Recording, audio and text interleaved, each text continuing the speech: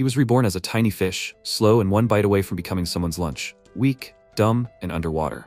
Perfect. But this isn't the end of his story. With each battle, he evolves, closer to his final form, a dragon. He's not strong now, but he's determined to climb the food chain, because it's not about where you start, it's about what you're willing to become. Can the weakest life form become the apex predator? Let's find out. This story begins with the protagonist named Oren, who was raising his level in the mountains while fighting demons. A huge demon with 3 pairs of eyes, 4 paws, and a huge size appeared in front of him. He roared furiously, spitting. The protagonist exclaimed in admiration, like, "Wow, he will get so much experience for this." The monster rushed to attack him. Oren deftly dodged and soared above the demon. His companion, standing below, asked him, "Did he raise his level?" MC answered her, like, "This time, it looks like he will have to tinker." The monster looked at him in surprise, not understanding how he was able to dodge his fatal blow. The protagonist swung and struck from above with such force that he cut the monster in half. His companion agreed with him that he had to tinker. When he went down to her, he noted that it was easier to level up with a fish and a snake. The girl said that it was so. At first, he was a little fish. She asked him, "What was it like?" The protagonist stroked her head and hesitated, thinking how to explain all this to her. She asked him again, "What was it like?" Oren said that it was quite difficult then. He had to, literally, survive at first. The girl imagined pictures, one more terrible than the other. The protagonist said that he opened his eyes and did not understand where he was. What are these bubbles? Where is he? Looking around, he noted with surprise, is he underwater? How could this happen? He was sleeping at home. What the hell? Oren did not remember anything. Seeing 2 fins in front of him, he thought with horror, what is this? Are these really his hands? Have they become fins? Panic seized him, but this could not be. This is probably all a dream. Why the hell did he become a fish? The protagonist tried to calm down, but no, this could not be in reality. He remembered that before he went to sleep, he was still a human, right? But what happened after that? He didn't remember. He looked around again and thought, well, where is he now? Some kind of aquatic inhabitants were scurrying around him. Crystals and corals, seaweed and more, everything indicated that this was definitely not somewhere on Earth. He thought that he needed to find a quiet place and think it all over properly. After swimming for a while, he found what seemed to him a safe place and hid in a cave. Now he had to analyze everything. He thought that no matter how he looked at it, this place where he was now was clearly not on Earth. And as you could see, he was a fish now, not a human.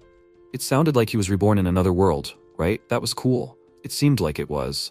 Honestly, he would rather be a hero or some kind of cheating protagonist. The protagonist noticed that it was empty here. It was not very nice to be reborn alone. He needed to take heart. There must be some kind of status panel here. He would level up and become stronger. At that moment, he heard a voice that told him that he could earn experience points by hunting targets. He would evolve as he leveled up. The protagonist was amazed. Wow, he was hearing a voice right in his head. He asked him who he was. Let him show himself to him. The voice replied that he could not do that. He was the voice of heaven. He only gave advice and explanations. The protagonist said that everything was clear, just like the NPCs in the tutorial. He decided that let it be so. It was easier to live when someone was talking to him. He wondered if he could somehow check his status. At that moment, a system window appeared in front of him. It contained the information that interested the protagonist so much. He had the status of a blue fish, small. This is a rare fish that lives in rivers, an endangered species due to many enemies. His level was half, HP 3 Thirst, MP 5 5s, Attack 4, Defense 8, Magic 2, Agility 13. His special skills were Voice of the Sky, benefit of being a rare species. His normal skills consisted of long tongue and glow. The protagonist looked through the information and noticed that he seemed to be quite weak. He asked the voice of the sky what the next stage of evolution was. The voice answered him that it was a blue fish, young. The protagonist chuckled and clarified that he was not talking about that. He had already figured that out without him. He may be weak now, but he can evolve by gaining experience and become stronger. Do people who were reborn in another world have any advantages? The voice answered in the affirmative. Oren happily exclaimed that he knew it. He asked the voice if since he was a fish, he could become a tuna. The voice answered him that it was impossible. Then the protagonist went through other options. Skipjack, marlin?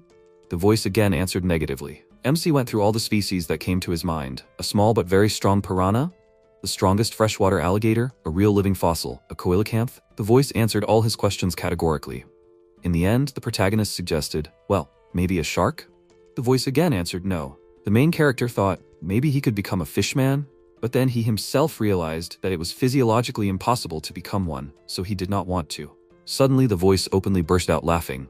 The protagonist was surprised. Why was it laughing? He begged, well, what should he answer? What could he evolve into? The voice immediately became serious. It said that it understood him, and told him that at the very end, he could become a dragon. It seemed to the protagonist that even his eyes fell out of surprise. He asked the voice what it said. Let him repeat it. Repeat it again. The voice said again what it had told him earlier. The protagonist couldn't believe his ears. What? This was so cool. He was serious. He could become a dragon?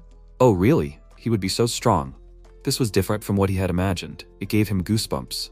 His imagination immediately drew a huge, beautiful, and powerful dragon. He noted that once he became a dragon, he would be able to fly, and even emit flames. The protagonist was inspired and firmly decided that he would definitely become a dragon. Then he said, since they had decided everything, it was time for him to evolve. He asked the voice how he could raise his level. The voice politely asked him to open his mouth. The protagonist did as he was asked. The voice asked him to close his mouth now. The protagonist did this too, perplexed. The voice said that he had received experience points. His level had been raised from level 1 to level 2. MC couldn't contain his surprise. What? What do you mean? Promoted? The voice explained to him that he had caught his prey. The protagonist protested. No, he hadn't eaten anything. His interlocutor asked him to take a closer look. Oren said, take a closer look? But since it was said, he had to do it. He looked around carefully and saw various small creatures. One of them greeted him. The voice noted that he was hunting plankton, gaining experience. The protagonist thought without enthusiasm that his first meal in another world was plankton. Damn it. On the other hand, he doesn't even feel it, so he could easily earn experience points. The voice told him that he had reached the limit and could already evolve. The protagonist asked him incredulously, is he serious? He began to egg himself on, like, come on, Oren, evolve. From a blue fish, young, into a dragon, evolve. A soft glow appeared for a while, then it disappeared. The protagonist said that he understood everything, but he hadn't changed much. He had just gotten a little bigger, that's all. He looked at the system window. The only thing that had changed a little was his stats. His level is 1 of 12, HP 7 of 10, MP 7 of 15, Attack 8, Defense 16, Magic 4, Agility 19. His status hadn't changed much either. He had evolved from a small fish to a young one. The protagonist was indignant. He had been like that from the very beginning. Now he would eat plankton. Experience points had been received, and his level had been raised. The protagonist silently closed his mouth. An hour later, the protagonist was despondent. He understood that it was getting harder to raise his level. At that moment, small fish appeared near him. He asked them irritably, what were they doing here, stupid fish? An idea occurred to him and he asked the voice, who were they? Could he eat them? The interlocutor explained to him that it was a malatango. A fish 10 centimeters long, lives in schools. One of the fish stuck right into his snout. He looked at it and thought, it seems that people like such fish. But is this one still a small one? The voice noted, however, that there are big fish that use small ones as bait during hunting. Meanwhile, the fish took him by the fin and pulled him towards itself, as if it was calling him to follow it. The protagonist did not understand what it wanted. He swam out of his shelter. In an instant, a school of fish circled him. Suddenly, he felt a blow of such force that he flew back to the wall of his shelter and was surprised to notice a crack formed in the wall. He looked at the fish that were heading straight for him and thought, have they gone crazy? They did not look so cute anymore. He realized that he was in bad shape. He urgently needed to come up with something. But, as luck would have it, nothing came into his head. The protagonist forced himself to think. He needed to do something. The voice informed him that it looked like he was going to die. The protagonist snapped back, saying, let him shut up. He knew that without it. Almost intuitively, he pushed off the ground with his tail and rushed at the school of fish, hitting them with his tail. He accompanied each blow with the word like, take that. To his surprise, he gave them a good thrashing. The system told him that now he needed to swim away. The protagonist, running away from his opponents, said that he was already swimming away. A little later, the protagonist, putting on something like a scarf, pretended to be an old fish, hid in the seaweed. He caught his breath and thought that it was good that there were a lot of plants here. The protagonist asked the voice, aren't those fish breaking the rules? The interlocutor answered that no, this type of fish itself is quite weak, but their skill is strong. Oren asked him again, skill? The voice explained to him that they use their skill, enhancement, sharp, to use their tail fin as a knife. The protagonist remembered how their tail tip glittered and noted that with such a skill, even being weak, one can win, right? The voice answered him that everything was correct. He wondered if he had such skills? The interlocutor said yes, of course. The big mouth skill allows him to hunt prey as big as himself. Glow allows him to reflect sunlight with his scales and blind his enemies. The protagonist was indignant. These are weak skills.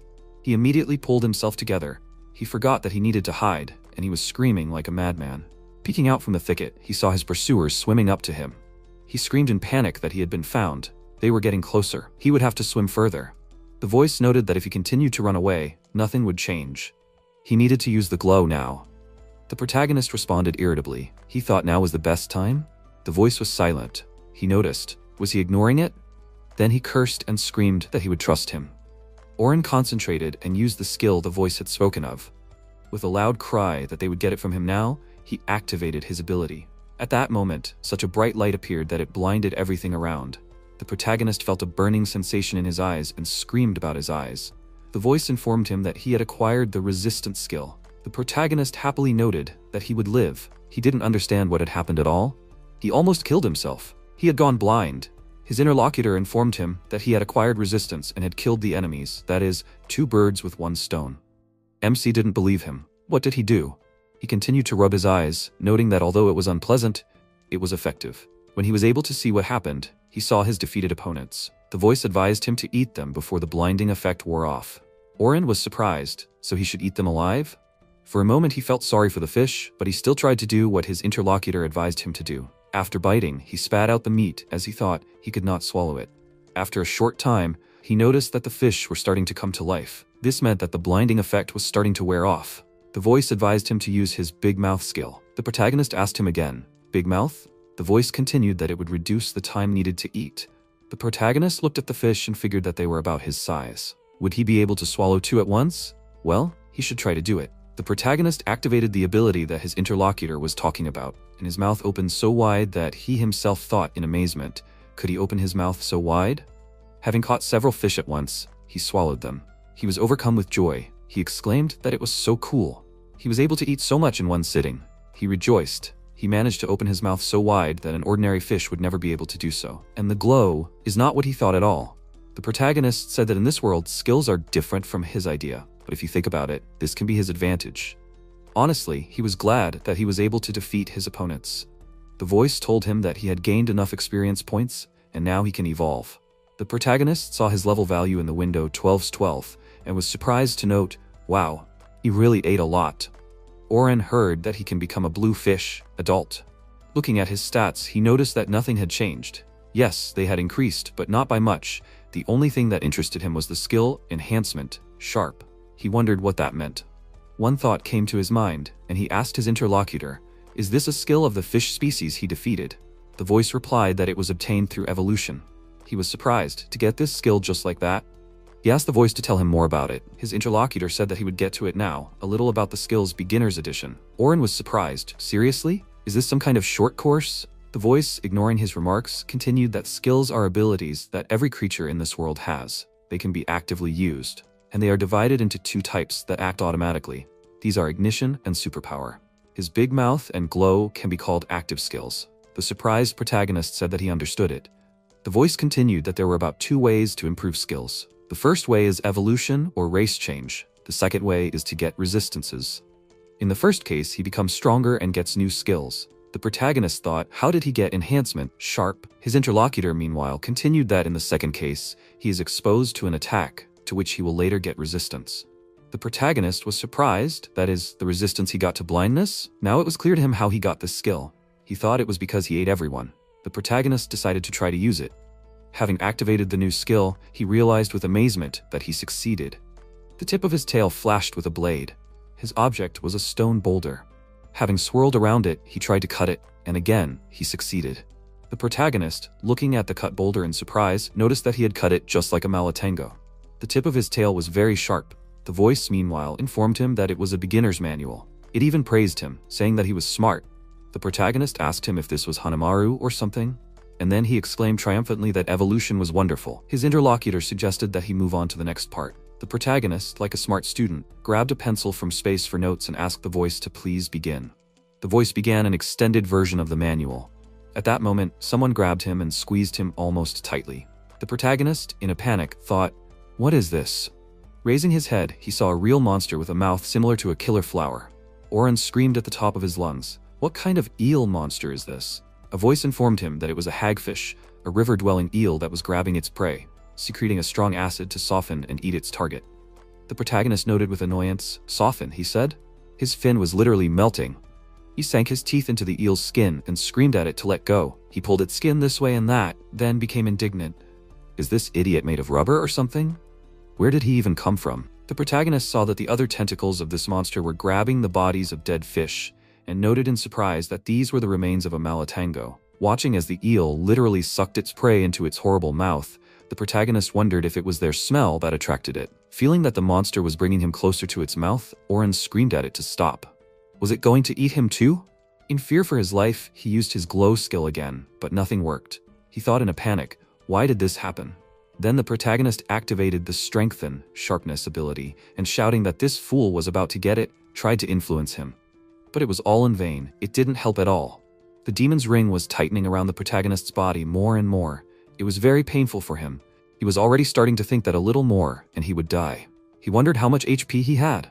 The system window immediately helpfully showed him the number 2 out of 35. MC in despair noted that there was so little left. At that moment, a voice recommended him to combine both of his skills. The protagonist in a hoarse voice barely audible asked him, was it possible? The voice said that the explanation was in the extended version, but their lesson was interrupted. The protagonist no longer cared about anything, let him speak faster what needs to be done. His interlocutor noted that he could combine abilities to obtain more powerful and effective ones. The protagonist shouted, well then let him combine them. Let him do it right now. The voice asked what skills he would like to combine. Oren exclaimed that there was no time to choose, just let him be strong. Finally, his interlocutor informed him that he had received a new skill, Fangs. The protagonist was surprised. Is this the same as Big Mouth? Suddenly he felt as if his mouth had grown bigger. This was the activation of the Fangs ability. The protagonist noticed that this was not Big Mouth, it was significantly different. Opening his mouth, he grabbed the eel's skin, tearing it in half. When his opponent was finished, Oren said, this skill has such enormous power. Swimming away from the defeated opponent, MC said he already thought that he would die. The water will become muddy now. Suddenly he felt weak and noticed what it was. His body suddenly stopped obeying him. The voice explained to him that he had lost a lot of blood. If he ate the defeated enemy, he would recover. The protagonist asked him in a weak voice, was he serious now? Then he cursed. He did not want to die in such a place.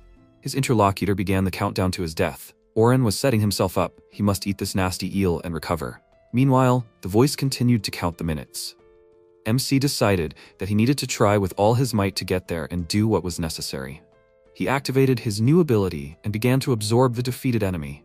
But at that moment, he felt how much pain he felt. It seemed to him that his mouth was about to dissolve, but he could not let it go. It was better to endure such pain than to actually die. The voice informed him that they had received acid resistance. The protagonist noted with relief that now he would not be in pain. He will be able to recover. After some time, his interlocutor noted that he had restored more than half of his health. It could be said that his life was no longer in danger. The protagonist said that this was simply great news. Since he was able to evolve, the wound healed faster than he expected. Now he was a blue fish in the adult stage. He noted that, nevertheless, almost nothing had changed. The voice told him that if he ate the remains of the Maxine, he would be able to evolve again. He was amazed. Was this serious now? Looking at the enemy, he convinced himself he was bad, right? The protagonist made a speech over the eel's body that he was a strong enemy. Thank him for being able to absorb him. Having coped with his difficult task, the protagonist noted he is now an adult, right? In theory, evolution ends at this stage, isn't it? But since he could still become a dragon, it wasn't the end. It dawned on him, wouldn't he become different after becoming an adult? Finally, he would get his perfect final body. He would become every guy's fantasy, a three-headed dragon, or something like a flying fish with blue scales. The voice asked him in surprise, what nonsense? The protagonist immediately wilted and said that there was no harm in dreaming. He turned to his interlocutor. Who would he become later? The voice answered him that his race would change to another. He would be able to choose who to become. A is a Nelma, B is a Maxina. The protagonist digested this information in his head and then exclaimed, have they really come to this? A race change has occurred. He asked the voice, and where is the choice here? It answered him that he would be able to evolve beyond a fish. It became clear to the protagonist. So there are different types of dragons. Could it be a wolf dragon? Or say a frog dragon, a cat dragon? If you think about it like that, if Maxine evolves, will it become a slippery dragon? He thought indignantly that he didn't like it. This was clearly not the dragon he wanted to be, so he expressed a desire to evolve into a Nelma. At least he wouldn't be slippery. The voice told him that this was a good option. The protagonist called for evolution. Suddenly he couldn't breathe. He was surprised. Was he squeezed? He wanted to howl. It became so painful. Why did it hurt so much? The voice explained to him that changing his race hurt him because his body was being rebuilt. The protagonist was indignant. He couldn't say this before. It hurt him, didn't it? It hurt so much that it was hard to bear. He screamed, and his pain suddenly receded. The protagonist noticed, was that all? Looking into the crystal, he happily exclaimed that his race had really changed. Now he seemed to be a little bigger, so he will soon become a dragon. He even got antennae. He thought that all this time he was the height of a blue fish. And now he changed his race and became stronger. The main character drew a grid of evolution in his thoughts and came to the conclusion that so it means he is evolving from a fish into a dragon.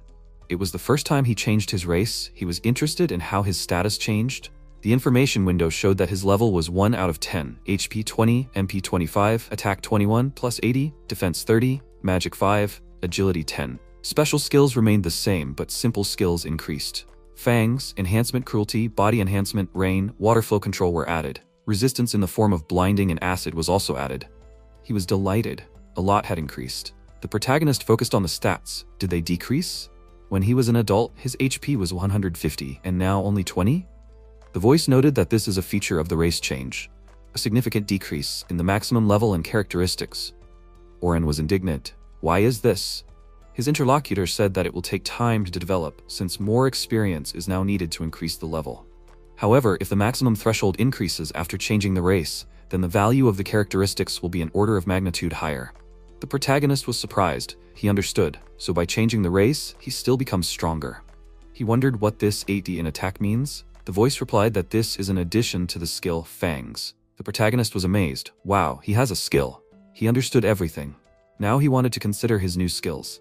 Enhancement, cruelty. This means an increase in the rigidity of parts of his body.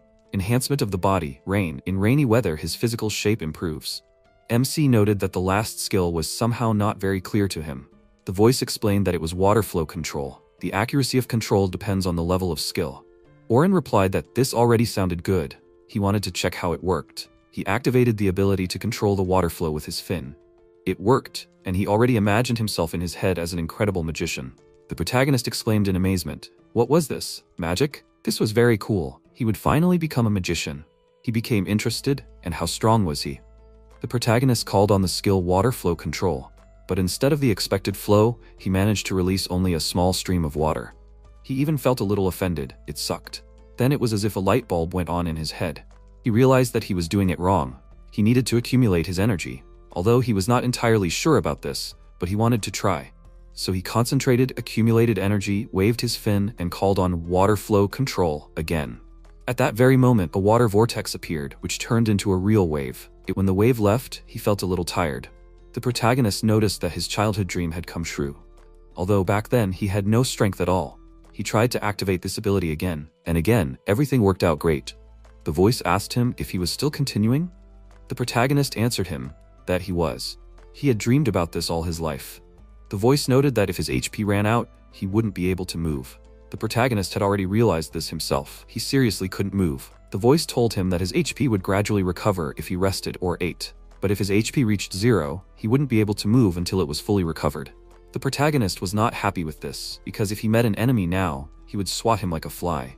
He grumbled that he could neither move nor use skills. He was just stuck here. An hour later, he was already swimming by inertia, noticing that no one attacked him, and there was not a single living soul near him. He was carried downstream. There would be no enemies there, right? It would be very easy to take his life now. The voice objected there could be living creatures downstream. The protagonist agreed with it and tried to slow down. At that moment, a system window popped up, which notified him that when it comes to hunting, Nelma is a rather cruel fish. It prefers to reproduce and hunt on rainy days. Due to the large number of changes in the ecosystem, it is considered a fish that is often hunted. The protagonist noticed that he didn't like something about it. He asked the system to show more characteristics of the blue fish in the adult stage. The system reported that this was the last stage of maturation of a rare specimen. Thick scales and a hard body, so simple attacks would not scare it off. It is believed that those who eat it will live forever, but this is not true. The protagonist grinned. From a tasty fish, he evolved into prey. Perhaps he didn't like both species, although when it comes to eternal life, he will be hunted. People are scary creatures. But by the way, he was also a man. Then he sighed heavily. He realized that he was entangled in seaweed, but that was fine. It would soon get dark. He would sleep here. He lay down on a stone, noting to himself that it was a good pillow, and said something like, when he wakes up, his HP will be restored. Having wished everyone good night, Oren went to sleep. Waking up, the protagonist thought, is it morning already? He slept well, he could already move. Well, he will try to continue testing his new skills today. Getting up from the stone, he was surprised to see hieroglyphs on it. The inscription asked, "Is there anyone here?" The protagonist exclaimed in shock, "Is this Japanese? Are there other Japanese here?" Although, perhaps he had already been eaten. The protagonist looked around and saw another stone with inscriptions, and then a few more stones. He realized that they were in order. The protagonist read the next inscription. It said that someone comes here every morning. If anyone can read it, let him stay in the grass. Oren was surprised. He asked the voice, "Is there anyone else here besides him?" The interlocutor answered that there was no one here. MC suggested, maybe it was just not the right time yet. He decided to shout loudly that he saw inscriptions in Japanese. But there was silence in response. The protagonist decided that he would just shout it every hour. He shouted an hour later, then 2 hours later, but all in vain. 3 hours passed. The protagonist grumbled that it was already noon. Why was no one there yet? At that moment, a small dark fish swam up to him. It asked him if he knew Japanese. Was he Japanese? The protagonist answered that he was. He asked the visitor if he was the one writing on the stones. The black fish answered that it was him. That's right, he didn't think he would meet anyone.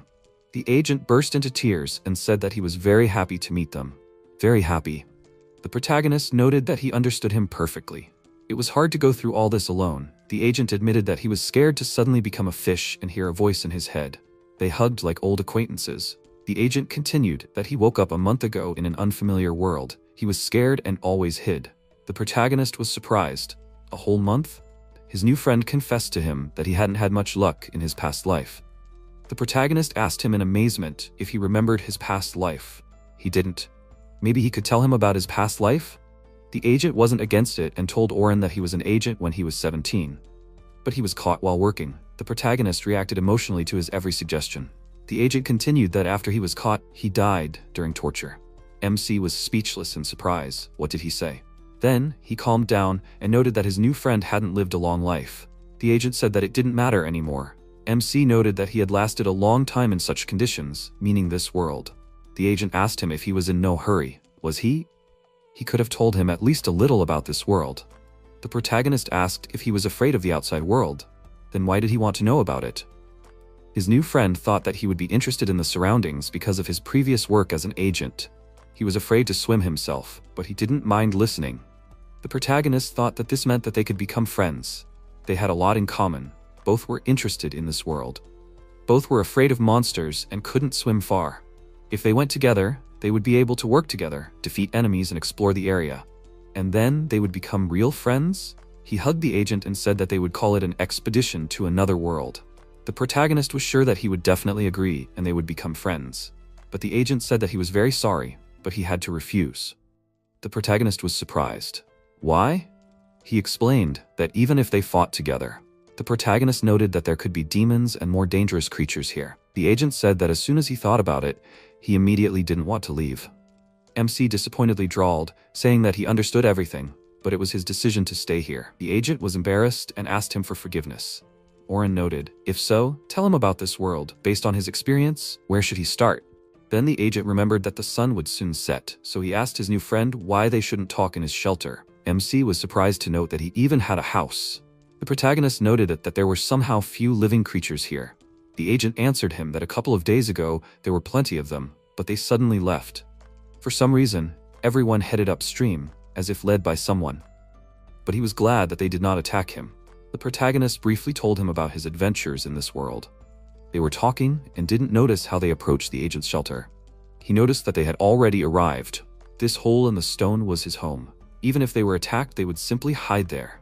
MC was happy, of course, a good find. Then he asked Oren, so he fought such dangerous monsters alone, wasn't he scared? The protagonist answered, yes, exactly. The weak sooner or later become the object of hunting. Therefore, the faster he becomes strong, the easier his life will be. The agent admitted to him that he had also thought about this. What will he become when he finishes his evolution? Oren sighed and said that he was going to tell him now. The protagonist took a deep breath and blurted out that he would become a dragon. The agent was amazed. A dragon? That was so cool. How he envied him now. The protagonist agreed with him that it was cool. And what will he become? Pegasus, Fenrir, Hippopotamus, Kirin? He will also be someone cool, right?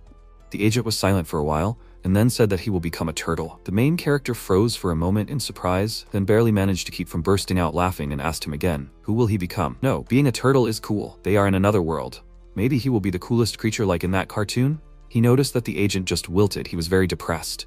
The protagonist asked him to show him his status. The agent brought up the system window. The protagonist read what was written there and noticed that he had high defense, yes, 6 times more than him, and also the ability to recover. 2 good skills. The agent's information stated that his level was 7 out of 10, HP 50, MP 40, Attack 14, Defense 180, Magic 19, Agility 15. His special skills were Voice of Heaven, Blessing of the Earth. The common skills were Reinforcement, Sharpness, Reinforcement, Hardness, Absorption. Its resistance was Solitude and Explosion. Blessing of the Earth meant the ability to see the qualities of the land on which the creature stands and appropriate it. Absorption caused the ability to naturally recover. When used, a large amount of MP was consumed. Loneliness was about getting used to being alone. Skills are acquired faster if you act alone. The protagonist asked him how many times he evolved to increase defense so much. Agent answered him 2 times. The protagonist was surprised. Only 2? He told him that he evolved 4 times. Maybe turtles are cool too. The agent was surprised. What was he saying? Oren said that he can reflect any attack and recover with a skill. Isn't that considered overpowered? The protagonist was amazed by the agent's characteristics. He remarked, well, if this is how it will be, then even a dragon won't be able to defeat him. The amazed agent didn't even know about it. That's how it turns out. He noted that, thanks to him, he immediately became more confident in himself. He could hardly become a turtle. The protagonist said out loud that he was very happy for him. To himself, he thought, is it normal that the agent changed so easily? Suddenly their shelter shook. They exclaimed in bewilderment, what's going on? Strange needles were sticking out of all the walls. The agent examined them and noticed that the needles were stuck in the stone, although even large fish could not damage it. The protagonist carefully looked outside and said that there was someone outside. A voice that suddenly appeared immediately notified him that it was a river pufferfish. It lives downstream. It spits out needles to attack a large area. The protagonist looked around. Everything was covered in large needles. He asked the voice, did this pufferfish do all this? The agent hid under a rock and asked the same question. Did he do this? Are these fish even in their right minds? The protagonist noticed that all the others swam upstream in this state. Suddenly, the allies realized that the pufferfish had noticed them. The pufferfish began to attack them with its needles. The protagonist shouted to his ally to be careful. They began to dodge the enemy's blows. One needle still hit the protagonist, tearing out a piece of his flesh. The agent screamed in horror that he was wounded. The protagonist answered him that he would live, but he should hide in the cave. The agent was very worried about his ally, because he was wounded. How could he cope here alone? Oren replied that he should leave it to him. After all, he still had HP. He noticed that the other 2 swam upstream, leaving only one. How effective would the glow be in the evening? Should he fight in close combat with a shooting enemy? Needles are certainly an unpleasant thing, but since the enemy was shooting at one needle, he could, in principle, get closer to him. The protagonist made an attempt, deftly dodging the blows, letting the needles pass one after another. But one of them still pierced his fin. He tried to use glow, but it didn't work out well. MC cursed. This was a shitty situation. He realized that he had lost too much strength, and this wound was making itself felt. He couldn't even move. The enemy took advantage of the situation and threw the largest needle at him with all his might. The protagonist realized that now it would fly straight into his head. He would definitely die here. Suddenly, an agent swam out of the cave and took the blow. The protagonist shouted at him to be careful. The pufferfish continued to attack them, but all of its blows were taken by the protagonist's ally. Oren was worried about him. He was an idiot. Even he couldn't withstand so many blows. But he used resistance and pushed the enemy away. After examining himself, the agent noted that he seemed to be fine. The protagonist was amazed. His body was so stiff. He saved him, and he was shaking all over. He needed to hide quickly. The agent was really shaking like a leaf. He noted that it was terrible. All this time he was afraid of the world and constantly hid, justifying his behavior with weakness. But he, the protagonist, made him believe in himself. Even knowing that he was evolving into a turtle, he did not laugh, and this gave him confidence. He continued that this is why he was scared. It hurt him to watch how this fish beat him. He did not want to continue hiding and watch others suffer. The protagonist looked at him with a look full of gratitude and said that he was a real hero. Then they should unite. The agent agreed with him. The protagonist said that he would approach the enemy and attack him, and he should cover him. The agent answered him that he understood him. Let him be right behind him. They had a great tandem. While the agent was approaching the enemy, Oren meanwhile attacked the pufferfish from behind his back. Having told the pufferfish that he would now get it for piercing him and mocking his friend, the protagonist used the skill Fangs and tore the enemy apart. The agent shouted in admiration that his brother defeated him. The protagonist noted that he managed to do this thanks to his courage and toughness. Then it dawned on him what the agent had said. He asked him, did he call him brother? The agent answered that it was exactly so. Let him call him that. Inspired, he continued that he wanted to find more adventures with his brother. He wanted to strengthen his body and his mind just like his. He offered the protagonist to become true friends. The protagonist wasn't against it at all, although he didn't really understand what his friend meant. They decided to take care of each other further. MC asked him how he felt about giving them new names. His name was Oren, but his?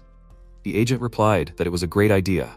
He also wanted a new name in his new life, and they decided that the protagonist would be Oren, the origin of his name being he suggested naming himself and just chose. The agent would be Ryzen, the origin of his name being able to cut the raindrops silently falling from the sky. The protagonist continued that they all swam upstream to evolve, right? Ryzen replied that they were all like being led by someone. They realized that something was definitely going on there. At that moment, a voice said that the protagonist's level had increased. He could evolve. The protagonist was happy about this message. Ryzen was surprised already. They seemed to eat the same thing, but he evolves faster? Oren told him that it was all thanks to a special skill. The system window immediately displayed its characteristics, the benefit of being a rare species, thanks to which the protagonist gets an advantage for faster leveling up. Ryzen noted that, as he thought, he even has excellent skills. The protagonist apologized to his friend for evolving first. He called for evolution and became a royal Nelma. This meant that he was now the leader of the species. He had a strong body and a long jaw, a voracious fish. This species is given the highest priority in hunting. His new skills were Jaw, which meant an increase in strength, and Boost Cloudiness, which allowed him to slightly increase his strength in cloudy weather. The protagonist noted that since skills appeared, why not reorganize them? The voice asked him, did he want to combine them? The protagonist answered negatively. He just thought for a second. The skills are certainly powerful, but you can't use them all at once. This, that, and this. Still, if he combines the skills, will he be able to use them all at once? MC decided to try combining Boost Rain and Boost Cloud, but since he needed defense, he decided to add Boost Hardness as well. A voice informed him that the skills had been combined. Bad weather. In bad weather, his physical fitness and defense would increase. The protagonist exclaimed in surprise, wow. Despite the conditions, he is always active. It's very convenient. It seems that with the increase in characteristics, abilities also increase. He noted that combining is an incomprehensible science. At this moment, the protagonist noticed that his friend was staring at him in surprise. He asked him what was going on. Ryzen said in amazement, it turns out that he can also hear the voice of the earth. It's because they were both reborn. He is so glad that they are together. Oren objected that he heard the voice of the sky, but as he thought, it was almost the same. At that moment, the voice accompanying Ryzen told him that he could evolve too. Overjoyed, he asked him again, could he evolve too? And into another species too? He expressed words of gratitude to the voice. Ryzen turned to the protagonist. He told him that he could change too. The protagonist, looking at his friend, answered him that it was great. He thought, did he really look as stupid as his friend now? He needed to be more attentive. Ryzen told him that the system windows gave two choices. He wanted the protagonist to look at them. The protagonist was interested in his offer and looked at what was offered to his friend. The first one gave the option to become a stone fish. This is the best type of black fish. It has hard, rock-like scales, which is useful for a fish that has low mass. The second window offered the option to become a bedrock, which has the nickname stonefish. It is a motionless fish that hunts prey that swims into its mouth using its smell. The smell moves downstream from its location, so all the fish swim upwards. Ryzen asked him which one he should choose.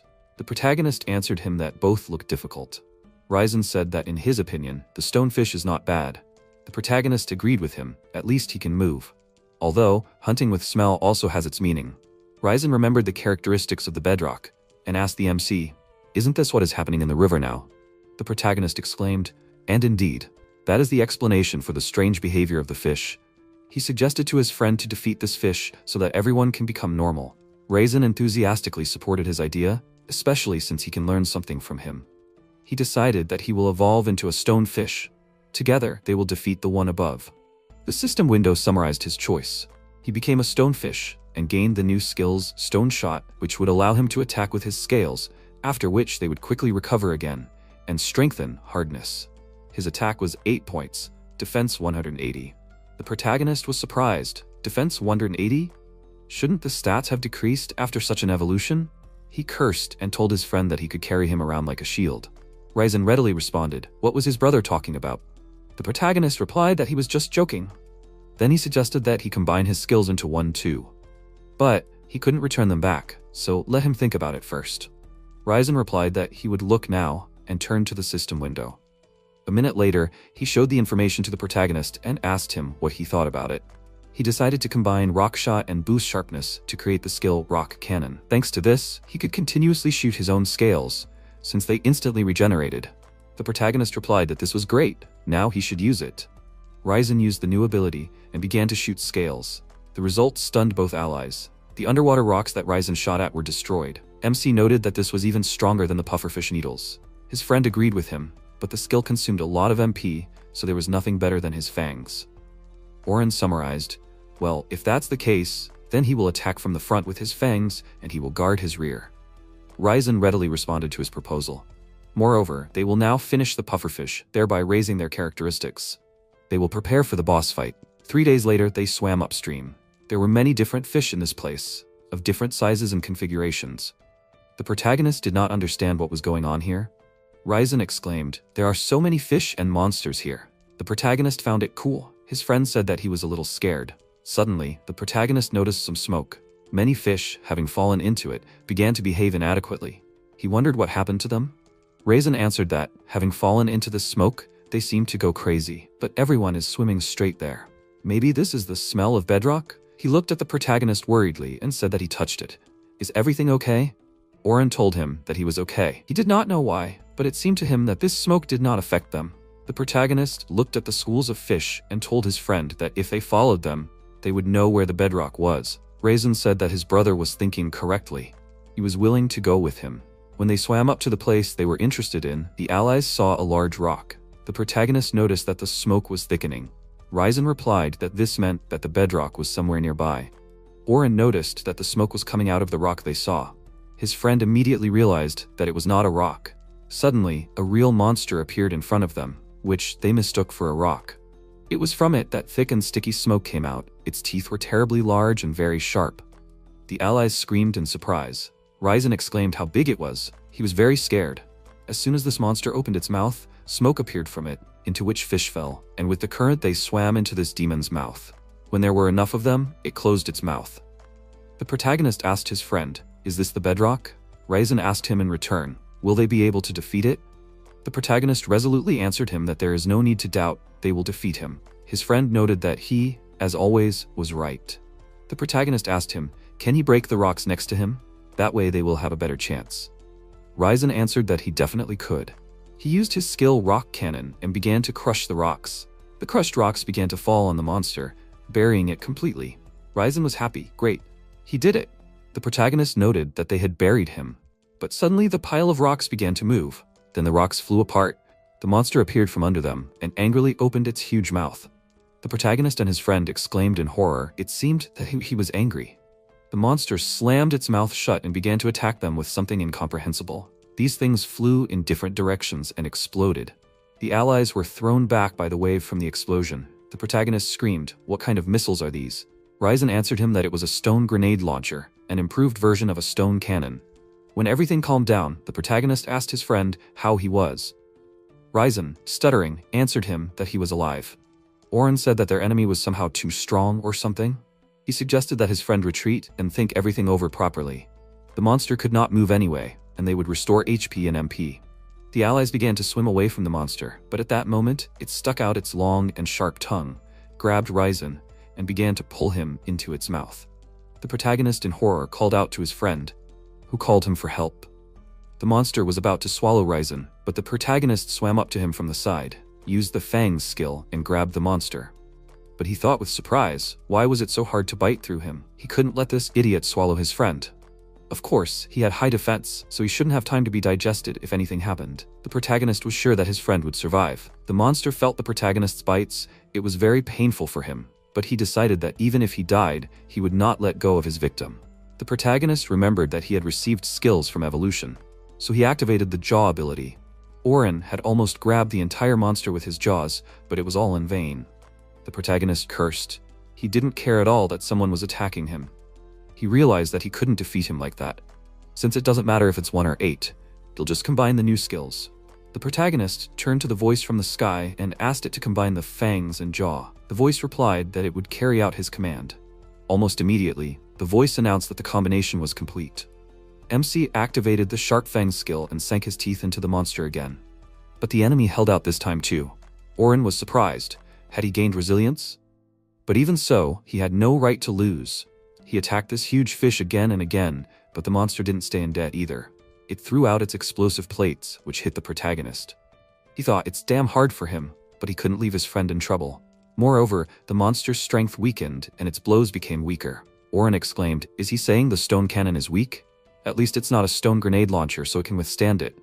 Yes, that was a great idea. He would just endure it.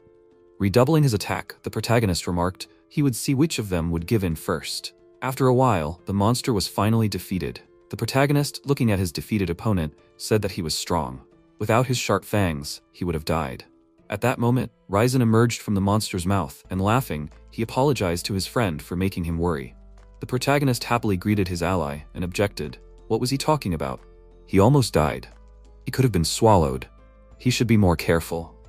To be honest, MC panicked, because he remembered that his friend could not eat bedrock meat. Raisin admitted that it was indeed hard to eat. The protagonist remarked that they were lucky that there was another fish here. His friend agreed with him. Then he asked the protagonist to tell him how he defeated that damn fish. Oren replied that he simply combined the skills into a new one. It was a blast. The system showed that his new skill had an attack value of plus 250. The protagonist was surprised. What? But that was pretty good. The value was increased by 3 times. That was pretty powerful. The protagonist was consuming the carcass of the defeated enemy. Raisin noted that this is why he was eating such tough meat. The protagonist told him to stop licking the meat. The voice told him that his value was reaching the maximum level. Evolution is possible. Oren was amazed. Wow, he can evolve. He only ate half a bedrock and he has already exceeded the level. He was damn strong. The system window offered him a direction of evolution. He could choose either a clay carp, a small long yellow fish. It is slow-moving, sold by people at a high price as children's goods. Another option was a water snake. A snake that lives near water. It can swim in water but is faster on land. Its skin is a luxury item and is used for accessories. Their numbers are decreasing due to constant hunting, which makes this type of snake rare. Oren noted that it looked cool. He turned to his friend and said, yes, he would like him to eat him too. Raisin asked him, what is it? The protagonist answered him that everything is fine. He thought, if he becomes a snake, will he already go out on land? Finally, they will enter a new stage of life. But then it dawned on him, because then he and his friend will separate. Raisin noticed his thoughtfulness. He anxiously asked him, is everything okay? The protagonist thought he is his only friend, who fought side by side with him. In response, the protagonist answered that everything is fine. His friend asked him again, really? The protagonist continued to think. They might not be able to be together anymore, but for now, he would do his best. So he decided out loud that he would evolve into a clay carp now. The system told him that he had gained new skills, such as clay creation. He could create anything he wanted from clay. His second skill was soil purification. The purification radius was determined by the amount of MP used, as well as the skill absorption. He also received a new resistance, explosion, and rot, which was effective against diseases that caused the body to decompose. The protagonist tried to activate the first skill. Taking clay, he used the ability to mold something like a human from it. He exclaimed that this was interesting, his second magic. After examining what he had made, he summarized like this. He called the craft human. Raisin muttered that he had no sense of beauty at all. The protagonist looked at his friend and told him to shut up and continue chewing. He needed to gain experience. His friend, choking on the enemy's meat, said he is the only one eating. But what about him? The protagonist told him that everything is fine. Raisin did not argue with him. A week later, he was lounging on the river bottom when he turned to the incense, saying that his fish had disappeared in the blink of an eye. It was good that the other creatures had returned and were leveling up peacefully. Oren noted that he had good skills too. Raisin replied that it was all thanks to him. His stats were now impressive. He had acquired the appearance of a deflector shield, and had been given skills such as stone cannon, a quick series of powerful scale attacks, parry, a skill for parrying attacks that could not be used without concentration, scale shield where his scales protected his body. There was also automatic barrier. This is when, in a dangerous situation, the barrier is activated. The skill has a 1-week cooldown. Barrier, the effectiveness of which depended on the amount of MP, and break, he could destroy the opponent's barrier. When his total amount of MP for the barrier is exceeded. If successful, the opponent will be able to create a shield, spending only a large amount of MP. He also received new resistances such as Influence, which did not allow anyone to throw him back with one blow, and Blinding. Raisin was worried, and yet he was the only one eating meat. Was his friend okay? Was he feeling okay? The protagonist assured him that he was fine, it was just that his body was saving on food. Besides, the more he ate, the faster he would evolve. Raisin rolled his eyes and addressed him in a pained voice, as if he were a brother. Nothing could fit into him anymore. At that moment, a voice informed the protagonist that they had reached the maximum level. Evolution was possible. The protagonist thought with annoyance, why were the experience points distributed so unevenly? After all, yesterday there was still food left in his stomach. He was saving. Then it dawned on him that Plankton was to blame for everything. The voice continued that his next stage was a water snake. If he did not make a choice, his development would end there. The protagonist sadly noted that this was the only choice. Raisin asked his brother what was the matter. Oren hesitated with an answer, but his friend had already figured it out.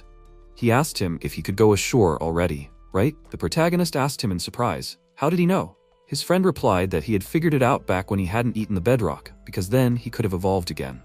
He had figured it out long ago, and he laughed hoarsely.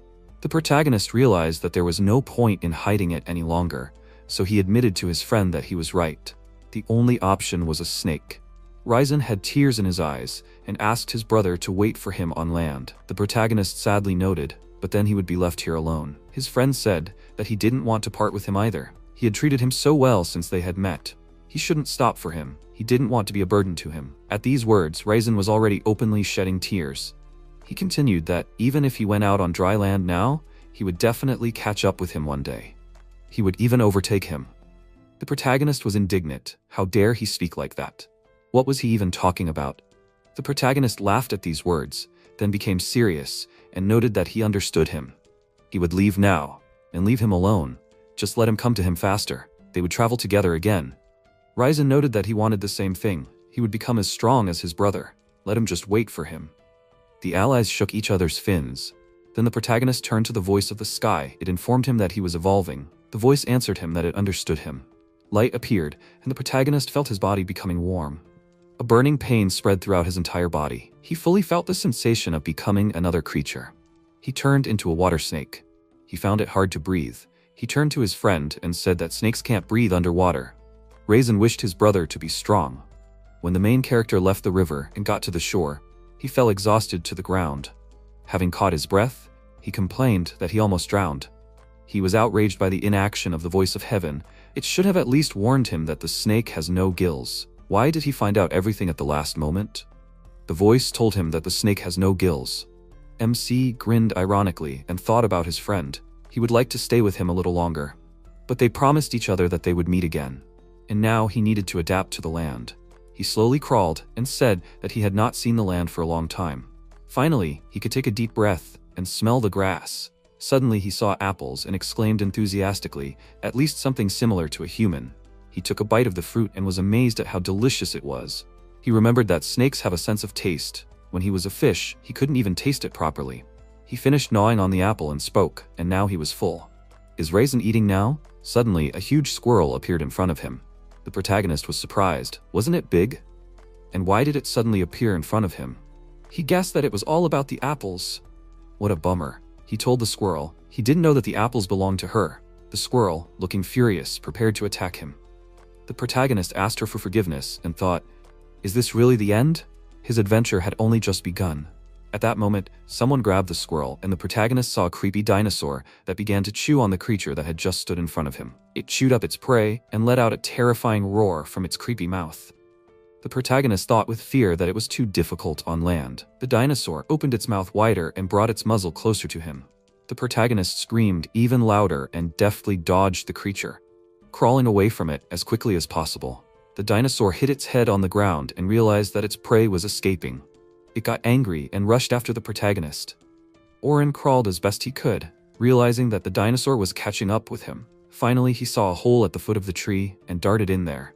He hid in fear in the farthest corner of his shelter. The heavy, ominous breathing of the monster was heard outside. Then the eye of his pursuer appeared in the hole, and one claw, he wanted to get his victim. After a while, the dinosaur turned around and walked away. The protagonist, not believing his luck, crawled out of the shelter, looked at the leaving monster and thought, did he give up? The protagonist realized that it was a dinosaur. It was dangerous, indeed. How many more like this? Everything was so good. After a while, the protagonist had a wonderful view. He noticed, wow, what a spacious forest was before his eyes. But it was only visible to the horizon. Now he had to live in this world. He went down the hill, crawled to the river, and looked at the water surface. His reflection was looking at him. He said that he really was a snake. Looking at it like this, he felt like he was steadily approaching the dragon step by step. But being a snake was not very convenient. He had no arms or legs. He couldn't even climb trees. But so far, everything was fine.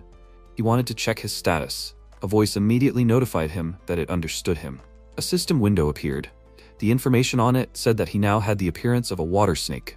His parameters were as follows: level 1 of 20, HP 50, MP 101, attack power 59, defense 65, magic power 51, agility 60. His skills were hard jaw, light emission, water flow control, poisonous fangs, clay creation, absorption, ninja legs, as well as sudden attack, swimming, soil purification, and water spear. His special skills remained voice of the sky and rare species advantages. He gained resistances, strong acid, explosion, and corruption. The protagonist was amazed. His MP was more than 100, more than 50 magic power. And what is magic power? The voice immediately informed him that it was the numerical attack power of a skill using MP. This became clear to the protagonist. Surprise attack meant that it allowed him to attack without being seen. It was activated when he wanted to attack someone unnoticed. Water spear allowed him to create a water weapon. The spear's power increased depending on his skill. Swimming was a skill for swimming in water. The ninja legs skill allowed him to go unnoticed, gave him the ability to move silently. Poisonous fangs helped inflict poisonous damage on enemies. Orin was delighted. The snake skills were increasing. Maybe he was the type who fought with magic and skill. He definitely needed to try it. Water spear was a skill level, something he needed to get used to. The image was also very important. He called on his water spear skill. The protagonist was delighted to notice that the spear came straight out of the water. It looked very cool. What was its power? He threw it straight at a tree. The spear hit the wood with a dull sound. The protagonist noted that he lacked firepower, but he was pleased with the long-range attack. It was the strongest attack of the day. He crawled up to the tree and noticed the grass at the foot of the tree moving. The protagonist wondered what was there. He was very hungry, except for apples. He hadn't eaten anything really. The protagonist looked into the grass and saw a creature there. He was surprised. Who was it? It was bigger than a hare. The voice immediately informed him that it was a flying mole, invisible, walking on the ground. It always emits ultrasonic waves and flies to hunt moving prey within a radius of 3 meters without seeing it. The protagonist thought, a mole then. He noted that if it was blind, it could be destroyed right away. It was possible to carefully approach it with the hard jaw skill. At that moment, the mole moved and prepared to attack. Orin thought that things were bad. What should he do? The mole was blind, but its hearing was impeccable. If you move even a little, he will hear it right away. An idea came to him. Then how about killing him right away from a long distance with a water spear? Without thinking twice, the protagonist used this ability and launched the spear at his victim. The mole surprisingly deftly dodged the blow. Orin noticed that he was able to dodge. His movements were as if honed. His hearing is so good that he can hear an instant attack. He needed to somehow get out of this situation because, apparently, his enemy was preparing to attack. The protagonist remembered another useful skill of his, ninja leg. He used this ability and tried to crawl up to him from behind. He was delighted with his skill. There were no sounds from it at all. In this case, the mole should not have noticed anything at all. Suddenly, invisible waves appeared, and the mole sharply turned its head towards the protagonist. He was amazed. What happened? How could he sense it? Then he guessed. He used ultrasound to determine its location. The mole suddenly attacked him. The protagonist did not expect such speed from it and did not have time to dodge. He was thrown back by the shockwave. He fell to the ground. He was in great pain. Standing up, he estimated the distance and was very surprised. The enemy's attack went out of range. He thought, since ninja legs are not enough, he needs to synthesize a voice from the sky. Immediately, the voice told him that the voice of the sky and ninja legs were synthesized into tracking. Tracking could block signs that could pursue the object, but it will always consume MP. If the enemy does not notice, a surprise attack will surely succeed. The protagonist thought, once, 8 times, but it was worth a try. He activated the skill and began to approach the enemy. Having entered the zone of ultrasonic waves, the protagonist paused, watching the mole's reaction. He sat motionless. Orin was delighted. He had not noticed him at all, although he had already gotten quite close to him. He mentally thanked the enemy for the sudden attack. and in one throw wrapped his tail around his neck and began to squeeze the ring with his tail. The protagonist exclaimed to the mole, "How does he feel now?" The mole tried to break free from the chokehold, but it was useless. The protagonist urged him not to resist and instantly used the hard jaw ability. It is clear that the enemy had no chance of salvation and the protagonist defeated him. He exclaimed, "He did it. This is his first victory on land." And he was so worried when he first went out on land, he thought that he would not succeed. But even such a small creature as a mole has more intelligence than a fish. He should take into account that it was not easy, and so he got his first experience on land. Having eaten his fill of the enemy's meat, the protagonist thanked him for the food. A voice informed him that the level had reached its maximum. Evolution was possible. The protagonist was amazed already. The system window displayed a list of evolution directions on the screen. He was offered to become a fog snake, which lives mainly in the fog, which allows it to hide from unwanted eyes. It was very difficult to see. The species belonged to the aristocratic middle class. The second option was a worm. He could become a giant earthworm, thanks to which even the most meager land is enriched with nutrients. But if he makes a mistake and goes outside, he will rage so much that he can destroy one village. The protagonist thought, if he went there, it was a fog snake, that was all right, but an earthworm? Moreover, underground, degenerated from a snake? The evolution of the fish era was connected with fish. If he chose a worm, would he always be one? Can a worm become a dragon? It lives underground. His wild imagination immediately drew a picture of himself in the form of a giant worm coming out among people, creating panic and destroying everything around. But the picture presented him as a worm, not a dragon. Therefore, his choice was obvious. He turned to the voice of the sky and asked to evolve into a fog snake. Although he did not like it, the voice answered him that it understood him. The glow was created again, and the protagonist became a fog snake. He grumbled that it was a terrible choice. He became a little bigger, and, in addition, he grew a horn. His stats were level 1 of 25, HP 60, MP 110, attack power 65, defense 75, magic power 80, and agility 65. He also gained a new skill, fog control. This meant that he could create hazes with small particles, and could control fog, frost, smoke, and more. While the protagonist was figuring all this out, it was almost dark outside. He noticed that it was time for him to return to his shelter, where he was hiding. Crawling towards the tree he needed, he thought that he was finally home. The protagonist looked at his prey, the two moles, and was happy about it. He finished them off on his way home. He examined them again, and said that it was definitely safer to gain experience near home. Suddenly, he shuddered from the roar reaching him.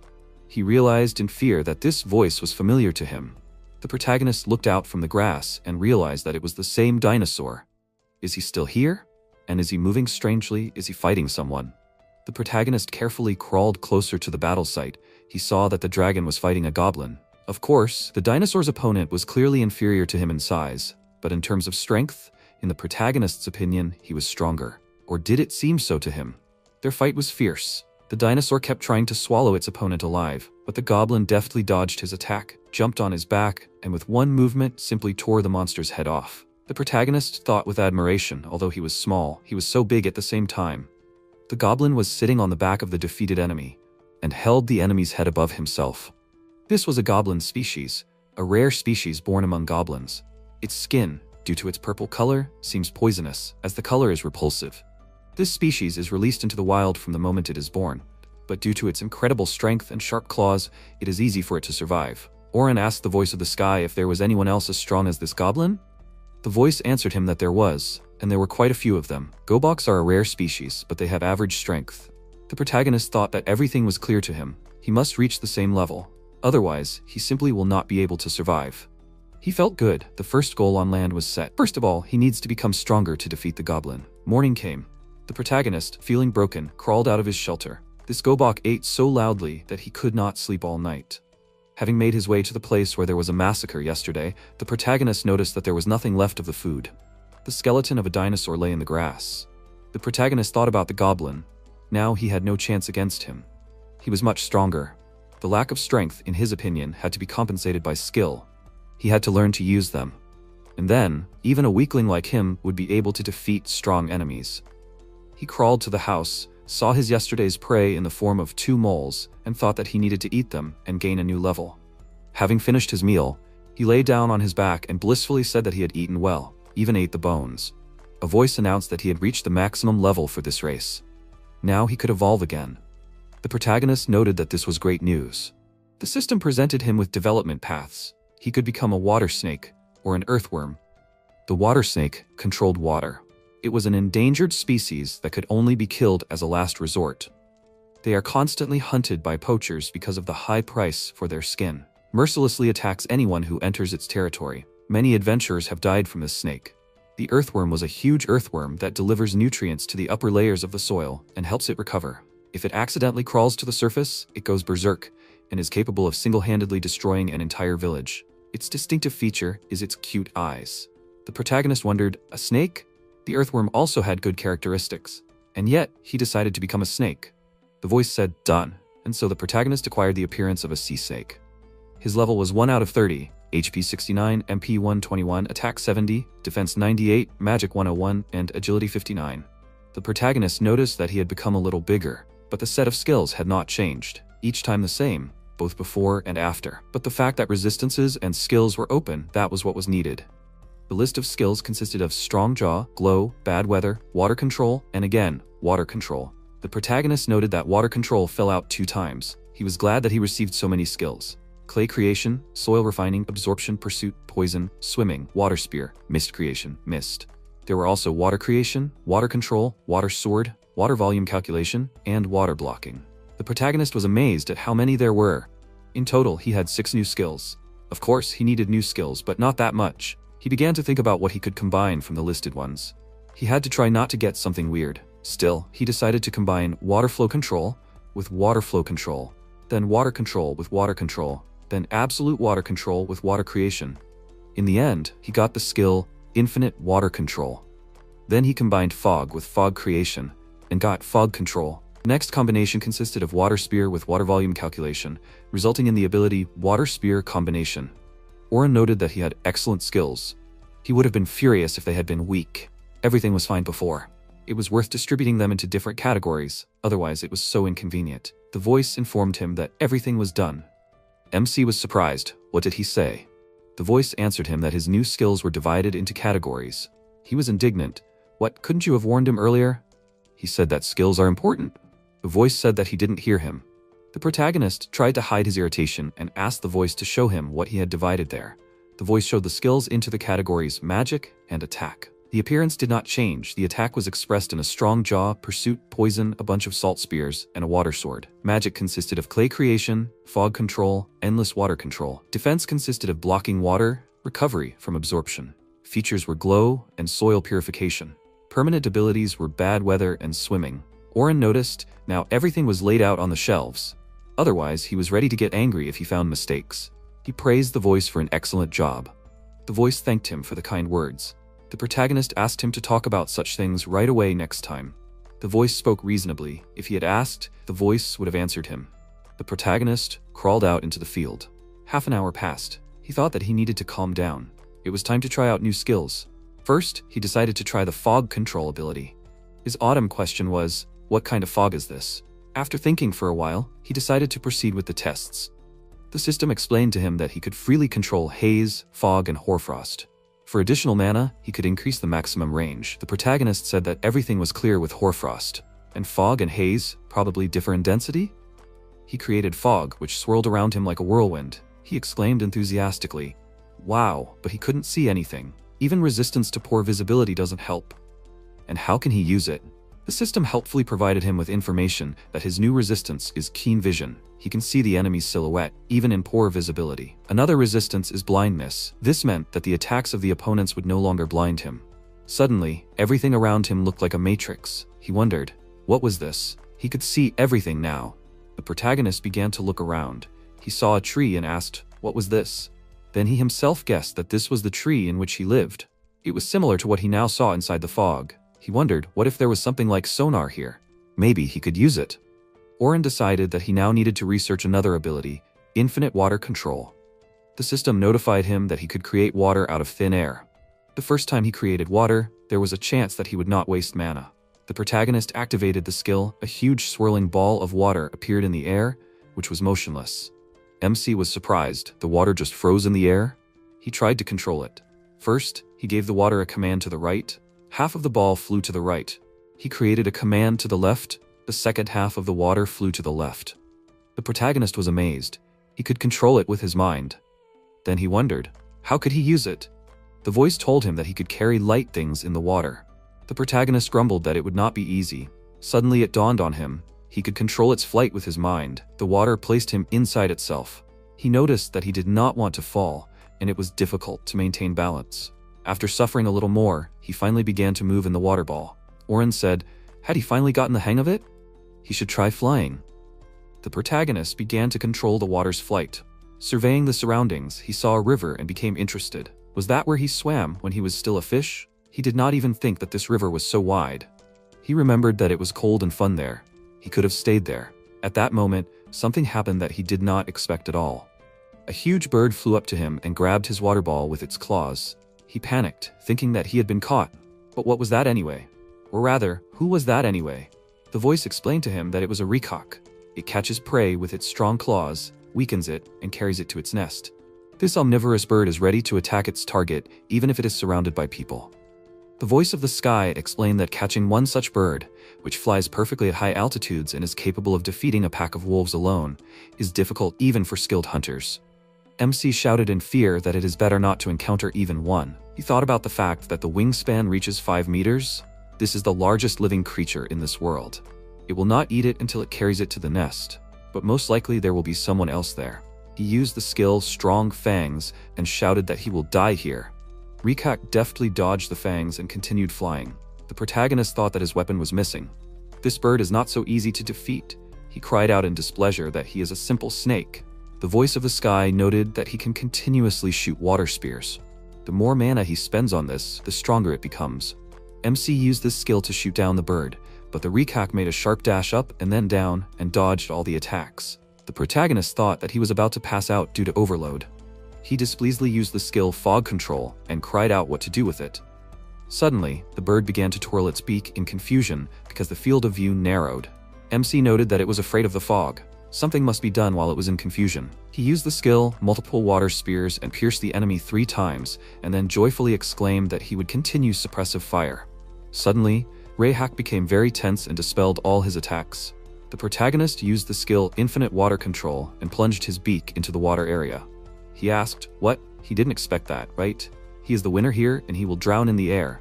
Just a little bit more and he will escape from his clutches. Due to strangulation, the bird lost control and flew straight into the cliff. MC thought with a serious face that judging by his face, he has not lost yet. Instead of running away, he just wants to finish him off. He menacingly exclaimed that he will not allow this. He will imprison him in a water prison. The protagonist used the skill Infinite Water Control, created a huge water area, and shouted that he can't even move a wing now. And now, he will finish him off with a spear. MC used the skill Many Water Spears with the remaining mana and created a huge spear that cut off the bird's head. After that, he began to fall and shouted after him that he is the Lord of the Sky and he is the Lord of Skills. Dude, that was cool, but he almost died. He should use water control before he hits the ground. Why can't he use it? The voice of the sky explained that he did not have enough mana. The protagonist shouted in horror that he did not remember this. And what to do now, since there is no mana? He needs to collect the remaining water. Great, at least he took something. MC flew past a small drop of water and shouted in horror that it was still not enough. He was going to fall. Things were bad if this continued. No, he would not die so easily. He noticed a bird corpse flying down nearby, grabbed it, sucked out the mana, and creating a huge water area in the air with the help of a skill, saved himself from death. After that, the protagonist noted that in these forests you cannot relax for a minute. He will rest a little in the sky. Suddenly, the voice of the sky informed him that he received new skills, large bundle of spears and water shield. MC shouted in bewilderment that he did not evolve and did not combine anything. The voice of the sky explained that the skills were developed. He asked, in what sense? Let him not avoid the answer. Okay, never mind, I should double check my skills. Suddenly another bird appeared. He dived into the water in fear and thought that he would not be able to see anything like that.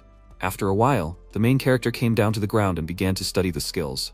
The voice of the sky began to tell, like a large bundle of spears, is a skill that allows you to use more than 5 water spears at the same time to attack. The attack power depends on the power of the water spear skill. Water shield is a skill that allows you to create water masses around yourself to protect yourself from enemy attacks. MC noted that there is nothing new. It's boring, I need to see what can be improved. Wait a minute, it turns out that a new way to acquire skills has appeared. Development. To do this, you need to use an existing skill in a new way and develop it. He thought that development happens when he uses existing skills? So, if he uses infinite water control, but stretches the water. Suddenly the voice of the sky notified that he received a new skill, Water Thread. This is a skill that allows you to create and control thin, invisible threads of water. The power depends on the mana points. The protagonist noted with displeasure how simple the skill is. With this, he could use the hard jaw more effectively. He also needs to come up with an immobilizing trap. That's it, he will set it on the ground. The protagonist created a trap on the ground, started sticking his tail in there, and said that if someone touches this place, the water will immediately grab him. The voice of the sky informed him that he had received a new skill, Water Prison. This is activated when the victim steps on the water trap. MC exclaimed with delight that he was fully armed. He himself would be scared of such power. At this rate, he will accumulate 1,000 abilities and become just like the 1,000-year dragon. A couple of days later, a boar stepped into his trap, was immobilized, and water spears flew into it. Then the main character crawled to the scene, happily noting that his skill level had also increased. In fact, he himself had grown up. His statistics and description appeared, saying that he was now a clay snake. Despite his love for swampy places, he does not stay in such areas for long. He is not aggressive, but hunts, setting many traps. New resistances, poisoning, immunity to weak poisons, distraction, harder to catch off guard. MC was surprised to notice that this antenna on his head was so convenient. With it, he can find out which trap worked. After evolution, he received not very useful skills. The voice of the sky noted that he received the skill Mud Puppet, allowing you to create a clay figure that can move. The accuracy of the figure and the accuracy of its movements depend on the skill level. The second skill is Earth Control, allowing you to change the surrounding area. The radius and strength depend on the mana points spent. MC noted that now, in addition to the cruel jaw, he has another useful skill, Binding Spears. This is a skill that allows you to control water spears connected by a thread. Accuracy and durability depend on the mana points spent. He said that with the help of the thread, you can not only attack, but also immobilize. He can accurately attack from long distances. Probably, he will soon be able to fight Gobak. Suddenly, a huge dinosaur appeared, which furiously ran at him. The protagonist fearfully thought that it was time to run away. Although, this guy does not seem that strong. If he can't handle a dinosaur, then what can we say about Gobak? He used the large bundle of spears skill and forced the enemy to dodge. The dinosaur made a dash but got caught in his water traps and fell to the ground. MC crawled up to him and using the hard jaw skill, bit off his head. After that, he happily exclaimed that he did it. After all, he was able to cope with him. The main thing is to use the skills correctly. So, soon, he will be able to fight Gobak. A couple of days later, the protagonist noted that before he fought without a clear plan, but this time everything is different. The voice of the sky asked, "What is the plan?" He explained that he had been watching Gobak for several days, using the skill Pursuit. He never goes the same way, but he passes one place in any case. And yesterday, with the help of Water Prison, he set up a lot of traps there. Now he should be passing this place. After some time, MC, hiding in the grass, noticed Gobak. He stepped into the trap and the protagonist immediately got out of the grass in order to attack him, and thought that if he defeats him now, then no one will be afraid of him. Suddenly, the goblin created a powerful shockwave and destroyed all the traps and spears. The protagonist tried to hide back in wild horror and wondered if he had destroyed all his traps and spears. Gobak grabbed a piece of earth and threw it sharply towards the protagonist. He jumped out of the grass with incredible fear and shouted that the whole strategy had gone down the drain. He had been exposed. Orin trembled and thought fearfully. He destroyed his traps and spears. How much power does he have? This goblin is dangerous and it is better not to take his eyes off him. The goblin climbed out of the pit and laughed. The protagonist thought about the fact that he was laughing at him. He had time for this too. He exclaimed that he did not even take him seriously. Orin used the skill Large Bundle of Spears and began to attack him. The goblin deftly dodged the attacks, when suddenly a thread appeared around his body, which tied him up. The goblin looked questioningly at the spears and began to twitch. The protagonist said that he distracted him with ordinary spears, and he himself used his skill once. It seems that even he can be immobilized. Spears appeared above the monster, which pierced him and caused an explosion. Orin thought that he spent quite a lot of mana, but from here it is difficult to say whether it killed him or not.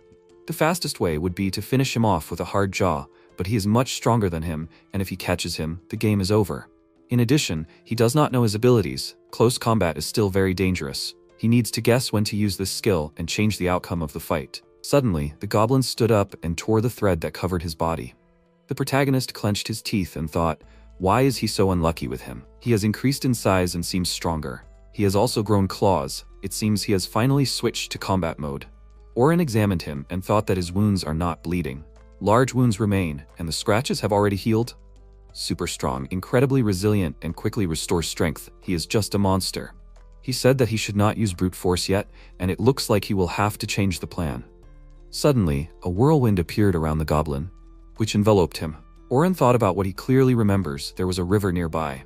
Since he had to defeat him, he had to take him to the water where he could use his skills to the fullest. He summoned him, and the monster began to follow his voice in a rage, fighting right in the whirlwind. The protagonist exclaimed, "What a pity." Unlucky, he was a little to the right. The goblin threw rocks at him, and Oren cheerfully asked, "Is he even aiming? If he hits, he's done for, so he'll throw another water whirlwind." Suddenly, the monster smashed his attack right over his head with its hand. The protagonist looked at it in fear and thought that he shouldn't have seen it. He put everything into his skills, but his instincts can't be fooled. The goblin grabbed the protagonist by the tail and began to throw him to the ground. Oren thought with his last strength that he was almost done for, and he needed to block the blow with a water shield. He didn't have time to activate the skill, and the monster threw him aside. The protagonist hit a rock and thought that he was about to pass out. He was finally at the river, but he couldn't even move his head. A voice from the sky told him that his HP had reached its minimum and suggested that he take a rest. Oren said with displeasure that it should be shut up. If he could, he would have rested a long time ago. He noticed a goblin nearby and thought that he was already close. He remembered Raisin and thought that he hoped that he was okay. After all, he couldn't break his promise. Raisin asked him to wait for him. He couldn't die, and he couldn't lose. The protagonist chuckled and said that he still had time to spare. In his world, there was a good saying that carelessness is sadness. Oren used the infinite water control skill, and the goblin's body was enveloped in water in which he couldn't move. The main character exclaimed joyfully this was a big gift from him for the remaining MP. He couldn't move. That's how he would drown. The goblin exhaled air from his lungs and began to suck in water. Oren thought with displeasure, how did he even think of such a thing? He launched a hard jaw at him, but the monster intercepted him and threw him to the ground again. The protagonist thought that a hard jaw was his strongest skill. He can't die, because he promised Raisin that they would travel the world together. The goblin roared, when suddenly, Oren bit off his hand and asked what was going on. Is this what he was looking for? The monster waved his hand, but the protagonist deftly dodged and asked, does he want to take it? He took his antenna himself, and his paw will make him stronger. And for tearing off his antenna, death awaits him. A voice from the sky said that his level had increased and he could evolve. Does he want to evolve? Oren agreed, and his health was restored. The goblin attacked him, but the protagonist dodged and thought that this goblin was still strong, even though he was left with one paw. After evolution, he fully recovered, but if he is not careful, he will catch him again. Now he will create so much water that he will definitely not be able to drink it. Oren activated the infinite water control skill, and a water ball formed above him. Suddenly, the monster destroyed it, and the protagonist thought with displeasure that he did not finish the skill and will not repeat it again. He said that other skills will not stop him. It seems that he will have to try again after all. Suddenly, the goblin froze, and Oren thought in bewilderment, why did he suddenly freeze? Too late to be careful, his skill that he did not let him finish. A voice from the sky said that it was a destructive landslide. He confused it with infinite water control. Oren was surprised, and the goblin looked at it in horror. He said that if the monster was scared, then the skill is very strong. The goblin began to run away from there, and the protagonist exclaimed with displeasure that he dare not run away. Such a chance cannot be missed. If he escapes, he will have to start all over again, which he really does not want. A voice from the sky said that he will be able to attack in 5 seconds. Oren thought, he will not attack right away. The goblin was caught in the skill-hidden swamp, and his body began to sink under the water. The protagonist thought about the fact that hidden swamp allows you to create an area with a swamp, disguising it as ordinary earth or grass. He wondered what happened to him and why he suddenly became afraid of him. Now he will definitely finish him off. Destructive landslide attacked the goblin. This allows you to collect and sharply throw out a mass of earth and sand. The skill is difficult to control, so its power is capable of destroying the surrounding area. After a while, Oren looked at the area in horror and thought, he assumed that the skill is strong, but not that strong. It was as if a hurricane had passed through here. It does not matter, since he needs to see what happened to that goblin. He finally killed him. The protagonist approached him and exclaimed, there he is. It looks like he got stuck in the mud and couldn't get out. The protagonist looked at the monster questioningly and exclaimed, unbelievable, he's still breathing. It's good that he didn't have time to escape. His strength and health really impressed him. Oren used the hard jaw skill and attacked the monster. He said that they would never see each other again. After the protagonist defeated the goblin, he said that back then he thought he was finished. If he couldn't evolve, he himself would have been eaten. And what should he do here now? Everything around is destroyed. Where did such power come from? Oren thanked the voice from the sky and said that he had already forgotten everything and would not use this skill for now. He happily thought that the most important thing was that he defeated the goblin, just like he wanted. It was difficult, but now he was one step closer to turning into a dragon, and all thanks to the monster. He thanked it for happily eating him. The voice from the sky told him that he had reached the maximum level and could evolve. Oren was surprised and thought that it was to be expected from such a strong goblin. Maybe it will be enough for several more evolutions. A voice from the sky said that he can evolve into a royal snake. The protagonist happily said that he can now become a king, and of course he will evolve. Oren grew in size and said that he is probably already the size of a person, so it is time to combine all the skills. A system board appeared in front of him, which said that from 2 water blades, the skill turned into a large water sword, and 2 stings turned into poisonous fangs. The skills began to merge into each other and create another strong skill. Oren thought that the auxiliary skills were also ready. He will hide the destructive landslide and will not use it for now. He dealt with the goblin and evolved without problems. Now it is time for him to go home. Suddenly, he fell to the ground and thought that his head began to spin and he could not get up. Was he so tired after the battle with the monster? After some time, the protagonist woke up and heard someone's voice say that he heard some noise and it looked like there was a collapse. We need to get out of here quickly. What was he making noise about? The man got scared and shouted, "It's a white snake." Oren woke up, looked around questioningly and said, "It looks like he passed out after all." He jumped up in fear and asked, "Is he in a cage?" And then he thought about how he noticed people before he fainted. They were probably kind and saved him. The protagonist looked around and noticed many cages with other animals. He exclaimed in fear, "So he was kidnapped. So they are not kind at all. So they are bringing it for sale to make bags and wallets out of it?" The notification system said that he is not losing his vigilance. The protagonist used his hard jaw to bite through the cage. He sighed heavily and asked discontentedly why he can't break it, and why is it so strong. The notification system said that this is a special cage for magical beasts, and it seems that it is somehow able to deprive the magic skill. He does not have enough strength to open the cage. The protagonist was surprised and asked, "His other skills too?" The system warned him that he cannot rely on others and he must solve this problem himself. Oren asked discontentedly, "And how is he supposed to get out then?" He ordered it to come out here and become his new food for pumping experience. Alan looked at him with fear and said, "An angry snake is so scary." Oren looked at her and introduced himself, exclaiming, "It's a girl, and what is her name?" She got scared and shouted for him not to eat her. The protagonist grinned and asked, "What's wrong with her? Does he look like someone who eats people?" A voice from the sky said, "An aggressive snake the size of a man pounced and almost bit through the cage." Oren thought awkwardly that he himself was a little scared. Was he really that scary? He said that he was not scary, but a kind snake. The voice from the sky said that people did not understand snake language and he should stop scaring the child. Oren wondered why little Alan was sitting in a cage at all alone and among forest animals. She was wearing some rags instead of clothes and was covered in scratches.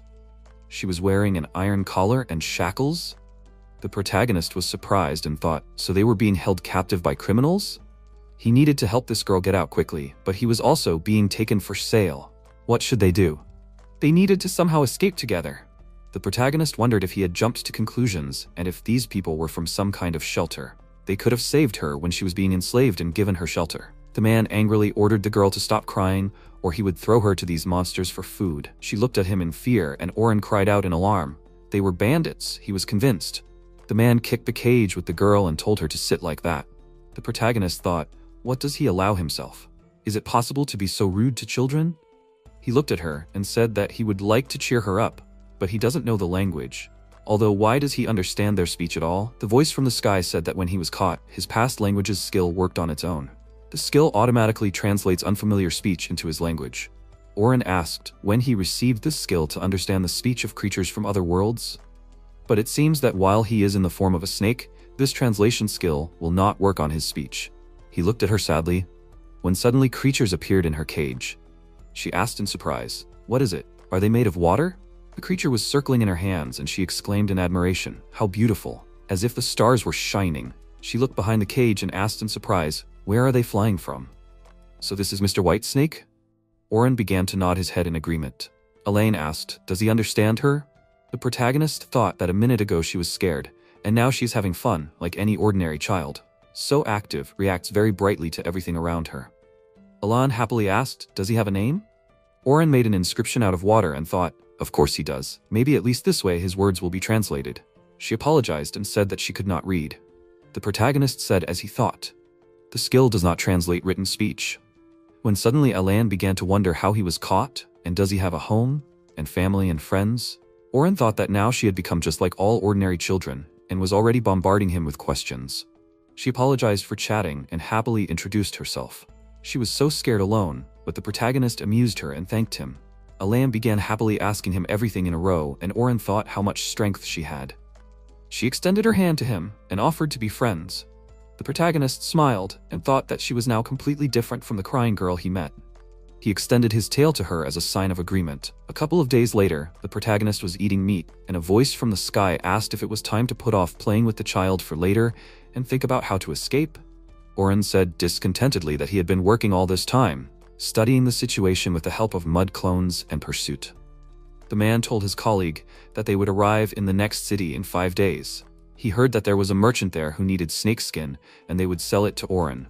The protagonist said in confusion, if he does nothing, then in a couple of days he will have to decide what to become, a bag or a wallet. In general, during reconnaissance, he slowly steals meat from them since it gives a lot of experience. He thinks that he will soon be able to evolve and hopes to become stronger than to develop skills. When suddenly he heard Alan crying and thought that she was having a nightmare again, and he needed to wake her up. Oren again created creatures from the water and tried to wake her up. Alan woke up and thanked him for waking her up because she had a bad dream. The protagonist created a face from the water and she asked if he was worried about her. She was from a small village. The 4 of them lived there. But one day they were attacked by those bad people. They captured them and they became their goods. There are other people in cages here, but they were put in neighboring carts. Oren looked at her sadly and thought, what about her parents? He created the image of a family from water, and Alan said that they lived in 4. This must be her. He wonders what happened to the others. Mom and Dad tried to help him and his older sister hide and run away, so they were killed. Oren created a hand from water and stroked Alan's head. She looked at him questioningly and asked, "A white snake?" The protagonist said that everything was fine and she could not hold back her tears. Alan laughed and thanked him. She really was fine. After all, tears can't change anything. Everything is fine. She will not cry anymore. Does he understand? Tears will not bring them back. Alan began to cry, and Oren thought about how long she kept everything inside and he must definitely help her. She apologized and said that she would not cry, and in the end, the protagonist made a diagram of an escape from the cage from the water and asked, does she want to run away together? Alan thanked him for the offer, but she can't leave the rest of the villagers here. Besides, she has a sister, Satella, and they were caught together. They were taken by different people, so they were put separately from each other in different carriages. She turned to him and asked if he could help her. They would probably take her to Sultana. That's a country. That's why she wants him to help her sister first, since she probably doesn't know where she's being taken yet, and she's already heard everything. Oren thought that even in this situation, she's more worried about her sister than about herself. It seems that Alan has a good sense of direction, and it will be easy for her to escape. He could use his skill to search for his sister, but that would be problematic, since he doesn't know her. And the rest of the people from the village will need help. She won't want to escape without them. Besides, he hadn't yet had time to explore the forest enough to see if there were monsters there and whether he would be able to protect them. He would like to help her get out as soon as possible, but it seems that it's too early and she will have to sit in a cage. Alan happily asked, so he agreed and would help Satella? She thanked the protagonist and almost forgot that her mother had a beautiful stone on a chain. Only her mother had such a stone. No one else in the village had one.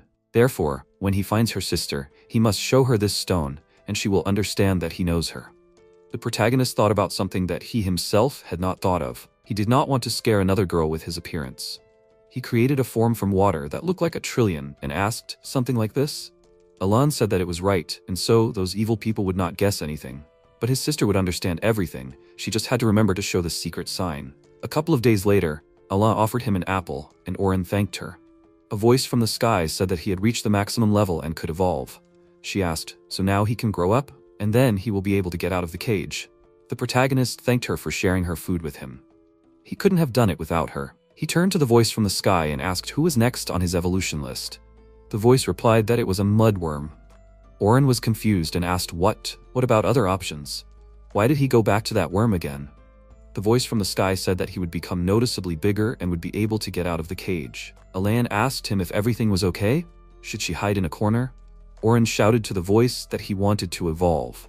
Suddenly, the protagonist evolved into a large worm and said how everything hurt when he evolved into another species. He didn't think he would grow so much. He created a reflection in the water and looked at himself and asked whose face was that? Disgusting. What a creepy one eye, and the mouth is also disgusting. When suddenly the voice in his head repeated only one word, and that was kill. He wondered where this voice was coming from. The voice from the sky said that the mudworm was constantly hungry. What it heard were its instincts, and they reminded him of its main needs. Oren asked discontentedly, why was he so scary? Alan called out to him in fear, and the protagonist thought how good it was that she was safe. He must have scared her, no wonder with such a look. She was so small, but she looked very tasty, and he was just hungry. Oren was drooling, and Alan looked at him with horror in her eyes. He thought how delicious it was and how to eat her. Alan asked in fear, was it him? Oren stretched out his tentacles to her and grabbed her hand. When suddenly he came to his senses and thought, is this him? He was about to eat her, and these thoughts, at this rate he would eat her, and his body did not obey. The protagonist moved away from her and with all his might went towards her. Alan screamed and there was an explosion. The bandits and the horse were in the dust, and a large hole appeared in the ground. She opened her eyes and asked if she was alive. A creature made of water appeared in her hand. Alan asked if this was the protagonist's beast. Was he apologizing? Suddenly he turned into water and she thought, he grew up and became very scary. What happened? At least everything would be okay with him. Meanwhile, Oren moved forward underground and thought that he still managed to regain control of himself for a second. What an idiot he was, that instead of helping, he only scared Alan. He tried to create a water beast and hoped that he managed to apologize to her. Why is he some kind of inadequate worm? He can neither think nor move normally. A voice from the sky said that there was no time to think, and soon he could lose control again. He recommends evolving, and quickly. The protagonist asked, and to what level should he level up? The voice said that he would gain the maximum experience in 30 levels. If he doesn't evolve in the next few hours, he'll lose his mind forever. Oren asked, so much? He doesn't want to remain a freak forever, and this time, he'll have to try hard. He's sure he can handle it. After a while, when the sun began to set behind the horizon, the protagonist was lying on the ground, exhausted. He turned into a snake again and said that he almost died. He didn't expect to meet another worm, but he managed to kill it and evolve. It was already dark, and he needed to find a safe place. Oren crawled to the stone and said that it seemed pretty good here, and he needed to check his parameters. A system board appeared in front of him, showing all his characteristics. The protagonist looked at his head and noticed a leaf from a tree. He said that he had changed his appearance twice today, and now he was level 1 again. Can he control trees now? It looks pretty scary in his head. A voice from the sky said that he shouldn't exaggerate, since this is a new skill, living branches. The skill allows you to control small light parts of a tree, such as branches and leaves. Oren said that he didn't even look at his parameters when he was a worm. The system reflected the parameters of his previous evolution, and he was surprised that he had so much HP. He thought, now it makes sense why he couldn't defeat another worm for so long, and it's hard to fight in the ground. It's great that he evolved, but he's still very ashamed of how he treated Alan, because he almost killed her. Next time, he needs to find out in advance somehow. The system tab displayed several types of snakes, and Oren was surprised by this. A voice from the sky added that many species were discovered after evolving into a mudworm. The protagonist asked in confusion, is this compensation for almost killing Alan? What is it? It's time to combine skills. Earth Revival allows you to control as well as transform the soil in every possible way, change the ground, clean it. The radius of the skill depends on the strength spent. Assassin allows you to stealthily pursue a target to successfully carry out a surprise attack or stealth assassination. Oren looked at the system board and said that the assassin skill is quite a useful skill and he will be able to spy better. With the new skills, he can try to find Settle, but first he will examine the forest from above. He used the infinite water control skill and rose into the air. The protagonist looked around and added that there were only trees around and nothing could be seen. He noticed a village and asked, did it seem like a settlement there? He approached a large wooden gate and noticed a man. Oren thought, is this a humanoid demon? He did not expect to meet them in this world. Alan said something like that. Alan was wondering if he had seen any non-humans. She is a human, that is a kind, and those who look like a human but are actually of a different kind are non-humans. Oren thought, So there are different magical species in this world? He should have guessed. This demon is kind of beaten and covered in scratches with torn clothes. And the gate is shabby. The view behind it is not the best. It looks like an abandoned village. But since there is a guard here, it means there is something important behind the gate. Surely he will be able to find out something. Oren infiltrated the village and said that it is good to be a snake, and you can easily slip wherever you want. Wherever he looks, everything is destroyed and there is no one around. If there were people here, he could just eavesdrop on their conversations and understand what is going on here. He noticed a large house and asked if at least someone lives there. He must not let his guard down and first check the attic. The protagonist heard someone talking and thought that there were people here after all. Hisui called out to Tenda and said that she was a little tired of him and asked him to leave her for at least a minute. He said that he cannot leave her alone. Hisui asked displeasedly when she will be able to walk wherever she wants and without any supervision. Tenda sighed heavily and added that he was very sorry that it happened, but for now there was no other way. Oren thought, what did the princess forget in such a place? He stayed here too long and he needed to get out of here. Suddenly, the ceiling creaked under the protagonist's weight, and Tenda asked warily, who was there? He ordered her to hide behind him. Oren thought in confusion that he should have activated the stealth skill. Tenda used the electric shackles skill and caught the protagonist. The protagonist thought, he didn't see him. How did he know where he was? Tenda said that now he wouldn't escape and attacked him. Dust rose in the room, and Oren thought that he needed to leave quickly. He tried to move from the spot, but he couldn't and thought, is there really no way without a fight? Tenda took out his blade and the protagonist looked at him questioningly. He swung it when suddenly spears flew out of the dust, attacking the warrior. The protagonist used infinite water control and shouted for him to leave him alone and let him go. Tenda cut the spears in half and appeared next to him. Hisui, clearing her throat, told Tenda to stop, otherwise he would break the whole house. She did not expect him to fight someone for so long, and it is usually difficult to catch him off guard. She noticed Oren and shouted in surprise, this can't be. She ordered him to stop and ran up to the protagonist. Hisui grabbed Tenda by the head and lowered him to the floor. Oren was surprised and shouted. Those things on his body were gone. The princess began to apologize to the great white snake and said that it was her fault. If only she had immediately seen that there was a great snake in front of them. Oren thought in surprise, is he great or something? Hisui, frightened, asked him not to be angry with them and to spare them. The protagonist crawled up to them and thought that he hadn't wanted to touch them in the first place. She thanked him and asked in surprise if the great white snake could understand their speech. Oren nodded his head in agreement, and the princess exclaimed joyfully, so the legends don't lie. Hisui covered her mouth and asked for forgiveness. They hadn't introduced themselves to him. Tenda rose to his feet and said that he was the princess's personal protector. Hisui asked if he really understood what they had just told him. Oren nodded again, and the princess exclaimed, so it was true, and the prophecy wasn't lying. Their city had always revered white snakes. It had long been believed that the great snake was the messenger of the gods. In addition, he understands their language and everything fits together. However, there is also a belief that a terrible fate awaits anyone who dares to raise a hand against the white snake, and this terrible curse will fall on the entire family and loved ones. They bowed, and Hisui said that Tenda was only trying to protect her and asked to have mercy on him. Oren thought that they were apologizing too much. It was a misunderstanding. They had to show him somehow that he was not dangerous and wanted to be friends. He examined Tenda's hands and said that he had so many wounds and would try to heal him. Maybe that way they would understand that he did not wish evil. Oren healed him, and Tenda asked in surprise, the great snake was healing his wounds? Was he forgiving him? He happily thanked him, and the princess was happy for him. The protagonist thought contentedly that the deed was done. Tenda turned to him and apologized for saying this after he had healed him. But he thought he should save this special power for more dangerous cases. He must understand that he has an extremely rare skill. He often encountered healing techniques when someone heals themselves. But healing skills for helping others are very rare.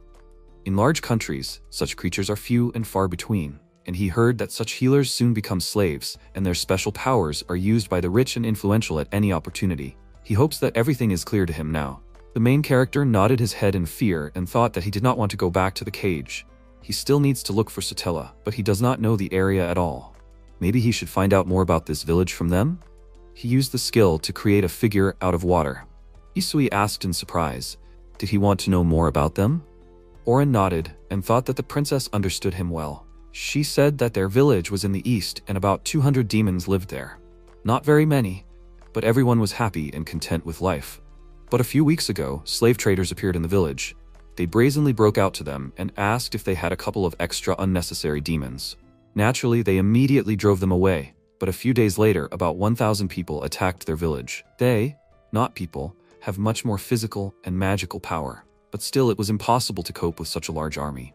In addition, some people were very skillful with fire, and therefore were able to easily destroy most of their buildings. Tenda said that only 32 demons survived. His comrades and loved ones are dead, but he survived, and therefore he considers it his duty to find and destroy these people. The main character thought discontentedly, to destroy an entire village. It turns out that this group of slave traders is much larger than he thought. Hisui said that now, together with other demons, they are looking for allies and want to restore the village. They decided to go to other villages and ask for help there. Oren thought that a team larger than 32 demons is needed here. He did not expect to receive so much useful information and asked more about the slave traders. He created a figure out of water, and Tenda asked, "Are these people on a string? Slave traders and slaves? As a rule, prisoners of war become slaves, but now there are practically no wars, hence the shortage of goods. So the slave traders began to hunt, that's what they called it." The protagonist thought that in this world there are still people who are simply taken for things, and it's terrible. Tenda shook his fist and continued to say that this organization is incredibly influential. They exist in several countries and closely cooperate with each other. They are highly valued by the heads of state of their homeland. The two states closest to them often trade slaves. One of them is the kingdom of Sultana, and the other is the kingdom of Galot. Oren thought that Alan was just being taken to Sultana. What if her sister has already been sent to Galot? Suddenly, Shim burst into the house and asked, "Are they here?" Hisui turned to her and asked what was wrong. She said that they had received a report from their scout, and it seemed that there were still people wandering around the nearby forests who were somehow connected to the slave traders. Tenda exclaimed that this couldn't be true. The Uchikage said that they had already told the others, and that as soon as the princess was ready, they would leave the village. Hisui asked in frustration. She liked it here so much. Was there really nothing to be done? Tenda asked how many there were. He would fight everyone if necessary. The Uchikage said that there were 200 of them, and he understood his feelings, but he should not let his emotions take control of him. Tenda immediately apologized to him. Hisui happily told the protagonist that they were putting on airs with each other, but they were brothers. Tenda turned to the protagonist and asked what they should do. The Uchikage looked at him in surprise, and Shim asked if it was really him.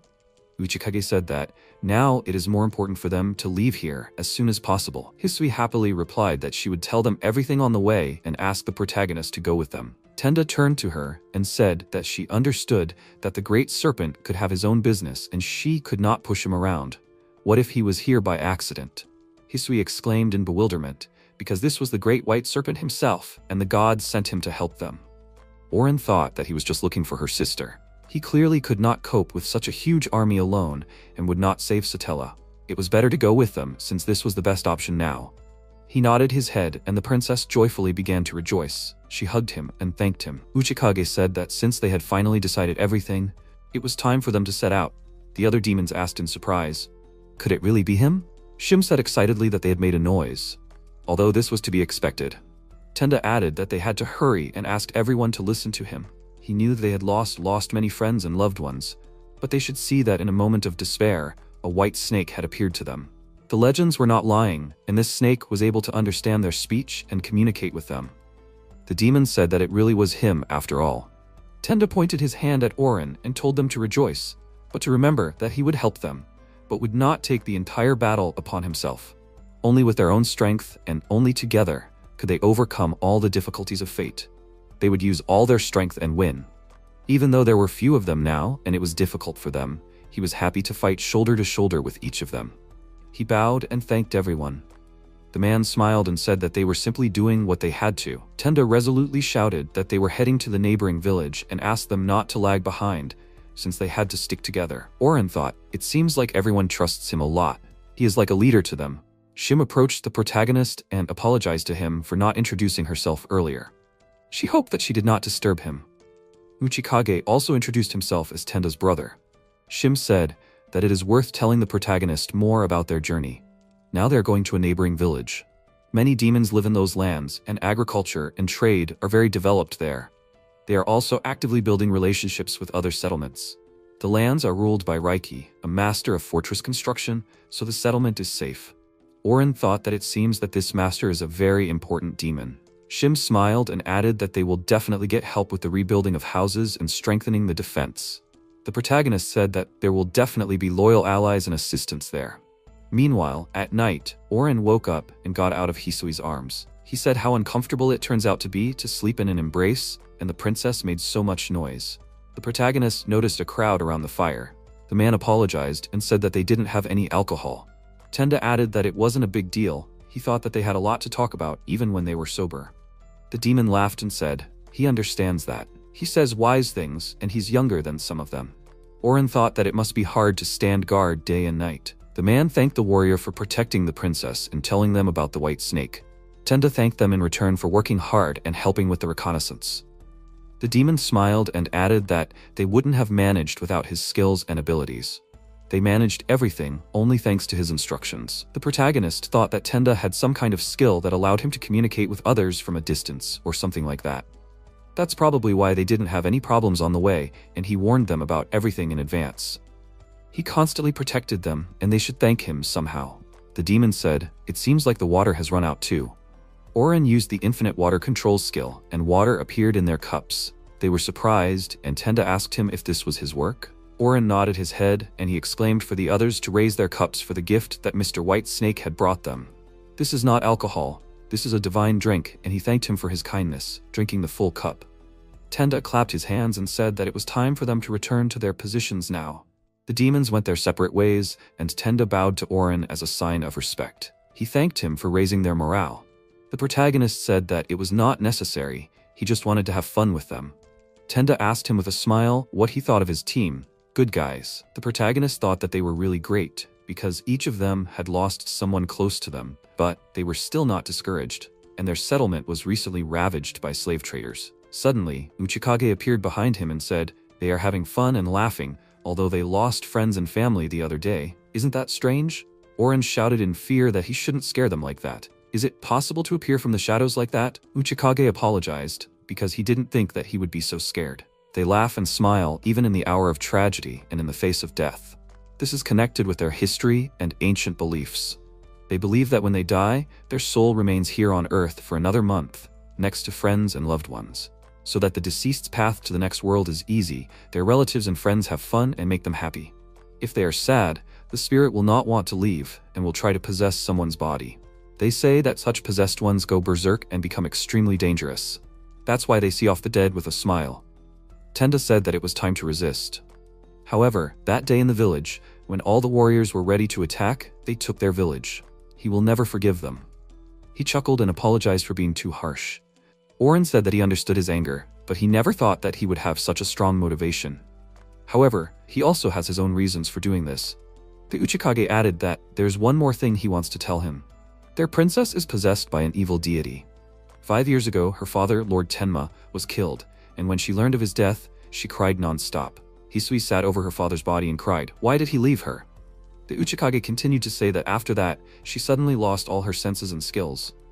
As if she was being controlled by someone or something. She had an ominous magical aura about her, and perhaps the spirit of Lord Tenma had possessed her because he was worried about his daughter's safety. The protagonist wondered in confusion, was this really the norm for them? The Uchikage said that now the princess was acting as if she had forgotten about her father's death.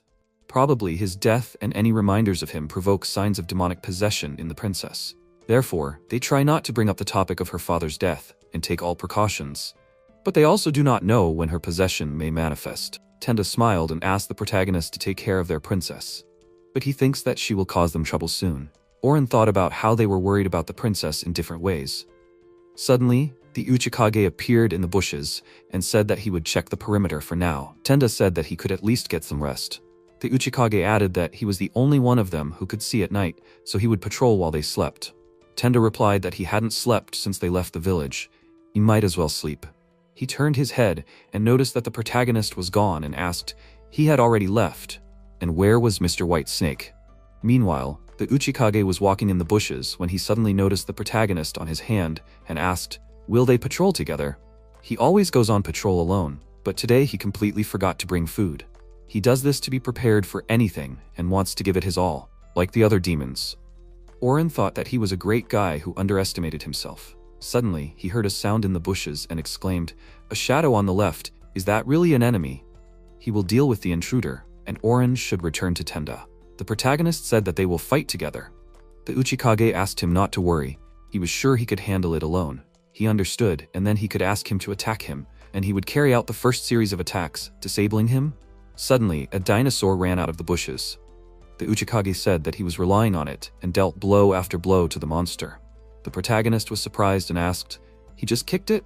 How did his leg not break? Is it titanium?" He activated the skill of a hail of water spears, which pierced the dinosaur's body, and then thought, he dealt with it with one blow. What kind of power is this? The Uchikage fell into the skill that the protagonist created so that he would not fall and get hurt. Oren said that he wanted him to land softly. The Uchikage added that he was amazed at his abilities. His care and kindness to him touched his heart. Although he worshipped him from the very beginning, but now he personally saw his virtue and power. He asked him to take care of him from now on too. The protagonist smiled and said that he also wanted to travel with good guys like them. He didn't know how many days they would travel, but he was counting on him too. After 3 days they finally came to the neighboring village. Tenda said, "Here they came, to the demon village." Oren looked around and thought, there really were only demons here, and the village was so lively. The villagers looked at him in surprise. Since he was reborn, he hadn't seen any glimmer of civilization. Hisui sighed heavily and asked how tired she was. When would they finally get some rest? Shim apologized to the protagonist and asked how he was feeling and if he wanted to rest. Oren said that everything was fine and they didn't have to worry. Shim put her hand on Hisui's shoulder and said that even the great white snake was fine, so she should be patient for a while. Tenda pointed his index finger at the house and said that they were there. The protagonist was surprised and exclaimed how huge it was. Tendo called out to Tenda and said hello. He looked better than them even after working in the fields. And almost the whole village came. What happened to them? Tenda replied that their village was attacked, and the survivors. Tendo interrupted him and said that he did not have to continue and he would immediately inform Lord Reiki about it. He called everyone and added that an inn would be prepared for the others so they could rest properly. The demons happily thanked him. Tendo said that he would go and report their arrival and asked them not to rush. Tenda added that he was busy, they could wait, and then thanked him. He apologized to Oren and said that this man was his father's brother and Lord Reiki's vassal. But it seemed that he had never been interested in this work, so he could most often be seen working in the fields. The locals still haven't gotten used to how abruptly he changed his occupation. He is the type of demon that you could say uses his muscles more than his brains. He is a bit flighty, but Tendo always cared about them and there are no words to describe how much he helped the other villagers as well. Oren thought, so he is like an older brother to them? Tenda led everyone to the castle. The assistant opened the door to the office and said that the demons that Mr. Tendo warned about have arrived. Reiki told them to come in, and Oren thought, this must be a powerful demon in his prime. Reiki was sitting at the table writing on paper. He told them to sit down, and he had already listened to Tendo, but wanted to hear the details from them personally. What happened? Tenda said that their village was recently attacked by slave traders, and in total only 32 demons including them survived the attack. The protagonist thought, how can such an old man help them? Reiki put his writing utensils on the table and said, they attacked an innocent village, killing women and not sparing even children. How dare they? An ominous aura enveloped the room from the anger of the main demon. Everyone looked at him in surprise and the protagonist thought that he was just an old man, but all his instincts screamed about the danger next to him. Reiki angrily asked, how many are there? Tenda answered that there are about 100 of them. He replied that he understood how many there are and what tactics they can use against them. That's all for today. They are probably tired after the journey and need to rest to gain strength. The others bowed to him in respect and Reiki curiously asked, is this the great white snake? Hisui agreed and exclaimed that this is the very great white snake from the legends. It understands them and can communicate with them. Reiki smiled and said that he was glad to meet them, Mr. Oren. The protagonist was surprised and thought, how did he know his real name? Reiki said that it was difficult to write his name. He has a special skill that allows him to learn the name of any living being he meets. Hisui looked at the protagonist and asked, is he surprised? They will call him Mr. Oren from now on. Reiki asked, now about the main thing, what would they say about staying with him? Tenda said that they would be grateful for such honesty. Is there any way they can repay him? Reiki smiled and said that he was sure that they would agree on this and was not worried about it. Tomorrow they would get together and discuss the next plan of action, but for now, they could go and take a warm bath to wash away all the fatigue. Hisui exclaimed happily. Finally, they could take a hot bath. It felt like she hadn't washed herself for 100 years. Oren began to twitch in her arms and she asked what was wrong with him. Uchikage said that maybe he was embarrassed to take a bath with them. Hisui exclaimed in displeasure, "This is nonsense. Snakes are genderless creatures. He definitely doesn't care." Oren shouted that he was actually a guy in his past life. Hisui shouted that she wanted to take a bath with Mr. Oren. She was sure that he couldn't wait either, and they ran to the hot spring. Uchikage looked after them and apologized for not being able to stop them. Meanwhile, Shim and Hisui were taking a bath and said that it was so nice to take a bath after so many days of hiking. She turned to the protagonist and asked how he liked the water. Oren relaxed and thought how great it was to lie in the warm water and no longer cared which half of the bathhouse he was in. This is his first bath after reincarnation, and no matter how much time has passed, he is still the same Japanese who loves baths. A voice from the sky said that snakes are cold-blooded creatures, so he should not stay in hot water for a long time, as it is harmful to his health. Oren displeasedly told him to shut up for a while. Hisui was surprised and asked if it was enough for him to sit in this basin. Shim smiled and asked if he wanted to take a bath with them. The protagonist shook his head and thought that his heart couldn't take it. Shim said upsetly that she still did not want to. Hisui asked if maybe he liked to take a bath alone. Oren thought, well, finally they will leave him alone.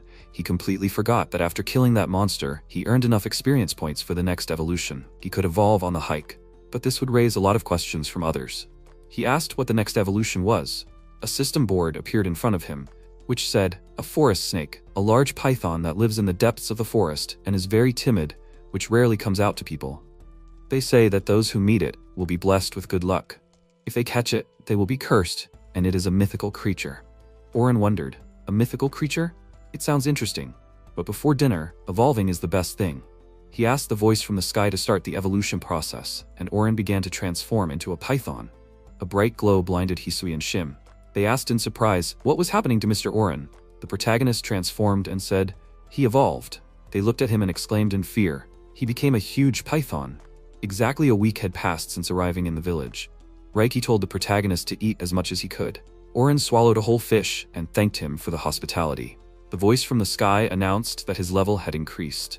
The food was certainly delicious, but still, even though he eats well every day, his level has become less and less every day. If it weren't for this system, he would have leveled up long ago, reaching a new evolution. His stats are certainly growing, but he still hasn't received any new skills or resistances. He was happy about the new evolution, but there was a commotion in the bathhouse because of his evolution. And there, he heard strange messages. A voice from the sky said that a high body mass was detected and registered. An adjustment of internal changes is taking place. There is not enough data to adjust the internal changes, and understanding cannot be recorded. Oren wagged his tail and asked what it was all about. What were they talking about? The voice from the sky said that the changes were related to evolution, and an adjustment of his new body was being made. Uchikage appeared next to him and said that he had returned. Reiki asked if there was any new information. He said that he had learned something, and those demons they thought were dead were now in the mines under Mount Garot. Reiki said that this was great news. Uchikage cried and said that he was really happy to know that they were okay. Reiki said that it was too early to rejoice, and that he would shed tears when they saved them. Oren thought that they had miraculously managed to escape from the captured village. It was no wonder that the guys thought that all the inhabitants had been killed. Uchikage said that, thanks to Mr. Reiki, they were able to attack the trail of the slave traders in just a week. Thus, he was able to calculate their exact location. Reiki replied that this was nothing, and how could he ignore the village of their fellow tribesmen, which was plundered by some barbarians? The enemy could be much more powerful than ordinary slave traders. He thanked him for the report, and the protagonist thought that by working together, they could save everyone. And as it turned out, Uchikage was worried about the inhabitants, as was Tendo. The assistant opened the door and exclaimed in fear that urgent news had arrived.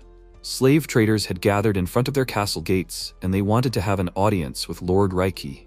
He was surprised and asked what to do. The girl said that they should listen to them and find out their motives. Reiki added that she should bring them to him and ask the Uchikage to stay with them, just in case. Reiki picked up a poster and said that Oren was hiding there. He thought that he never thought that they would pick up their trail and come here. And this place was apparently built specifically to hide from the castle invaders.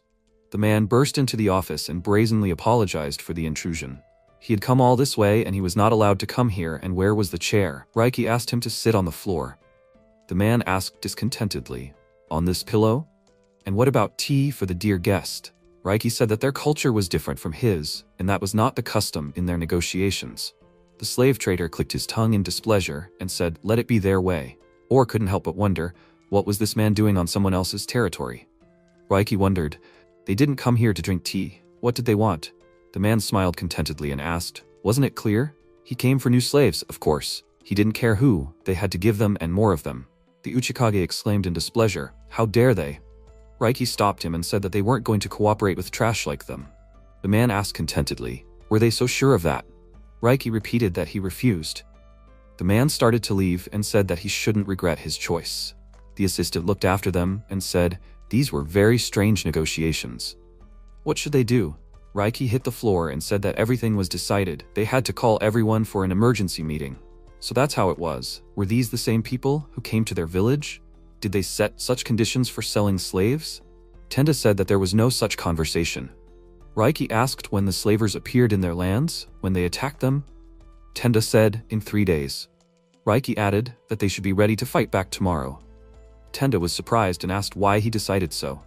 Their village was very far from the city, and the only place where the slavers could settle was the capital. It took 10 days to get from there to their village. And if that was so, then the ambush on their village was already prepared, and they would begin their offensive tomorrow. Tenda said that then, they would need to ask for support from neighboring demon settlements. Raiki said that it was useless. Even if he sent a messenger right now, he would not have time to reach the nearest settlement by tomorrow. Tenda asked what they should do. Raiki answered that first, they needed to notify the villagers about tomorrow's attack. They would gather the civilians in the castle and unite those who could fight into squads. Tenda asked, but wouldn't it be better to carry out a surprise attack tonight? Raiki said that first they need to protect the peaceful villagers and prepare for the attack. They don't need any more casualties and need to act wisely and carefully. Oren thought, as expected of him, because he knows what he's talking about. Raiki added that there was also good news from the Uchikage. The demons from their village are alive, but they are being held as slaves under the mountain of the Garou kingdom. He understands their feelings and wants to quickly free the villagers from slavery, but one wrong move and their actions can escalate into a full-fledged war against the humans. So for now, they won't be able to help them. The Uchikage said that he would like to go to their aid right now, but the main priority is to protect the innocents of this village. He will not allow any more casualties and no one else will be taken. Tenda smiled and said that they will beat them so much that they will run away right away. Shim noted that the Uchikage gave a good speech. Raiki added that it was a wise decision and they began preparing. Oren said that they quickly notified all the villagers about the danger, demons from the castle, outside the castle, and outside the village. Tenda and Raiki were developing a strategy and the girls were preparing food for the soldiers. He would provide water to all the wells in the village, and that was the end of the day.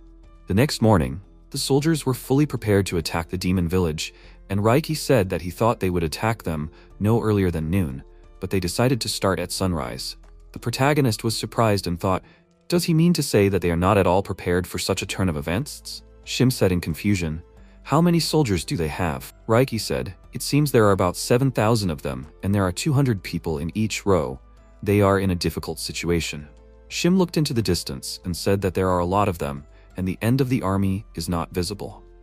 Raiki replied that in addition to the vanguard that they had positioned in front of the village gate, they had also placed additional scouts around it. They could have outflanked the main army by striking the enemy from behind, but they had deliberately positioned them in such a way that they could not pull off such a trick. Shim nervously said that they had everything under control, so who was leading their army? Raiki said that based on the symbolism of their banner, the prince of the Garou kingdom was in charge. There was nothing they could do about it, and they would have to prepare for a siege of the castle. Oren was surprised and thought, is that small thing in the distance a banner? His eyesight is too keen. Shim sighed heavily and said, of course, she had heard a lot about the third prince of the kingdom, but she never thought that he would be in collusion with slave traders. And this confirms the rumors that the royal family supports the slave trade. Raiki grabbed his blade and said, what a pity. Because he thought that they were living a peaceful life after so many years of wars, that they had settled their conflicts and could exist on the same land. But it seems that history is repeating itself and their enemy did not launch an attack, which is for the best. They will take advantage of the opportunity and act according to the original plan. Suddenly, the Uchikage entered the office and knocked down the slave trader who was negotiating. The man angrily shouted at him to let him go right now. The Uchikage turned to Raiki and said that this man was walking around the village. The slave trader they had talked to before, but this time he was completely alone. The man said with displeasure that they shouldn't treat him like that, because he was the envoy of the kingdom of Garou. If he laid a finger on him, they wouldn't live. Raiki said that yesterday he was a slave trader, and today he was an envoy. He had an interesting life, but he still had one question for him. Why did the kingdom's soldiers decide to attack their village? The slave trader exclaimed angrily. He had warned him that if he didn't give them new slaves, they would destroy their village. Raiki said, let it be so, but just to take them from them. They sent so many soldiers to the village, and for what reason? The man said, because the king needed the slaves directly, and he wouldn't tell him anything else. Oren thought that the king himself was involved in the slave trade. Raiki said that he no longer had a reason to keep him alive. The man was surprised, and Shim used her skill. Magical energy appeared in her hands, and the air in the room became heavy under the influence of her power. The slave trader fearfully asked them to stop, and he would tell them anything they asked. Raiki said, then honestly now, if he told them everything, they would let him out of the palace alive. If not, he would go home in parts. The man fearfully said that their services were used by the royal family because they provided them with free labor. Raiki asked, did he mean to say that the king himself approved of hunting demons? The slave trader said, not openly, but they always brushed off such statements.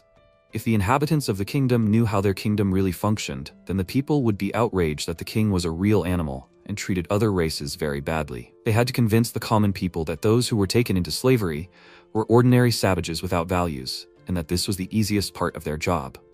Raiki wondered how they were able to drive such a huge army to their village. The man said that they had concerns that they would not want to cooperate with them from the very beginning, so they arrived with part of the army already during their negotiations. The protagonist angrily thought that this was inhumane, because the royal nobility wanted to dispel a new war with demons on the basis of racial humiliation. Shim angrily clenched her fist and said that from the very beginning, they did not consider them equal, destroying village after village. An evil magical aura enveloped her body, and the man screamed in fear that he told them everything and asked them to let him go.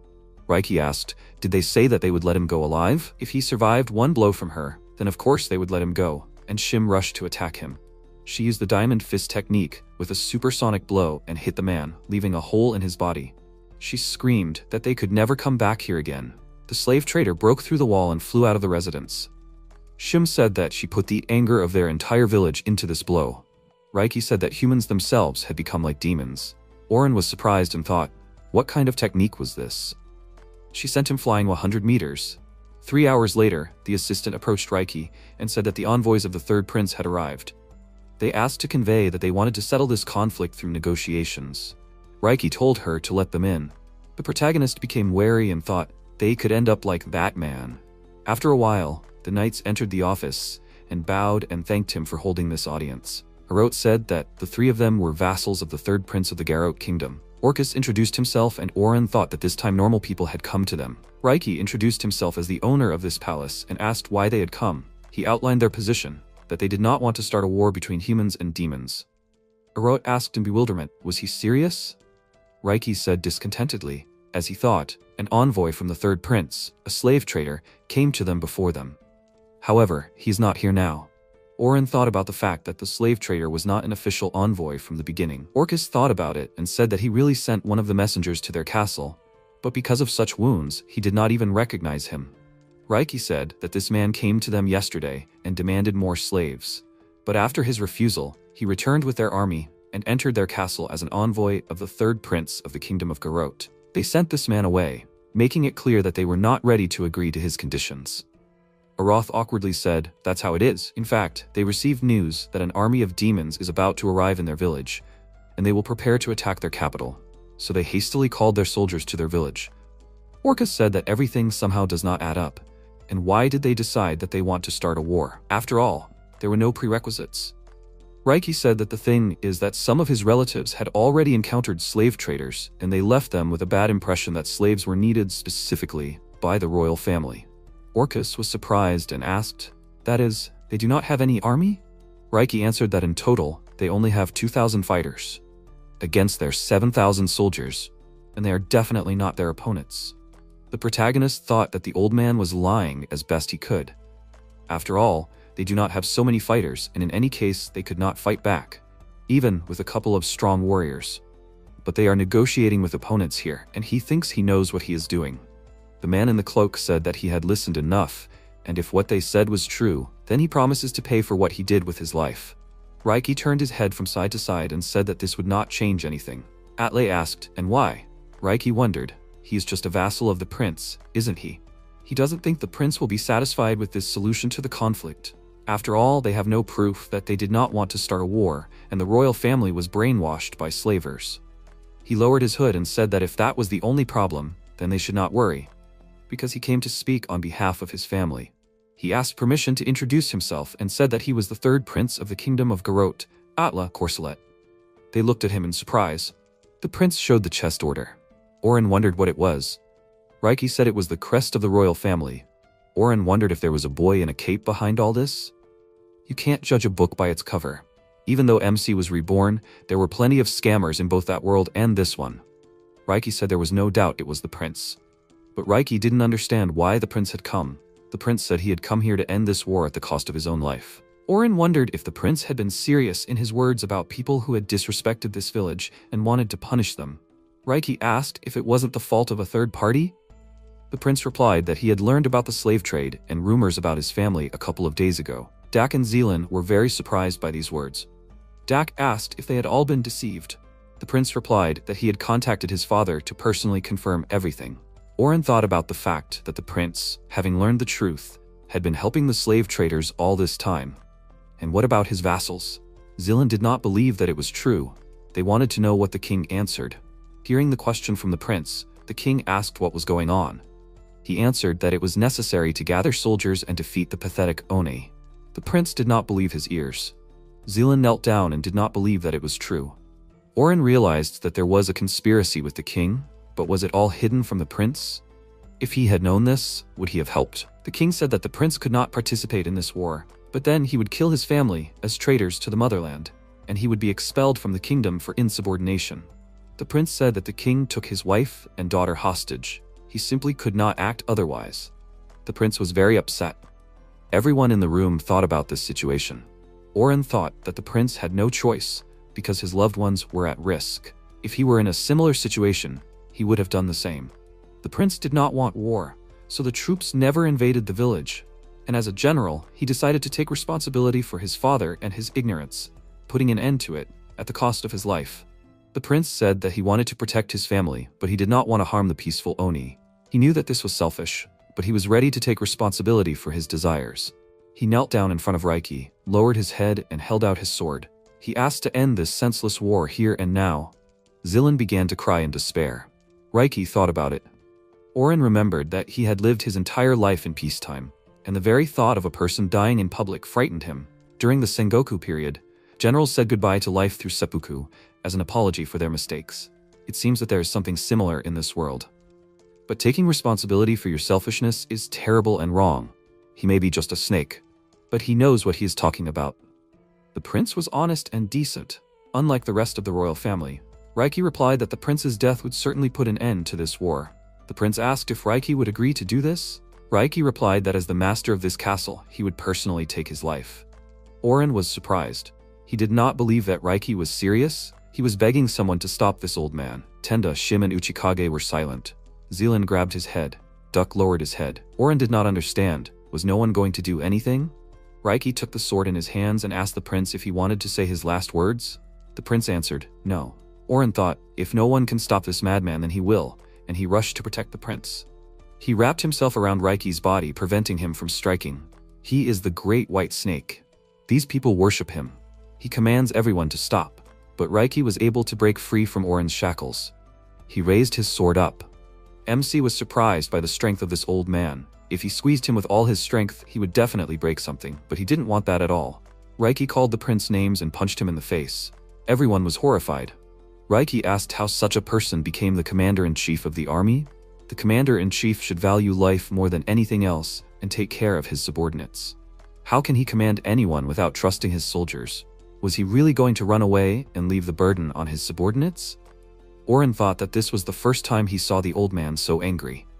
But he agreed, because for the prince, soldiers are also family. The prince didn't understand what else he could do. He didn't want to spill the blood of innocents, but he also didn't want his family to die. Oren realized that these two men were looking at the same problem differently. A conflict of sides. It would be good if he could speak. He would explain everything. But that's impossible, and in this situation, he was not going to say anything. and the voice from the sky was silent. Reiki said that apparently he needed to hit the prince hard so that he would understand everything. Zealand and Dak rushed to protect the prince. Dak said that the prince could not get up after one blow because that could kill. Reiki ordered them to step back and not interfere. The prince said that they should both step back, but Zealand refused. The prince said that it was not worth protecting such a person because he had betrayed them. Zealand shouted that they were wrong about this war, but everything turned out differently. Zealand and Dak shouted in one voice that they swore allegiance to the prince. Dak shouted that he believed in the prince with all his heart. He asked them not to give up. He believed that they would be able to find a way out only if they trusted each other. Reiki said that even knowing about the deception, these guys did not turn away from the prince. He got good servants. The prince thought about it. After all, they were always by his side. The ever-unperturbed Zealand gave advice on how to reconsider the decision with a sober head, and the always encouraging Dak gave advice that this could happen to anyone and that anyone could make a mistake. The prince said that he had forgotten what wonderful servants surrounded him all this time. He apologized and said that he had rushed to his conclusions. The three of them shook hands. Oren thought that thanks to the vassals, this conflict was over. He really hoped that he had not broken anything in the old man. The prince apologized to Reiki for the selfish words he had said earlier. He asked if they could sit down at the table and discuss further actions. Reiki smiled and said that since the prince had realized everything, he saw no reason to refuse him. The prince and his servants thanked him for everything. Oren created hands out of water and decided to drink tea in peace. Reiki asked that he hoped that everyone had calmed down. The prince replied that they could now continue the discussion. Reiki said that given the current situation, it was possible that the vassals' families had also been captured by the king. The prince became angry and apologized to Zealand, saying that because of him, their family was also in danger. Zealand replied that there was no need to apologize for that. They were in the same situation now, and knew that it was not his fault. Oren thought that he could help and take over the castle, but if he used his maximum power, many innocent citizens could suffer. Reiki laughed, looking at the prince's face. The prince looked at him in bewilderment. Reiki said that he had one ace up his sleeve. The battle began. The soldiers in armor flew in different directions. Duck asked why they couldn't defeat their enemy. One of the soldiers turned to the commander and said that they were suffering huge losses. They underestimated the enemy's power and needed to retreat. Another soldier replied that they were the kingdom's elite soldiers. That was out of the question. Tendo asked what was wrong. Humans? Their poking with toothpicks can't be called a warm-up for a fight. The four of them went out against the army of soldiers of the kingdom. Tendo said that the fun was just beginning. He hit the soldier on the head. Zealand and Prince Atle were sitting tired on a bench. The prince said that Tendo simply tore out the thickest tree and beat the soldiers with it. Zealand added that this was unthinkable. One of the warriors from the Oni village said that the soldier's physical abilities were simply terrible. He held one soldier by the legs and spun him around. The prince said that the soldiers were already moving with difficulty, because the average weight of a soldier is 80 kilograms, plus the mass of armor is 20 kilograms, so it turns out that one soldier weighs 100 kilograms. The soldiers ran in different directions when they saw a snake on the battlefield. Zealand was able to say that it was a white snake. At their first meeting, the prince thought that it was a pet, but it turned out that they had a white snake as a sacred animal. This snake has water magic. They said that they could understand it, which meant that it was also intelligent. This was an amazing creature. The prince was amazed that the snake could form weapons out of water. Zealand did not understand how this was even possible. The prince said that he could not understand what Mr. Reiki was planning. They had discussed everything, but his plan still seemed incomprehensible. Zealand replied that in a short time, he had been able to understand his combat experience. Despite the fact that the plan was very simple, Reiki suggested organizing a fake massacre. The prince said that, to put it simply, they were now playing a war game. Zealand replied that right now the soldiers were trying to create a plausible fight, without hurting anyone.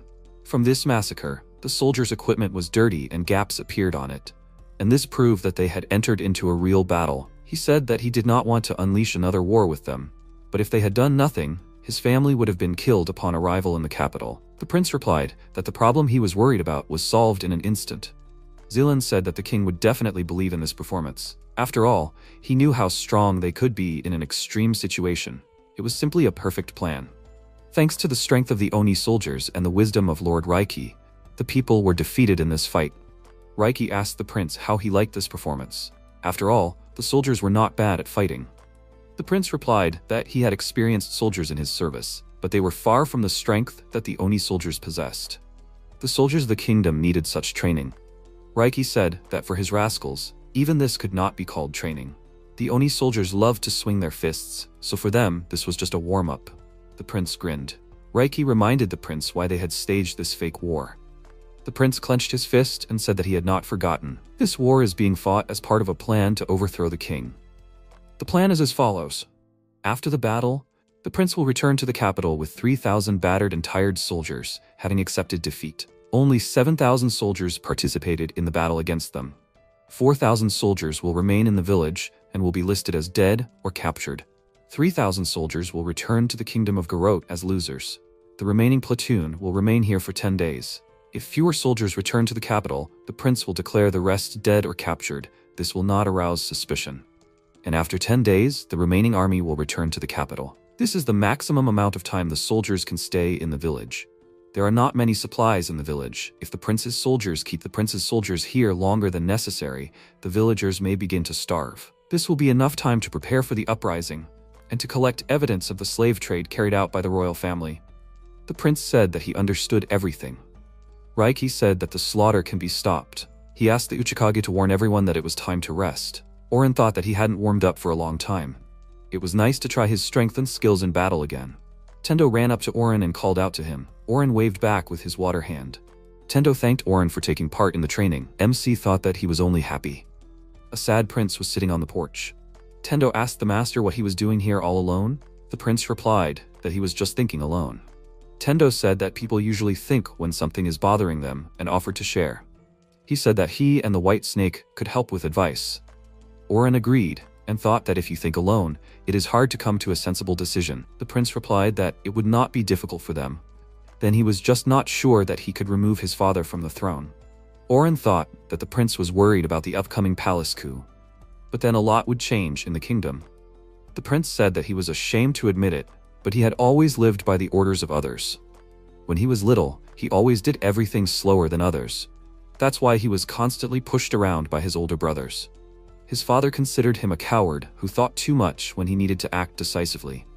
The prince thought over many different solutions to problems for the sake of everyone's comfort.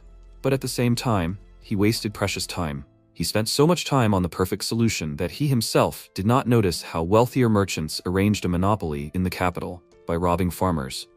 This led to the fact that the farmers' lands fell into decline. No one could take care of the lands because the peasants simply did not have money left to maintain them. They lost a huge amount of valuable resources. The prince was still a coward in the eyes of his father, but he tried to solve this problem by coming up with new reforms to make life easier for ordinary people. The prince tried to explain that there was no point in attacking the Oni village, since this would lead to a new bloody war, which would only benefit the slave traders. The king said that the prince does not understand anything because the royal army is the strongest on the continent. They can easily deal with one pathetic girl. A person like the prince, who always thinks too much and misses many opportunities. Can he become a king? Or will he be a ruler worse than his father? He always obeyed others. But soon, the one who always solved his problems will not be on the throne. And the prince was worried about whether he can handle such responsibility. Oren was sure that a person like the prince can handle everything.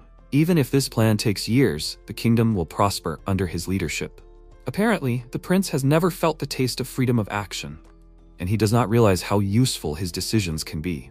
Oren thought that he and the prince were about the same age, although he was not sure. He almost forgot about his past life. Tendo said that everyone is tormented by doubts before a fierce battle, especially when the struggle for power is at stake. However, the prince is the only one who is capable of entering this battle. If he does nothing, the situation in the kingdom may get worse. And then a new war will begin between the humans and the Oni. Oren agreed with Tendo's words. If a new general attacks the Oni, then bloodshed will be inevitable. Tendo said that he is sure that the prince will be a wonderful king and will lead the kingdom of Garot to a bright future. They will be on his side until the very end. The prince's problem is that he has never been given a chance to prove himself. He lacks self-confidence. If he can believe in himself, then he will be capable of many things. The prince thought about it. Believe in himself? Tendo said that there is no need to run away from yourself. You just need to take a step towards yourself and promise to walk with pride and dignity. Tendo said that they have lived like this all their lives and apologized for being rude. The prince replied that everything is fine. Tendo was right. He really lacks courage. Oren thought that Tendo's words cheered the prince up a little, and if he becomes the next king, then the slave trade in the kingdom can be forgotten. The prince smiled and asked if his friends would help him with this. Tendo and Oren froze. Tendo jumped up and said that he expected nothing less from the prince. If he needed help from him or others, they would be happy to help in any way they could. Oren decided that since the prince needed their help in governing the country, how could they refuse it? By making Atle king, they would be able to save Satella and other unfortunates who suffered at the hands of the king from captivity. The prince thanked Tendo and Oren for listening to him. He felt much better. The next day, the prince ordered the soldiers to return home. He said that Lord Tendo and Lord Uchikage would accompany them, and asked the soldiers not to be rude on the way. The soldiers understood the order. The prince said that they were setting off. The plan to capture the capital began. The tired soldiers walked along the road. They decided to hide Oren in a cart with provisions, and he understood why, but he felt like some kind of trophy being carried back from the war. It seemed to him that the guys were feeling very cheerful. You couldn't tell by them that they had been arguing all night until the morning. Last night was Lord Raiki's palace. Tendo said that he would personally lead the escort to the city. It was imperative to take the white sacred snake with them so that it would bless them on the journey. Oren was against it and wanted to stay in the village. Someone said that they had the whole night ahead of them. Someone suggested drinking as much as they wanted and not to spare their bellies. Laiki suggested that Tendo drink as much as he wanted and that he would have to try harder tomorrow. The soldiers were very sick. They could barely move their legs. Oren thought that the soldiers were not ready for such gatherings. Drinking with them was a very bad idea. In the evening, everyone stopped for the night. Tendo thanked the prince for taking the time to give them. He got straight to the point. He asked the prince about his ordering the soldiers to go to the village of Oni. The prince replied that it was not quite so. He did not take such a huge army to one village. Tendo said that someone from the royal family gave the order. He asked the prince to tell a little more about his father and brothers. The prince said that his father was a wonderful man. He did everything possible to make the kingdom prosper, supported the miners, and listened to others. Oren thought that he imagined the king to be completely different. But now the kingdom is prospering, and the king has begun to spend money from the royal treasury for a luxurious life. And why bother if everything is fine anyway? Tendo asked the prince about his brothers. The prince replied that there are 3 of them in the family. The eldest son, Rad. Since it is already known that he will become the future ruler of the kingdom, he does not make any special efforts. He does not consider it necessary to do any work. Let the ministers do it. The second prince of the Balto kingdom. He was born with poor health, but was always kind to Atla. He often said that his brother was so smart, and his father made him work a lot. Oren realized that there were only 2 decent guys in this family. Tendo said that the prince had been through a lot. The prince replied that the ones who suffered the most were the vassals. If the king ruled wisely, the retainers would be happy. At least, that was what Lord Raiki had demonstrated. Tendo said that was not surprising. After all, they were in charge of the shimmering fortress of Raiki himself. The prince and Zealand were surprised. Oren did not understand what kind of title this was. Zealand asked that Lord Raiki was the same invincible Oni who fought in the War of Independence 30 years ago. The prince said that he thought he had died on the battlefield. Tendo said that Raiki was nicknamed because during the war, his palace was a refuge for all Oni in need. Many came to this refuge for help. But he was tired of such popularity, so he spread the rumor of death. The prince said that now he understood. Tendo noticed the water soldiers fighting in the air and asked Oren what he wanted to know about the War of Independence. Oren shook his head. The Uchikage said that this war was between humans and demi-humans. Oren thought that he had heard about demi-humans before.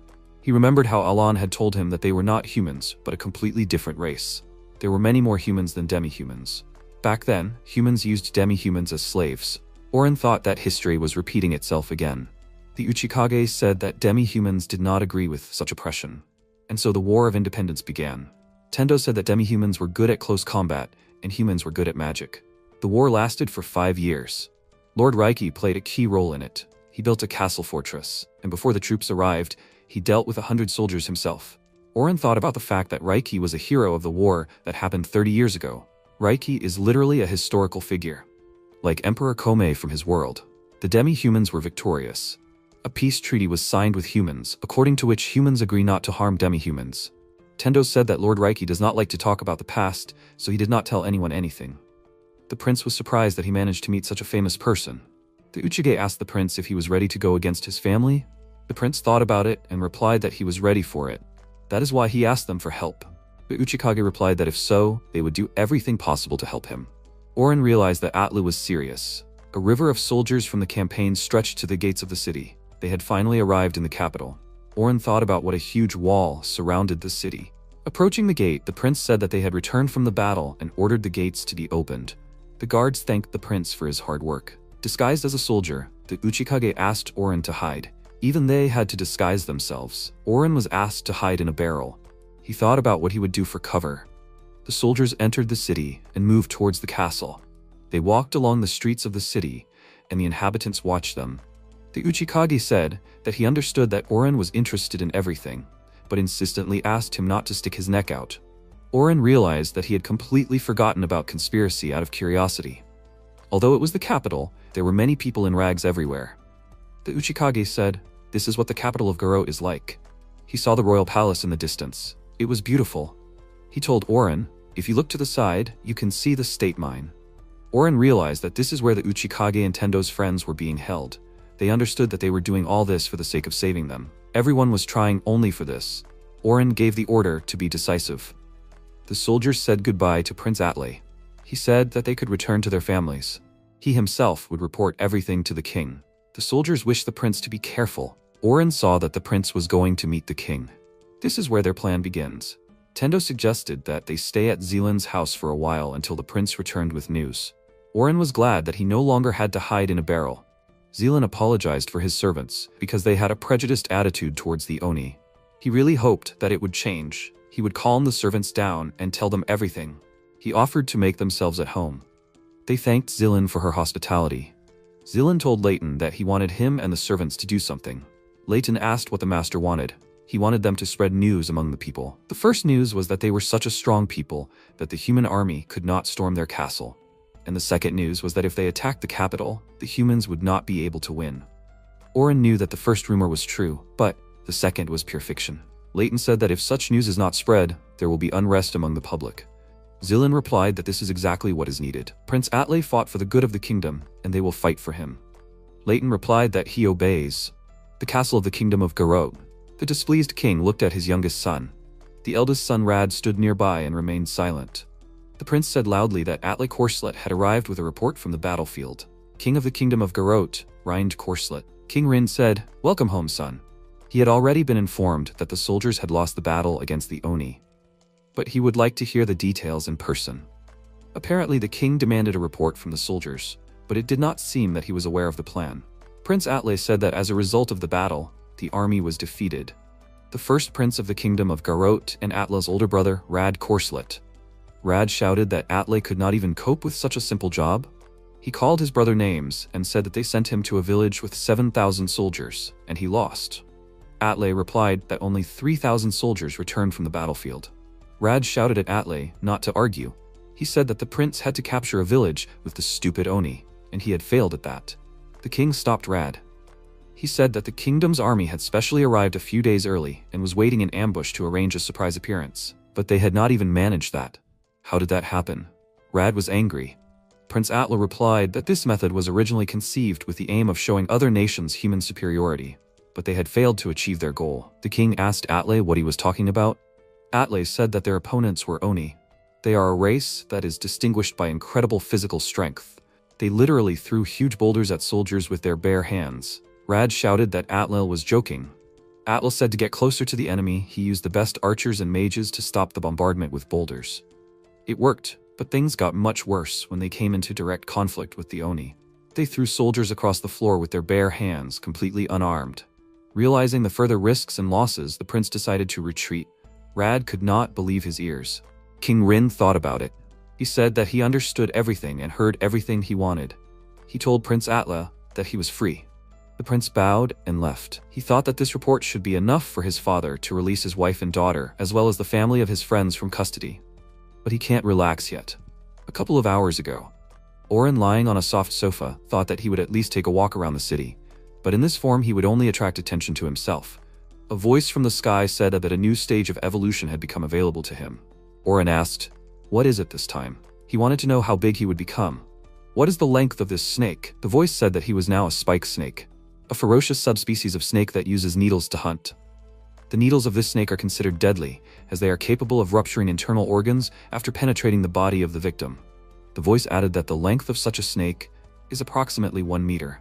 Oren was glad that he would become smaller and said that he was ready to evolve. Spike snake abilities. Skills: Bite, Poison Bite, Continuous Spear, Multiple Water Spear, Water Stream Sword, New Shockwave, New Bone Destruction, New Organ Rupture. Magic: Sea Wave, Endless Water, Mud Lure, Landslide, Stream Rupture, New Air Compression. Defense: Water Barrier, Water Stains, Mud Shield, New Air Barrier. Recovery: Holy Oasis, Mass Healing, New Regeneration. Traps: Water Slime, Swamp Mud. Special skills: Sacred Snake, Earth Spirit, Purification. Racial skills: Stealth Swimming, Heavenly Waterlord, Stealth, New Ignore. Oren was glad that he was finally freed from the fate of a huge python. The destruction of bones and rupture of internal organs sounded scary. Uchikage asked Oren if he was okay. Oren, using his water hands, answered that everything was fine. There was no need to worry. Uchikage said in fear that Oren had shrunk so much in size, so was he okay? Oren thought that he should have warned everyone that he was going to evolve. But he was still a snake, and if he went outside, he would attract too much attention. He remembered that Mr. Zillin asked him to wait for Atle at the estate. Oren could now use Mud Lure and sneak away using his skills without being noticed. Mud Lure is a skill that allows you to create an identical copy of yourself or another creature out of mud.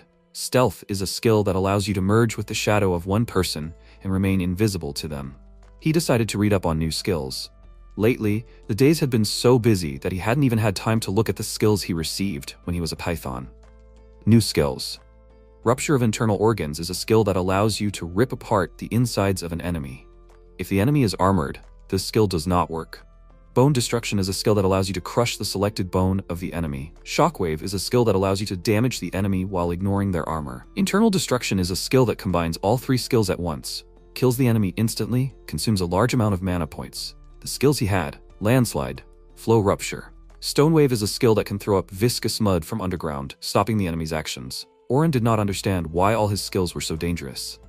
Air Compression is a skill that allows you to compress the air from a specific area. After the skill ends, it causes an air explosion. Regeneration is a passive skill that restores HP when killing enemies. Air Barrier, defensive magic that can create a shield of compressed air. Durability depends on the amount of MP. Ignore is a skill that allows you to ignore the enemy's defense. If it does not work, the enemy's defense will be higher than the attack power. Oren realized that he would not be able to walk around the city with such skills. With each new evolution, he becomes more and more dangerous. Prince Atle walked along the corridors of the royal castle. He remembered that his brother Balto wanted to meet him and went to his chambers. He knocked on the closed door and asked permission to enter. An answer was heard from behind the door. "Of course you can come in." Atle asked Balto why he called him. Balto said, "Welcome home. This is the second son of the kingdom of Garou and Atle's older brother, Balto Corslet." Atle called Balto a liar. He asked, why is his brother not in bed? Is he feeling okay? Why is he sitting in the dark? Balto laughed in response and said that he had many questions. He was fine. He felt great today. He said that they did not need light to talk about important things. Prince Atle was surprised. Balto said that he had instructed the guards to leave as soon as Atle entered his chambers, so no one would eavesdrop on them. Balto turned off the light so that no one could spy on their shadows from the window. It was very clever of him. Balto asked to tell him about Atle lying to his father about his campaign. Atle asked why Balto thought so. Balto said that he decided to question the soldiers who returned to the castle after the military campaign. Their wording was rather vague. They told similar phrases that the enemy was stronger or that they were not ready for such a battle. Due to the lack of information, the king asked for a personal report on what happened. Atle asked if it was illogical. The soldiers were tired after an exhausting battle, and so they described their feelings, and not the bare facts. Balto said that a few minutes ago he talked with Dak, who was in command of this army. Dak's story was exactly the same as the other soldiers. Phrases were heard that they got off easy. They gave it their all and beat them so badly. Balto asked Atle if he would continue to deny it. Atle thought about it and said that it really was pointless. He told his brother everything as it really was. Balto was surprised to hear such a story. He was surprised that his father started to engage in the slave trade. Atle asked Balto if he didn't believe him. Balto said that he believed his brother. He said that, right now the kingdom is in a terrible state. Only the two of them try to work for the good of the kingdom.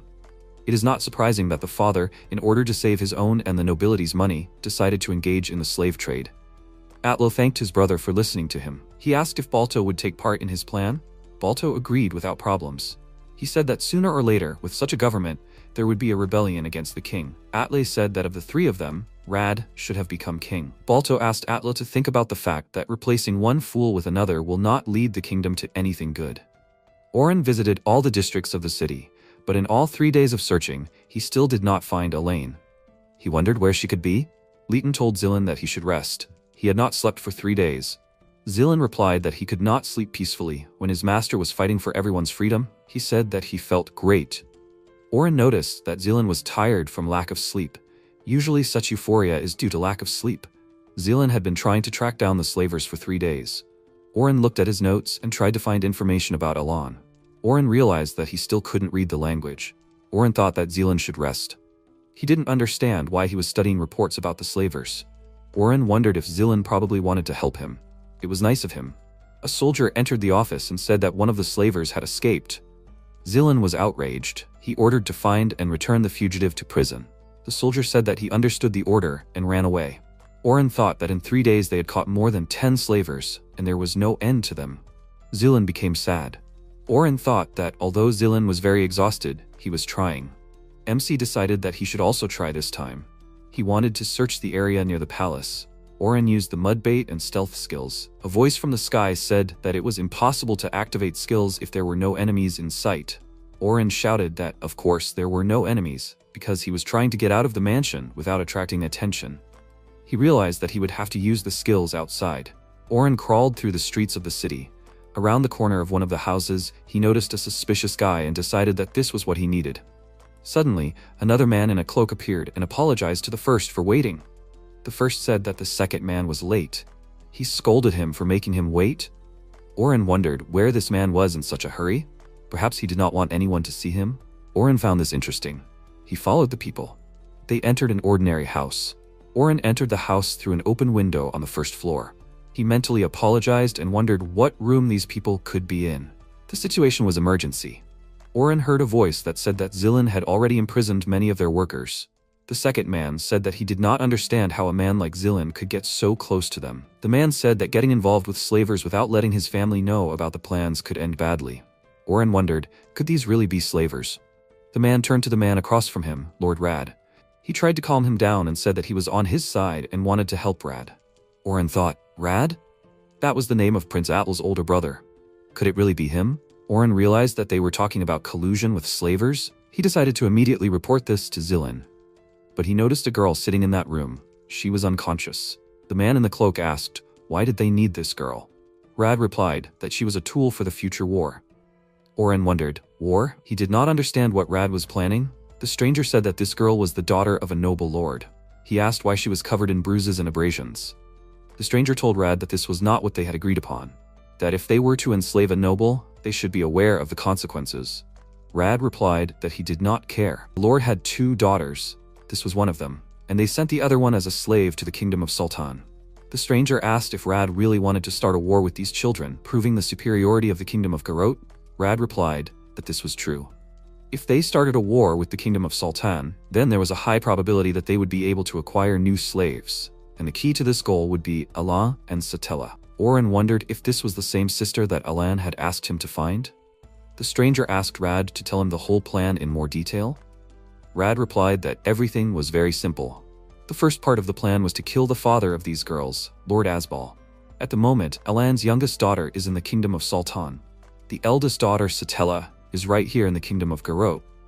They will attack the kingdom of Sultan, accusing them of taking the youngest daughter of Lord Asbal into slavery. It's as simple as that. The stranger thought about it. Rad said that no one would guess that Alan is the youngest daughter of a noble family. Moreover, no one knows who exactly killed Lord Asbal. They will put all the blame on the kingdom of Sultan. Rad asked the stranger if he was not a genius. The stranger replied that it was a very well thought out plan. Oren remembered that Alan had said that she was being taken to the kingdom of Sultan. Was this whole plan to capture another kingdom and make slaves of its inhabitants? Oren realized that he had to stop it, and first he had to free Satel. Rad asked the stranger to look after the girl. The stranger replied that he was listening. He sat down next to Satel and lifted her head to examine her face. Oren noticed that everyone had left and no one had noticed him. He crawled up to the girl and tried to figure out how to save her. He noticed a piece of paper on Satel's lap. MC wondered if the piece of paper had always been there.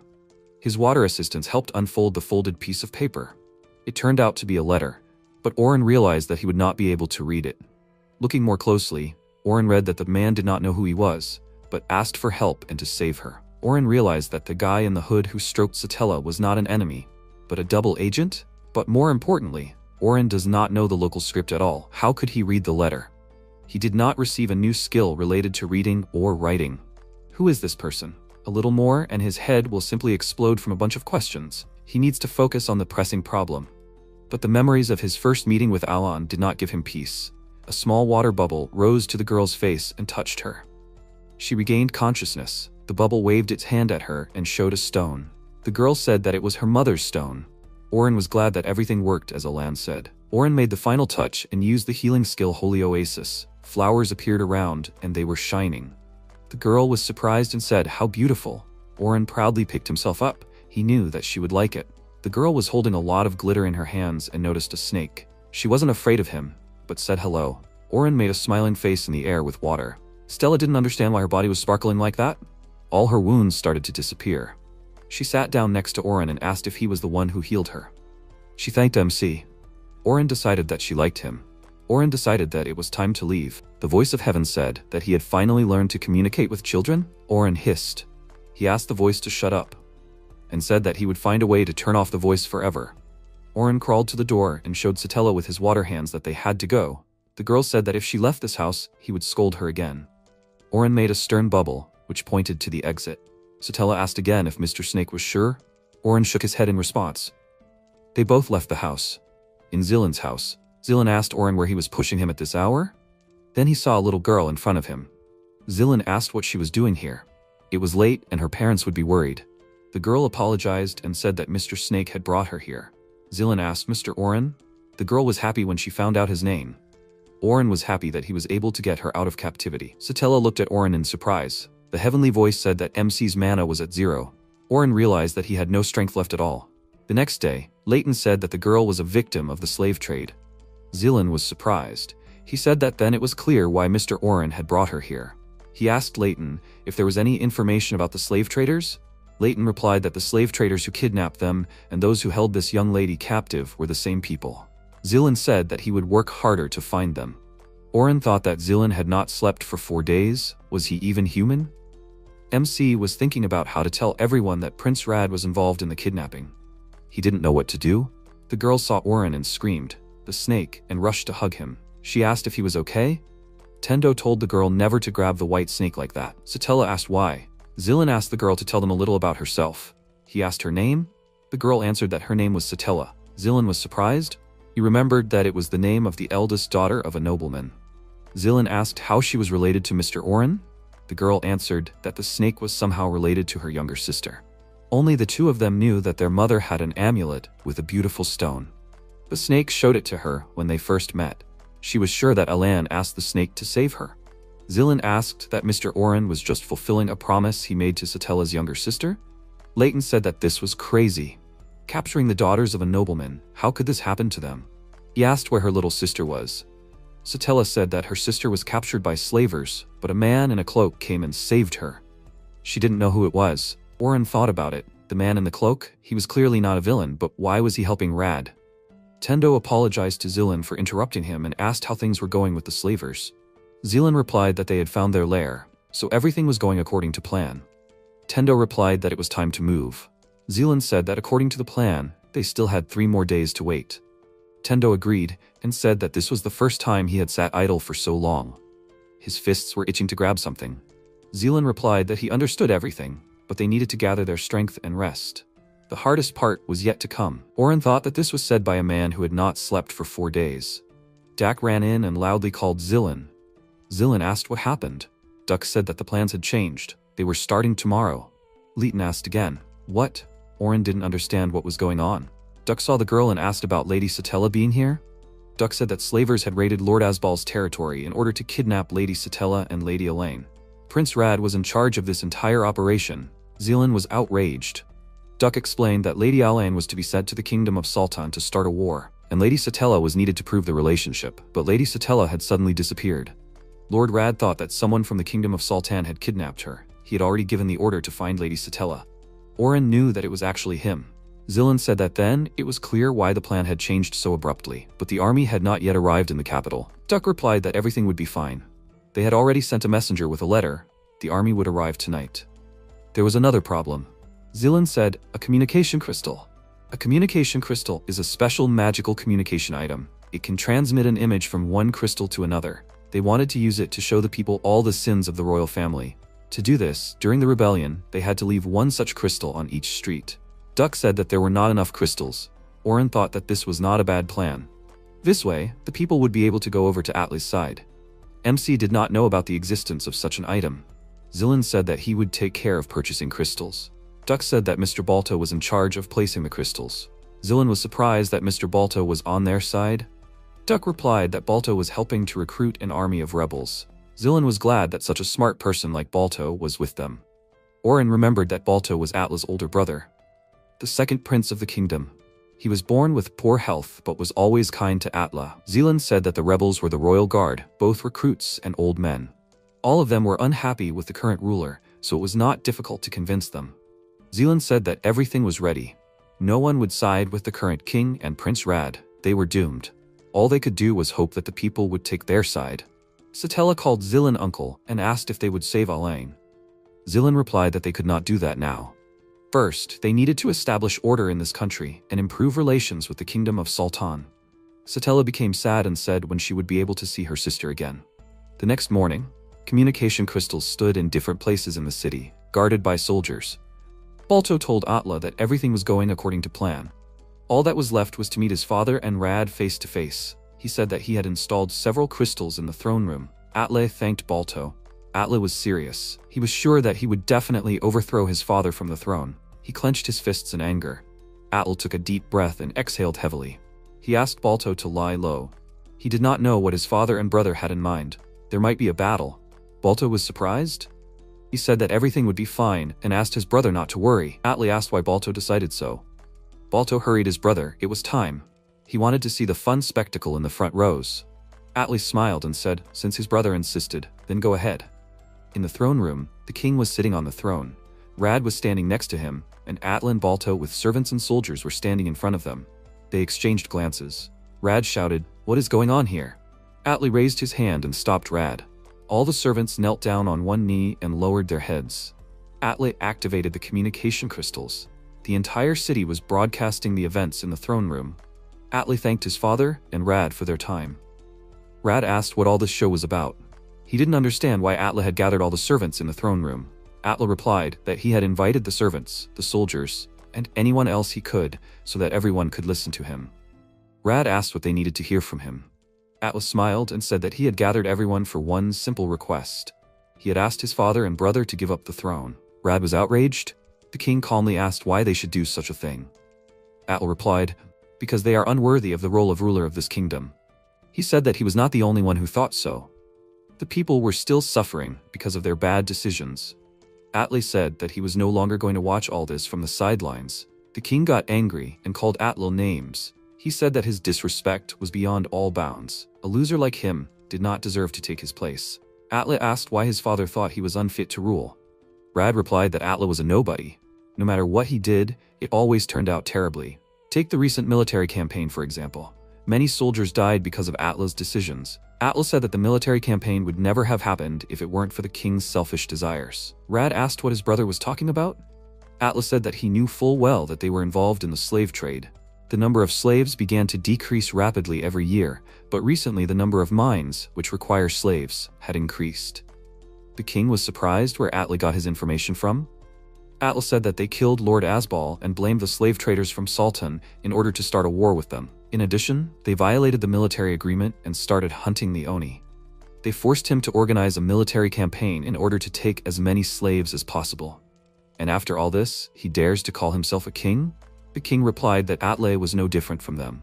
After all, Atla himself led the attack on the Oni village. Even though he lost the battle, he also fought them. Atla thought that his father had been caught and said that he was wrong. The king was surprised and asked what the sound was. Atla explained that it was the greeting of the soldiers who had finally returned home. In fact, there was no battle. He had gone to the head of the village from the very beginning and agreed on a truce with him. The Uchikage and Tendo took off their cloaks and stood proudly before the king.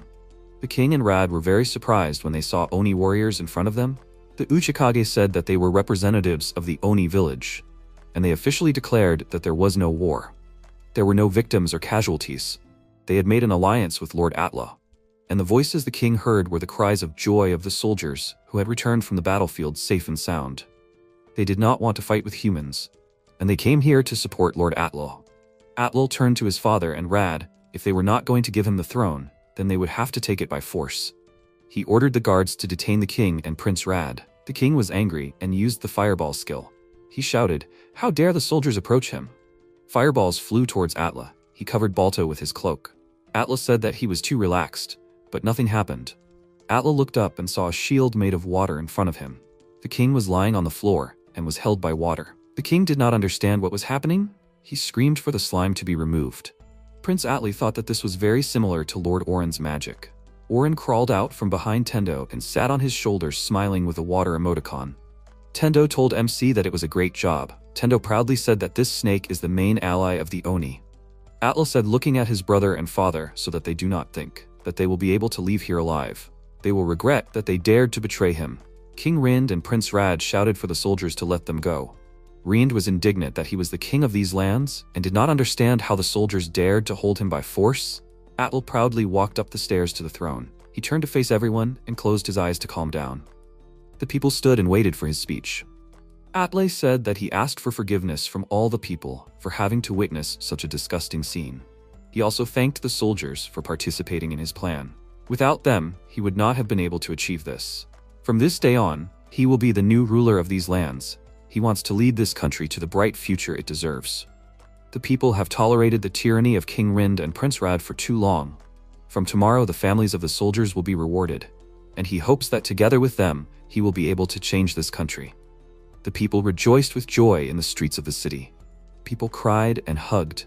Atlul bowed and said that he apologized to everyone for what they had to endure because of his family. He promised that he would earn their forgiveness only through good deeds. Working together with soldiers, vassals, as well as adventurers and ordinary citizens, they could change everything.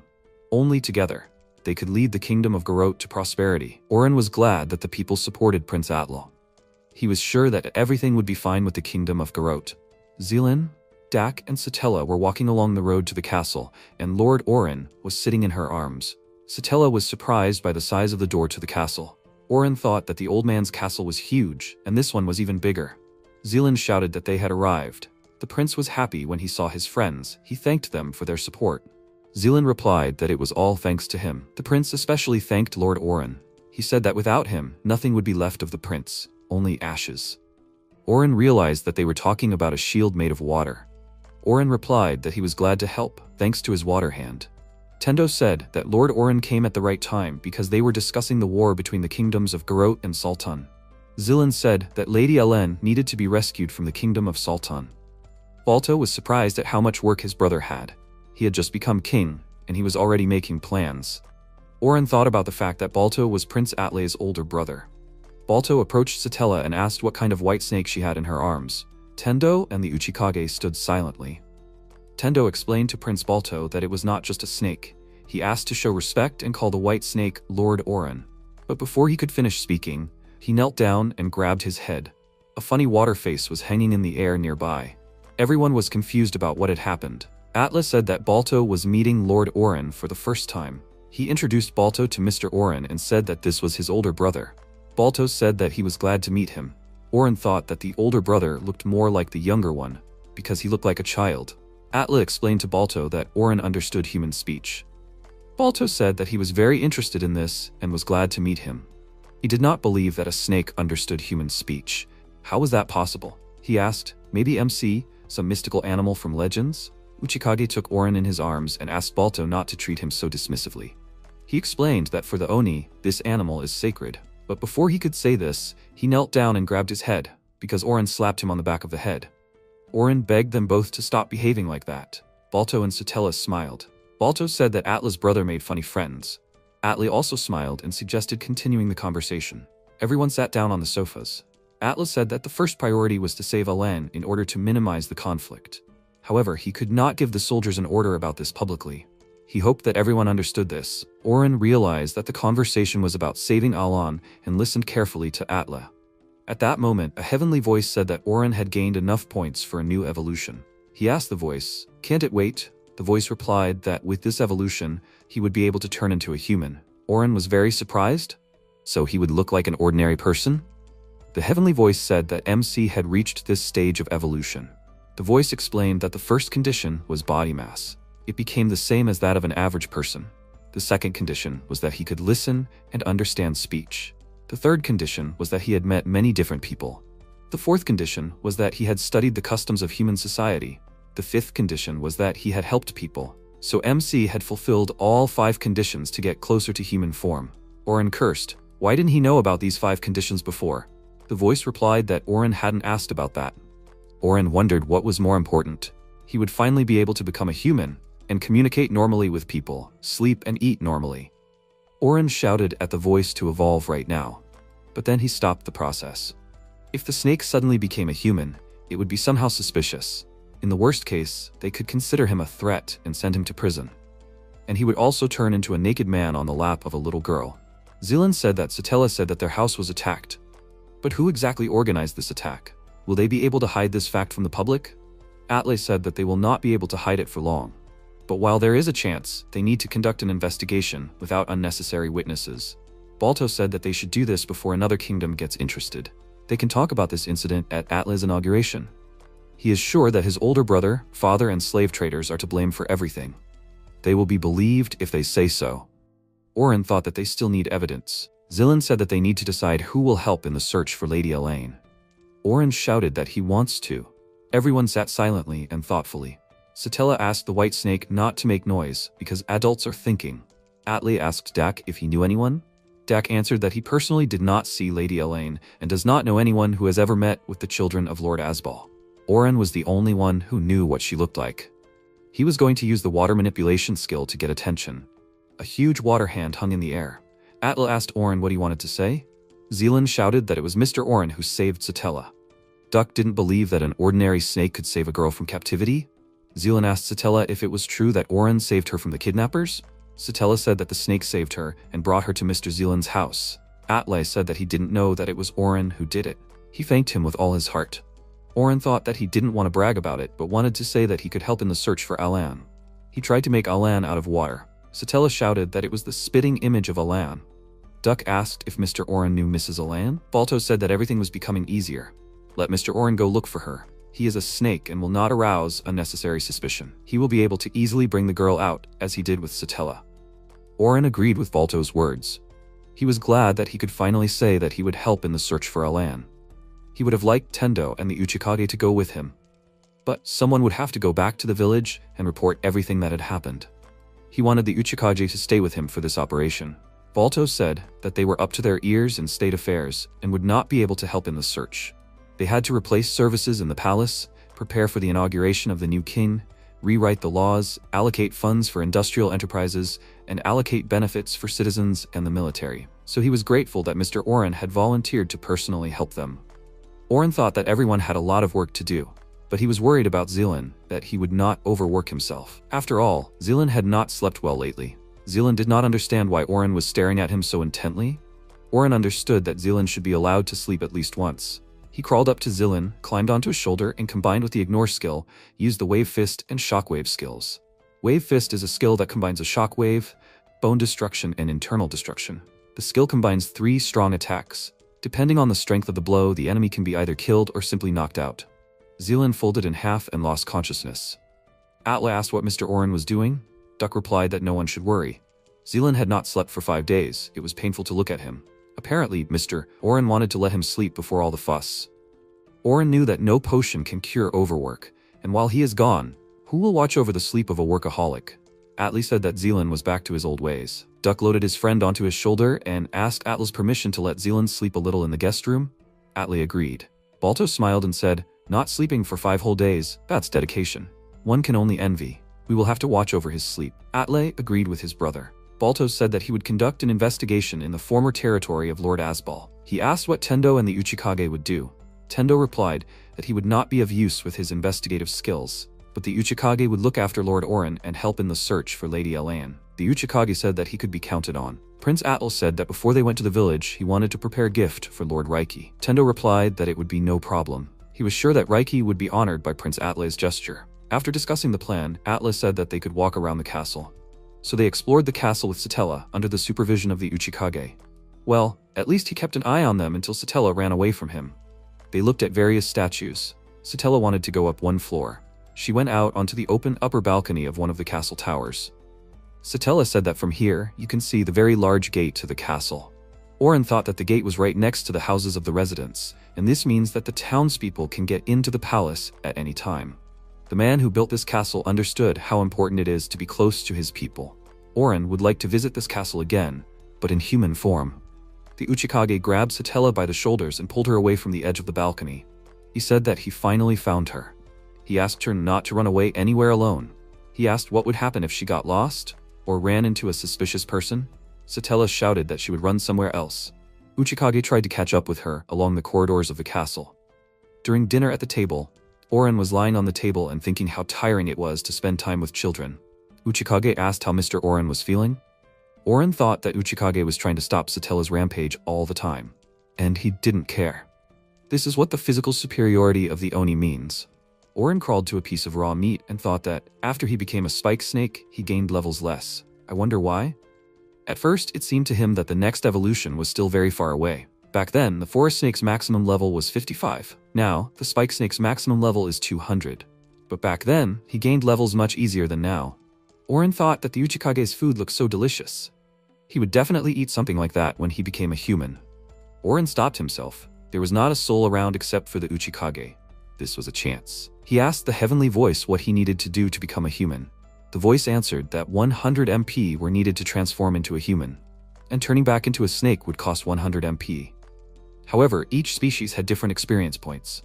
If in snake form you had to eat monsters to get experience points, then for a human it was enough to simply defeat them. MC thought that it was an expensive pleasure to be a human. It would not be possible to constantly turn back and forth, especially during a fight. Oren addressed the voice and said that he understood everything and asked to turn him into a human. The voice answered, I obey. The room became light and the Uchikage asked Mr. Oren what was happening. Evolution happened and a handsome young man with blonde hair, but completely naked, was sitting on the table. Oren was happy that he finally got a human body. Uchikage was very scared. Oren was happy that they gave him a male body. He got off the table, and when he ran, he realized that he had not walked on two legs for a long time. It turned out that this was not just from being unaccustomed. He went to the mirror and decided to see what he looked like. His face was cute, only his eyes remained snake-like, but you can't get rid of it. His hair was white because he came from a white snake. He lowered his head down and screamed loudly. He asked the heavenly voice where his belongings were. Why was he so anthropomorphic? After all, he was given a male body. The Uchikage tried to ask something. Oren rudely asked what he wanted. Can't he see that there's an emergency here?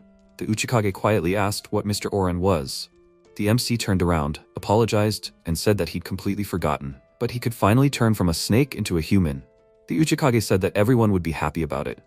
Although Princess Hisune would scold him for wanting to be the first to see Oren in human form, Oren told the Uchikage not to worry. He would protect him. Oren said that he owed the Uchikage a huge debt. The Uchikage said that he shouldn't say that. He emphasized that the protagonist was naked and suggested that he get dressed first. Oren said that he now had clothes. He told the Uchikage that the clothes looked luxurious. He asked where he got them from. The Uchikage replied that when he was looking for them with Satella in the palace, he found a whole set. It's useful to look like a local, especially when working undercover. Oren said that he preferred the kimono. He told the Uchikage that when they returned to the village, they should ask him to make a kimono for him personally. The Uchikage replied that if it was a special order from Mr. Oren, then everyone would be happy to do it. Oren said that he was thinking about meeting everyone to tell them what happened. The Uchikage agreed with him. Oren asked why he was so happy. The Uchikage replied that MC looked like he imagined him. Oren was surprised, but he didn't even have a gender. The Uchikage replied, "Does it matter?" Oren thought about the fact that he could now express emotions with his facial expressions. Now he doesn't have to communicate with water symbols. At the door to the king's chambers, the guard knocked on the door, apologized for the late visit, and said that Lord Uchikage urgently wanted to meet.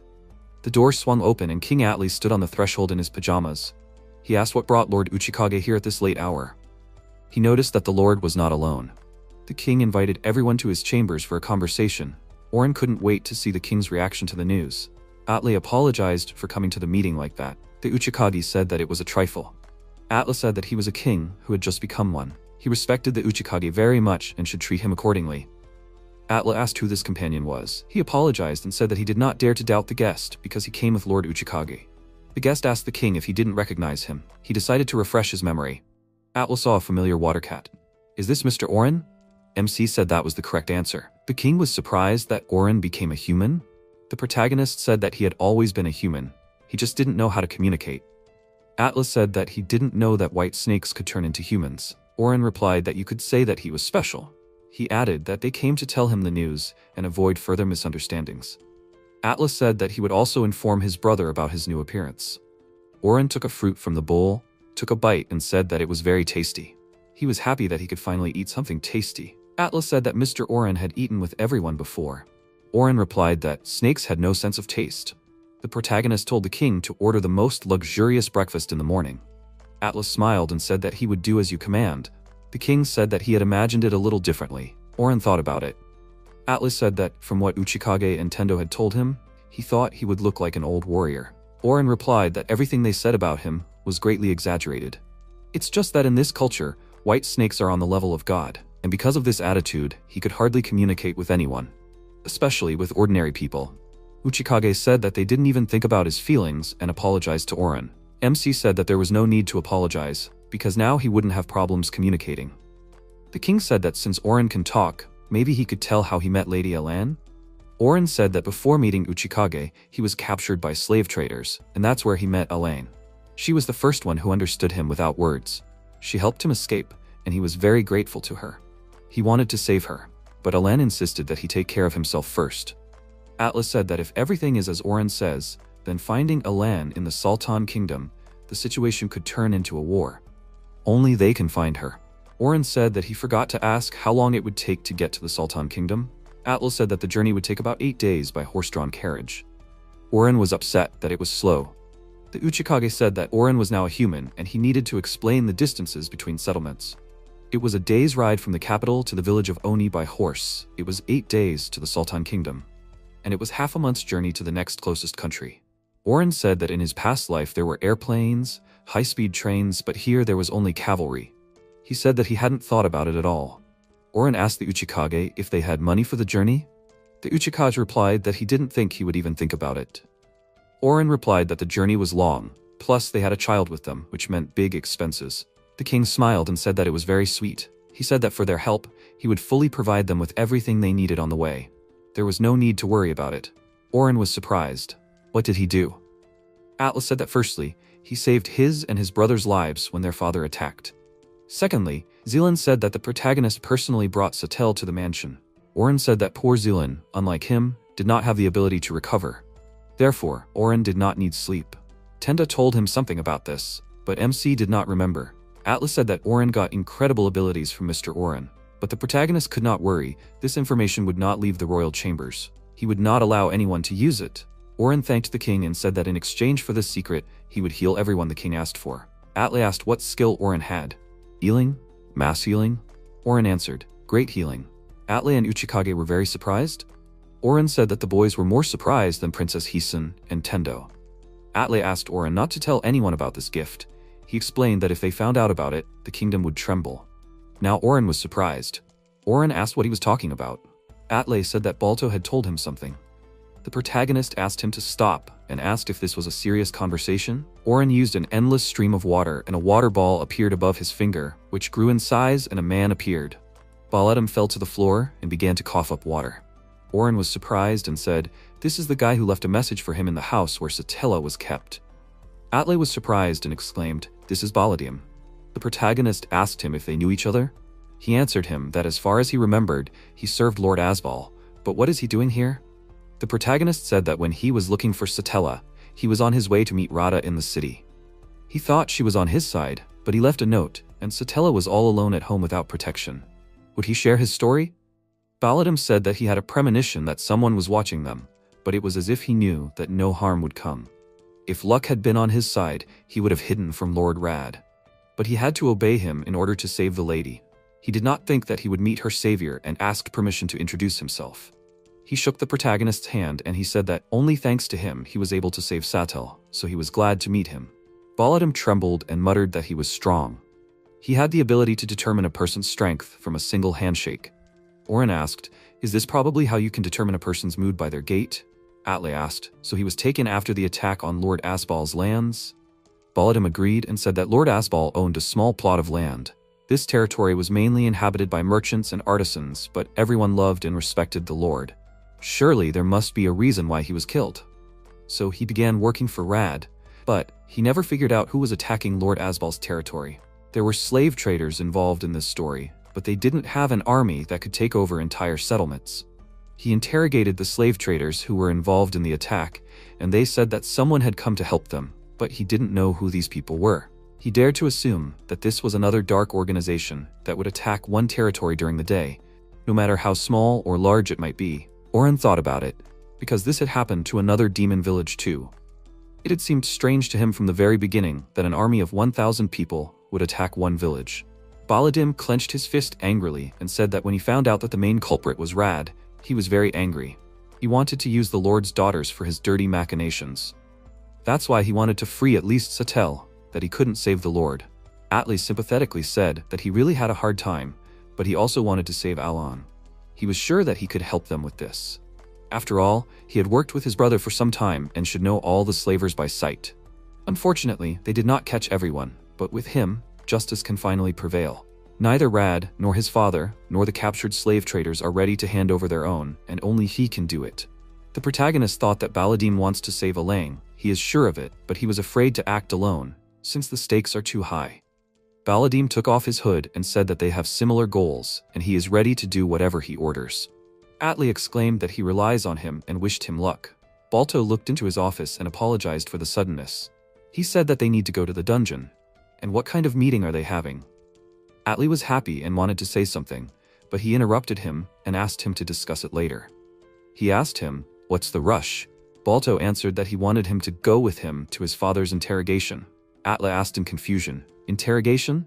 But he had been misbehaving in his cell a couple of hours ago and never wanted to see him. Balto said that he had finally calmed down. Atle said, "That's how it was, then they really should talk to him." He apologized for leaving them so suddenly, but first they needed to finish their business, and then they could continue. Oren replied that he shouldn't worry and that they would wait for him, eating fruit. Atle thanked them, and after a while they went down to the dungeon. The man asked displeasedly, did they think that he would stay here forever? As soon as he got out of here, they would all pay for it. He noticed him and asked, what was he doing here? His father called out to him, and Balto thought that his face had changed. The man asked pitifully what he had done. Balto said discontentedly that first they wanted to know why he had ordered an attack on Lord Asbal's lands, and also destroyed an entire village of demons. The man grabbed the bars of the cage in a rage and asked, he doesn't understand what he's talking about. What does this all mean? Balto asked, so he doesn't remember? Father said that he doesn't understand what they're saying. What happened to Lord Asbal? Balto said that he was dead, and his daughters were given into slavery. They managed to save one, but the other was in captivity in the kingdom of Sultan. The man looked at them with horror in his eyes and asked why and for what purpose all this was done. Balto asked if he remembered why he needed this slave trade and war. Father asked in bewilderment, war? They want to say that he did all this? Balto agreed and the man became furious. He asked, how could he do this to him? Atle called out to Balto and he said that he really didn't remember anything. Someone poisoned him, and they have to find out, and asked his father to answer what is the last thing he remembers. His father asked, the last thing he remembered, a woman with a tail crawled into his bedroom at night. Balto asked when he saw her. The man said in a trembling voice that he didn't know. His memories seemed to be all mixed up. He apologized to them for not being able to say anything more. Balto said that was enough for now and thought, a woman with a tail, does such a race exist? And how would they find her based on just a description? But more importantly, his father had regained consciousness, which meant that the woman no longer needed him. It was unlikely that she would come to his father again. The man asked if he could ask him something. Who would be king? Atle said that he would be king, and the man said that he was officially handing over the throne to him. Atle was surprised and nervously bit his lip and said that he accepted the throne and all the responsibility that was placed on him. The man asked him to take care of Lord Asbal's territory. At least he would fulfill the promise he had given him. Rad called out to his father in displeasure and asked what he was doing and how he could officially give him the throne. They should kill him. The father angrily shouted that he should shut his dirty mouth and just keep quiet, since he did not want to hear a word from him. Balto called Atle after him, and they went to the exit of the dungeon. He turned to him and said that this problem only concerns their state, and asked that he not tell Lord Oren and the demons about this. They should sort it out themselves. Atle said that he understood everything. The protagonist yawned and Satella asked him. It was morning now, and he wanted to sleep? He thought, of course he did not get enough sleep since he had to talk to them half the night. But now his transformation is known in great detail. Balto said that first healing, and then high healing. And only a few healers have a gift that they can use on others. Healing is a skill that allows you to heal only small injuries, and high healing is much better than normal and can completely heal a person from anything. Many countries have normal healers, but high ones are lacking. Self-healing skills are not that rare, but since he uses his skill to heal himself, it is a perfect combination. Oren was surprised and said that it is compatible with healing and restoration. Balto answered that the restoration skill that ignores this is called recovery. People who have healing or great healing are special.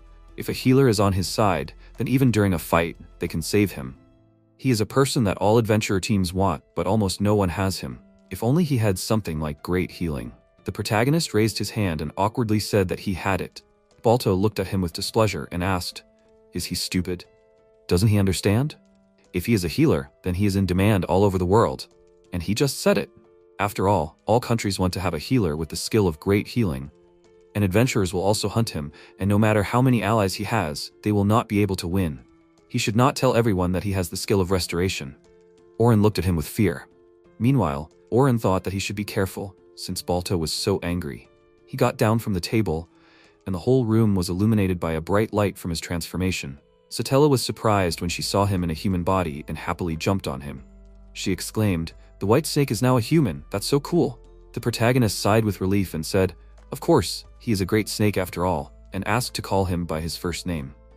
After a while, Oren came to the palace gate and said that the breakfast was sumptuous and it was delicious. Atla happily said that he was so glad that he liked it. Everything was already prepared and they could go on their way. But lastly, he had to give him this for the road. He gave 2 small bags to the Uchikage and the protagonist. Atla said that the bag contained 20 gold coins, 150 silver coins, and 300 bronze coins. Oren asked if that was too much. Atle replied that he had prepared the money for Alan and Satella. One more thing, he heard that 4 days ago, bandits appeared and they decided to settle in the Yaguru Mountains. He asked them to be extremely careful on their way. The protagonist put his hand on the Uchikage's shoulder and happily said that he was fine with him. The Uchikage said that he had trained hard, so he would not lose. Atle said that if it was just the 2 of them, he would not worry and wish them a safe journey. Oren and the Uchikage said goodbye to him and went out of the palace gates. Meanwhile, the horse-drawn carriage was moving through the forest. Oren asked Satella if she was okay. Horse-drawn carriages swayed like that. She happily exclaimed that everything was fine.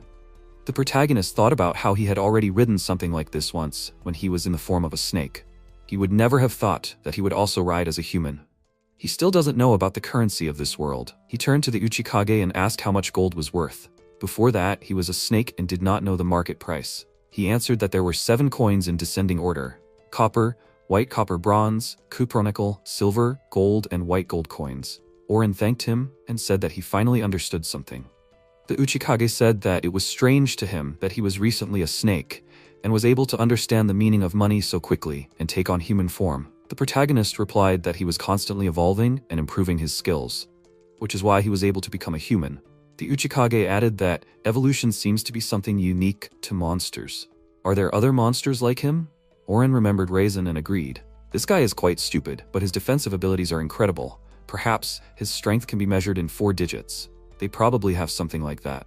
The Uchikage said that it seems that even he can't break him. The protagonist asked him not to be upset about this, because humans are strong too. Do they have something like status? The Uchikage said that humans have an attack power of about 300, and there is no human who has an attack power of more than 1,000. Oren answered, so he is somewhere in the middle. Is there something like ranks? When they finish all this, he wants to become an adventurer. The Uchikage said they have ranks and adventurers have classifications too. The highest rank is S, then A, B, C, D plus D, E plus E, and the lowest is F. You need to have at least E plus to safely hunt monsters. Below that, there is normal routine work like collecting herbs. Oren said that he once killed a goblin. What rank can do that? The Uchikage, confused, said that a B rank can do it. Satella exclaimed happily, he is so cool. The Uchikage said that he better go back to explaining. If the task is higher than B rank, then adventurers below it cannot do it. S rank adventurers cannot receive a request lower than D plus rank, and A rank adventurers cannot receive a request lower than D. Thanks to these rules, people with high ranks do not take away work from young adventurers. Also, those who fail to complete the task will be fined, and he should know that the fine increases as the rank increases. Oren said that it seems they are working hard to distribute the work evenly. The Uchikage added that he will also have to pay taxes once a month. Each rank has its own price, and those who cannot pay will be demoted. The protagonist asked if the tax rule was introduced so that adventurers would run on tasks. The Uchikage noted that this is true. If you do not have the required rank, then your mortality rate increases. Because of this, many adventurers are demoted. The protagonist smiled and said that he understands, but first they need to save Elaine. 4 days later, in the Yaguru Mountains, Oren said that Atle said that there were bandits here, but he used the detection skill and didn't find anyone. The Uchikage pointed his index finger forward and asked if he could see what was lying on the road. Oren added that if they moved a little closer, he could see with his skill. Suddenly, he saw a broken carriage that Alan was being carried in. Oren was surprised and said that it was a horse carriage, and there was a dead horse nearby. He needed to take a closer look. He used the skill again and started scanning the area when he suddenly noticed bandits. The protagonist thought that there weren't many of them, but they looked like bandits. It seemed like they were trying to hide, but he couldn't get away from them. They climbed to the top of the mountain. What were they planning to do? Satella asked him if they were in trouble. The protagonist said that everything was fine and asked the Uchikage to drive at the same pace. He thought that if he drove slowly, maybe the bandits would try to rob them. The bandits moved forward quietly, and Oren wondered if they were being followed and why they were moving forward. He saw bandits standing on top, and the protagonist wondered if they were wearing robes. Were they magicians? Why were they folding their hands and casting a spell? He only now noticed that they were right above the carriage. The bandits told the magicians where they were, which meant they were using magic to destroy the carriage. The protagonist asked the Uchikage if there was a technique that allowed multiple people to use magic. The Uchikage said that it was chorus magic, and if 2 people cast the same spell, the power would double. It was believed that this magic was very dangerous during war. The protagonist wondered if it was possible to move the soil. The Uchikage said that it was possible, and he would create a crankcase, destroying the soil. Oren created an aquatic creature and exclaimed that they should go at full speed. The creature hit the horse, and it rushed forward with all its might. Uchikage was scared and barely held on to the mount. The protagonist told Satella to hold on tightly and the horse to run faster. He would give her some water later. After a while, Oren looked at the top of the cliff and thought they were almost there. Suddenly, a bulge appeared right in front of them, and Uchikage asked in confusion, "What is this?" The protagonist thought that it looked like they wanted to throw off their carriage. If they continued on their way, they would fall. He used the Earth Spirit skill and said that it was the first time he used this skill. The wall stopped growing in size, and the protagonist happily exclaimed, "It worked!" Uchikage was surprised and asked, "Did the wall stop?" When suddenly a puddle appeared under the mage's feet, which began to pull them into the ground. Oren said that the Earth Spirit allows you to transform, shape, and modify the Earth. It purifies, shapes, and changes depending on how much mana was used. He turned the place into a swamp where the magicians were, and now they are helpless. It is not so deep that they can drown in it. If there was always a swamp there, they would never be able to do something like this again. Satella laughed happily at the speed and the wind that blew on her face. Oren happily told the horse to continue running forward, straight into the forest to get food. The Uchikage asked excitedly, "Aren't they going too fast?" He bit his tongue and continued to drive the carriage in pain. 4 days later, the protagonist sat contentedly in the back of the carriage and thought that nothing special had happened since the bandits' attack. Thanks to them, he was able to use the Earth Spirit skill, and after using it, you can change the landscape for a while. He spent 100 MPs to stop the wall, but he didn't spend any to turn the mud into a swamp. At the moment, he has 450 mana points. This has decreased a lot, and he needs to be more careful when using this skill. The Uchikage called out to him and said that he could see the city. Oren happily turned around and said that they had finally arrived. They could see the city, and Satella happily said that there were so many people. The protagonist asked if there was such a long line to enter the country. The Uchikage said that it was time for the Sultan Kingdom to have a festival that was held on the prince's birthday. Oren asked in surprise, "Not the king, but the prince?" The Uchikage replied that as you get older, you become less interested in such things, and that you should have fun while you are young. The protagonist smirked and said that it seemed like the king of this country was a nice guy, and thought that he had no time to have fun. A few hours later, they were able to enter the country. They were just travelers, and came to this city to buy food. He thought that they would have some trouble, but they did not. They walked along the streets of the city, and the main character said that he was glad that everything went without incident, and they needed to find a place to spend the night. The Uchikage remarked that he had been there before, so he knew a good place. He said that they would go there and walk towards the hotel. After a while, the protagonist sat on the bed and said heavily how good he felt. The Uchikage said that it had been a long journey and that they would not be able to find anyone in this state, so he suggested that they rest today. Oren looked at the upset Satella and thought that she looked upset and wanted to find her sister quickly. He called out to her and said that he also wanted to find Alon as soon as possible, but it was useless to try to help someone when they were tired. So for now, she should have a good rest. Did she agree? Oren patted her head and happily exclaimed that they needed to eat. He would go and order from the innkeeper. The Uchikage said that he had already asked him, and the protagonist exclaimed, as expected of him. After a while, Oren filled his stomach with delicious food and said that he was full. It was worth waiting for dinner, because it turned out to be quite tasty. Uchikage cleared the table and said that this inn has delicious food for such a price. The protagonist looked at Satella and said that she looked sleepy and that she should go to bed. She climbed onto the bed, and he thought that maybe he needed to tell her the plan for tomorrow.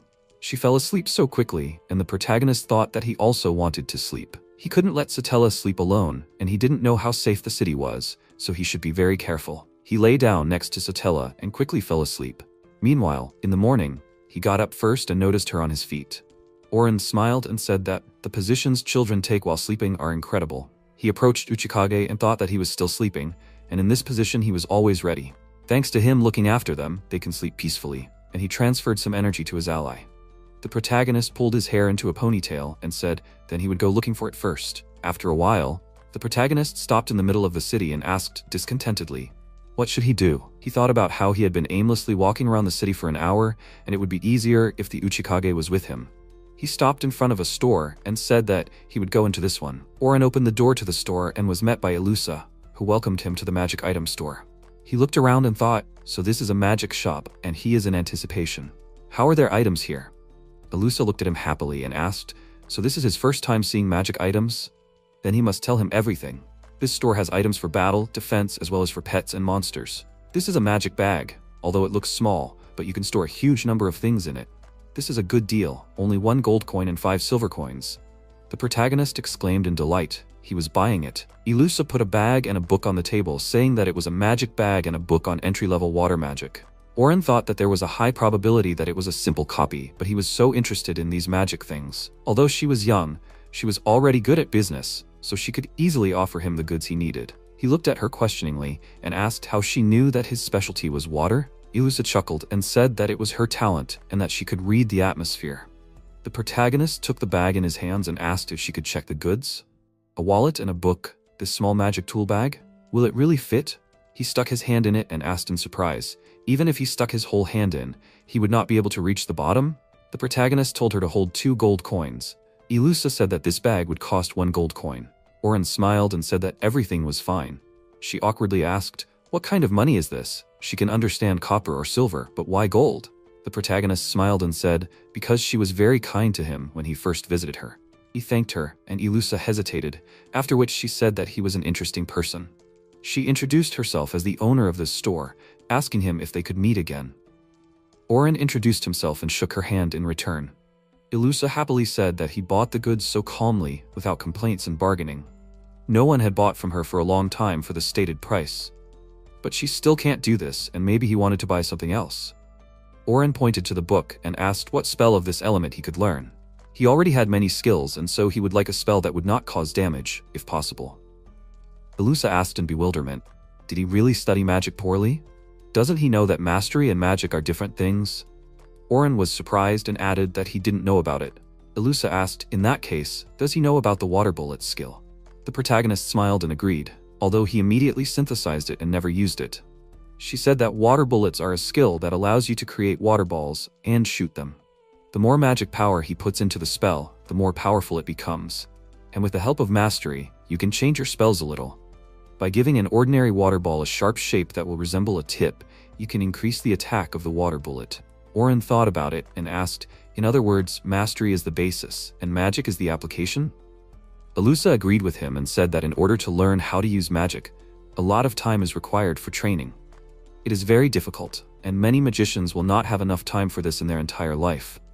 The protagonist was surprised and said that it is interesting and cool to learn something new. She awkwardly asked, "Doesn't everyone know that?"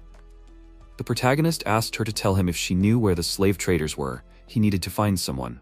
Ilusa took off her hat and said that the shop was in the Nishi district, and when he headed to the Higashi district, he would see a large church and a dome-shaped tent nearby. This would be the slave trader's shop. Oren thanked her and left the shop, and said that he needed to go to the Higashi district. 2 hours later, he walked in circles around the city and clutched his head and angrily shouted, "What's going on? He's been walking here for an hour and still hasn't seen the church. It would be easier to use the mud skill and look from above." Another hour later, he stood near the tent and said discontentedly, he finally found this place. After leaving the shop, he simply went east, but unfortunately there are no maps in the city, only signs. He needed to find out more about the location and thinks that this is it. The protagonist went inside and was met by Dolce, who asked him to wait a bit. After a while, he came out and apologized to the esteemed customer for the delay with a smile on his face. It seemed like he was here for the first time. Dolce thanked him for visiting them and introduced himself as the owner of this beautiful place. Oren looked at him suspiciously and thought that he was talking like those suspicious salesmen. He had to be careful not to fall behind his pace. Dolce said that they were introducing magical beasts as a means of transportation. Most of them could easily replace a horse and they had goods for any preference. Oren asked if he was a slave trader by any chance. Dolce trembled, and the protagonist awkwardly thought about what he had accidentally said without thinking. He could be hiding the fact that he was a slave trader. Dolce smiled and said that he knew so, but who told him about it? Oren named Ilusa, and he happily exclaimed, "Miss Ilusa herself, she can definitely be trusted." So what kind of slave is he looking for? A human, a beastman, or even a demon? They have many options. Oren looked at him awkwardly and said that he needed information about the person he was looking for. Dolce asked him to wait and went behind the curtain, coming out a few seconds later with a candle in his hands. He said that information can sometimes be a terrible weapon, so he made sure that no one outside could hear them. The protagonist thanked him, then created a figure of Alan out of water and said that he was looking for this child. She came to this country after being captured by slave traders. He wants to know where she is, and since she was captured, he assumed that there was some kind of list or something like that. Dolce smiled and exclaimed, "So Alan, she was bought as soon as she got here." Oren asked in surprise, "Is this true?" Dolce started to sort through the documents and said that it was somewhere here. The protagonist thought about whether this slave trader is an ally of those people. Dolce happily exclaimed that he found the document and handed it to the protagonist. Oren thought that she arrived here 2 weeks ago, and around that time, he came to the kingdom of Garot. After arriving, she was sold to the kingdom of Sultan. Dolce said sadly, "It seems that this child was caught during a slave hunt. He made a mistake." The protagonist asked, "He is a slave trader. Doesn't he know how the hunt goes?" He said angrily that he doesn't know about it. Most of the big slavers are blinded by greed, and if he doesn't sell the slaves to himself, they will get suspicious and come here. He sighed in irritation and shouted how it pissed him off that too many mistakes had been made. Why should slavers, not officials and guards, deal with what was happening? Oren looked at him in fear and said, "What a sudden change in mood." Dolce added that it was true that they protect criminals and orphans, but it was done for profit. Why didn't the country protect children but hand them over to slavers? Besides, children are expensive, and if they are raised from an early age, they become obedient. Where was the orphanage looking when they turned innocent children into slaves? Oren thought in bewilderment that this man was emotionally unstable, but he didn't know why. He thought he was a good guy. Dolce apologized to him and said that, after all, the Lumley family had bought Alan. The protagonist asked if he knew anything about them. Dolce replied that he had heard that the Lumley family used slaves as caretakers, but they had never sold slaves. Oren was surprised and asked if they had a problem with that. Dolce said that slaves were only sold when they were no longer needed or were no longer useful. Someone had seen a slave on the Lumley family property. The protagonist asked, "So not in the house itself, but in the garden?" Dolce agreed and said that it was quite strange. It didn't seem like they usually got rid of slaves who couldn't be sold. It looked like they did whatever they wanted until they were caught. The protagonist thought that it was really strange. He hoped that Alan was not in any danger and that he needed to tell the Uchikage everything as soon as possible. He thanked him and said goodbye. When Dolce suddenly asked him hesitantly, did he want to help her? Oren agreed, and he exclaimed in displeasure that this was reckless. This family has an S-rank bodyguard. He can't just barge in and take a slave with him. Help someone by breaking the law? He shouldn't complain if he gets killed there. Oren said in bewilderment that it was something like that. Dolce asked angrily, "Is he crazy? He should reconsider his plan." The one who would risk so much for a small slave, he doesn't want to lose him. The protagonist asked in displeasure, does he really think he'll die? He awkwardly waved off the answer, and he thought that Dolce really loved children, and he helped him a lot with this information. Oren wondered if he loved children so much, then why was he a slave trader? Dolce looked at him questioningly and said that because in a place like this there should be someone who understands them, even though he can't help them. The protagonist said, he's such a good guy. After some time, the protagonist returned to the inn and Satella asked him discontentedly where he was.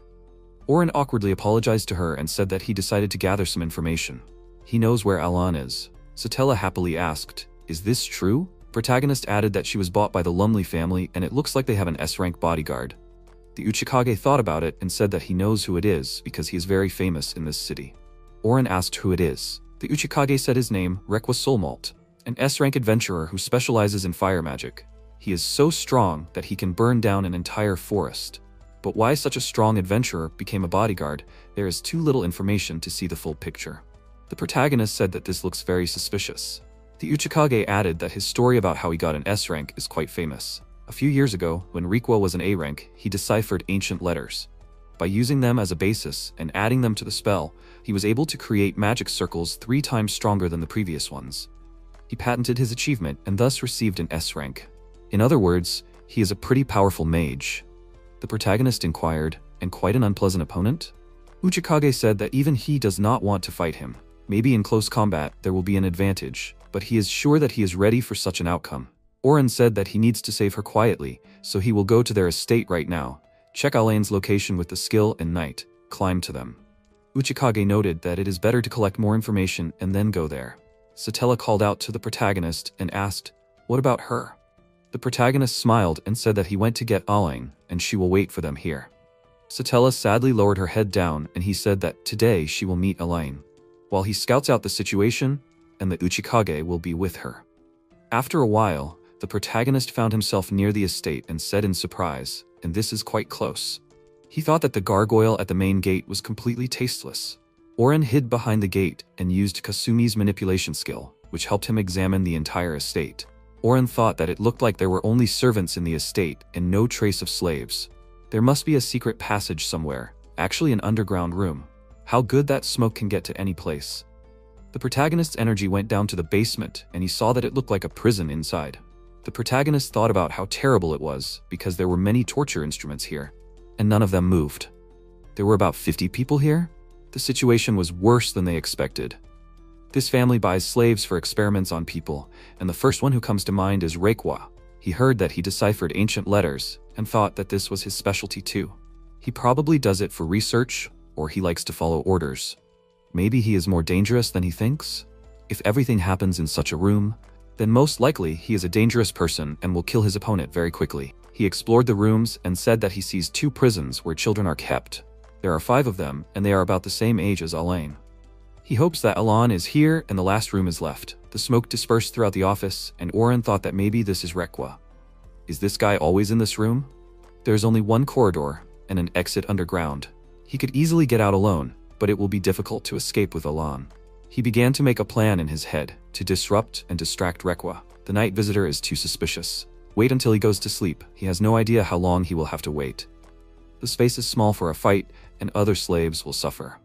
If he runs in there praying that he does not come out, and if he does come out, it will be the third option. He scratched his head hopelessly and thought that he would have to go back to the Uchikage and discuss everything with him. After a while, the protagonist came back, and the Uchikage said that the situation was worse than he thought. He should see the situation at night and save if Requa was not in the room. And if he was working there, he might not notice them, then they would save everyone. The latter would be a race against time. He did not think that in this state Alan would understand what was happening. Oren said that he would like to help the rest of the slaves and knew that it was reckless.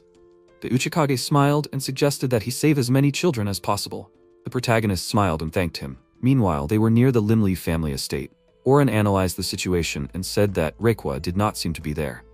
Then they did everything according to plan. They simultaneously used the assassin skill and merged with the terrain, running straight to the estate. Oren opened the window of the room and climbed inside. Then they went to the gate and opened it. The protagonist walked forward and moved the barrel, finding a secret entrance. He said that this was the entrance, but there was no handle or lever. Uchikage noted that if they used magic, the wizard would sense this vibration. Oren smiled and said that it was no problem. He moved the hatch with water and a ladder appeared. They went down and the protagonist covered his face with his hand. He thought about the smell of blood and something rotten. Slaves were sitting here and there was silence. What an ominous place. Uchikage rubbed his body with his hands from the cold and said that even an adult would have a hard time in such a place. The protagonist said that he used a surveillance spell at the entrance to keep an eye on this. The children are here in these two prisons. Having found the right room, they approached the bars and Oren looked at Alon in fear. He exclaimed, "They finally found her." The Uchikage said that they needed to get her out of here, but there was no way to get through. The protagonist said that he would use another method. He used the water skill again and lifted the bars, taking Alon in his arms. He said that there was almost no pulse and that she was unconscious due to hypothermia. The Uchikage called out to him and said that it looked like the effect of a curse. Oren was surprised and asked if there was anything he could do. The Uchikage said that as far as he knew, a special purification was needed. They say that purification skills are effective against various curses. Oren wondered if he meant a special purification. He had one, and he didn't expect that he would ever need it. He said that then he would drag all the children outside before they were noticed, and that this was the best solution. After a while, they carried the children to the exit of the room. Oren looked at them and thought, their hair had become so light, for Alan the last 2 weeks had been so painful. He mentally apologized to her for coming so late to save them. Having got out of the estate, the protagonist said that he would like to help the adults too, but he could not stand it. Uchikage said that they could not all be saved. The protagonist frowned and mentally said that he would never forgive such a terrible attitude towards children and would send Rikwa straight to hell. Meanwhile, Oren knocked on the door of the magic item store and called for Ilusa. She opened the door and displeasedly ordered him to be quiet. Does he know what time it is? The protagonist said that this was an emergency and asked to let them in. Ilusa stood in front of the children and said, "These children are cursed." Oren asked if she understood this. Ilusa agreed and added that it was a very complex curse. The more it spreads, the harder it is to breathe. It is very powerful, and if you do not use the purification skill, it will be difficult to get rid of it. They are terribly exhausted, their cheeks are sunken, and even their ribs are visible. If you manage to purify them, they will probably wake up. She can't do it, she needs to find someone who has such a skill as soon as possible. Oren used the special purification skill and the healing aura engulfed Alon. Ilusa looked at him questioningly and asked, "Is this purification?" Alon caught her breath and fell asleep. The protagonist looked at her with a smile and thought, her cheeks turned pink and her breathing stabilized. Everything went well? He said that he would purify everyone and even the broken ribs were healed. After a while, the children slept peacefully, and Oren said that they seemed to be okay now. Ilusa displeasedly asked him not to use this skill anywhere else. Oren looked at her with disdain and asked, "This skill too?" Ilusa asked with displeasure, "What do you mean also? Does he have any other skills?" Special purification is a skill that can resist all magical curses. Most curses affect the human body, that is, gradual healing with the purification skill is necessary. However, if the enemy's magic is strong, then many people die without having time to completely cleanse themselves. But if you defeat him, you can get rid of the curse. This is difficult, because the spell is often cast remotely. There is a chance to be cursed even before it gets close to the caster. But such a skill can heal a person in an instant. Special purification can heal even terrible cursed areas. Uchikage said that if everyone knew about this skill, the whole country would know. Oren said that special purification is also prohibited. He turned to Ilusa and asked, "Despite this, it seems she is used to providing medical care. What is she doing now?" She sighed heavily and said that she had a healing spell and that she used to work in a hospital. So she had enough knowledge to provide basic medical care. An adventurer noticed her there. Oren was surprised and said that she was incredible. He thought that they could be left to her. Ilusa was surprised and asked what he was talking about. The protagonist asked if she could take care of the children. But this was a very delicate matter. They were slaves and had no family. They had nowhere to go, so he asked her. He would give her enough money to last for a while. Isula said that she wanted to help him. But if Lumley came looking for her, they would all be in danger. Or rather, the children would be in danger.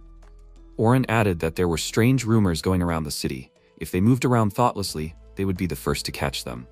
Ilusa said that if Rikwa came for the children, Lumley's family would be affected too. The townspeople would raise an uproar saying that the rumors were true. Oren agreed with her and added that he would try to hire someone to defend against them. She wouldn't be able to win with such skills? The captured attackers would be interrogated, and if that happened, it would be a matter of time before Requa appeared. But he could say one thing, that she would be able to live in safety for a while. Elusa said awkwardly if he said that. He handed her a bag of coins and asked her to take care of them. Elusa looked at the bag in admiration and exclaimed, "This is too much money." Suddenly, Alan woke up and said where she was. She noticed Oren and asked who he was. The protagonist created figures out of water, and she asked in surprise, "Mr. White Snake?" The protagonist happily agreed and said that he was here to save her. Alan threw herself into his arms and cried. He stroked her head and said that she was doing well. The next day, Satella and Alan met and happily hugged each other. Satella said she was so happy to see her. It was all thanks to the protagonist. Satella turned to him and thanked him. Oren gave him a thumbs up and exclaimed, he promised. They needed to bring the two of them back to the Garrote Kingdom immediately. He asked Elusa to visit Dulce, let her erase the records of these children's slavery. She smiled and asked him to grant her this. She asked him not to bring any trouble with him the next time they met.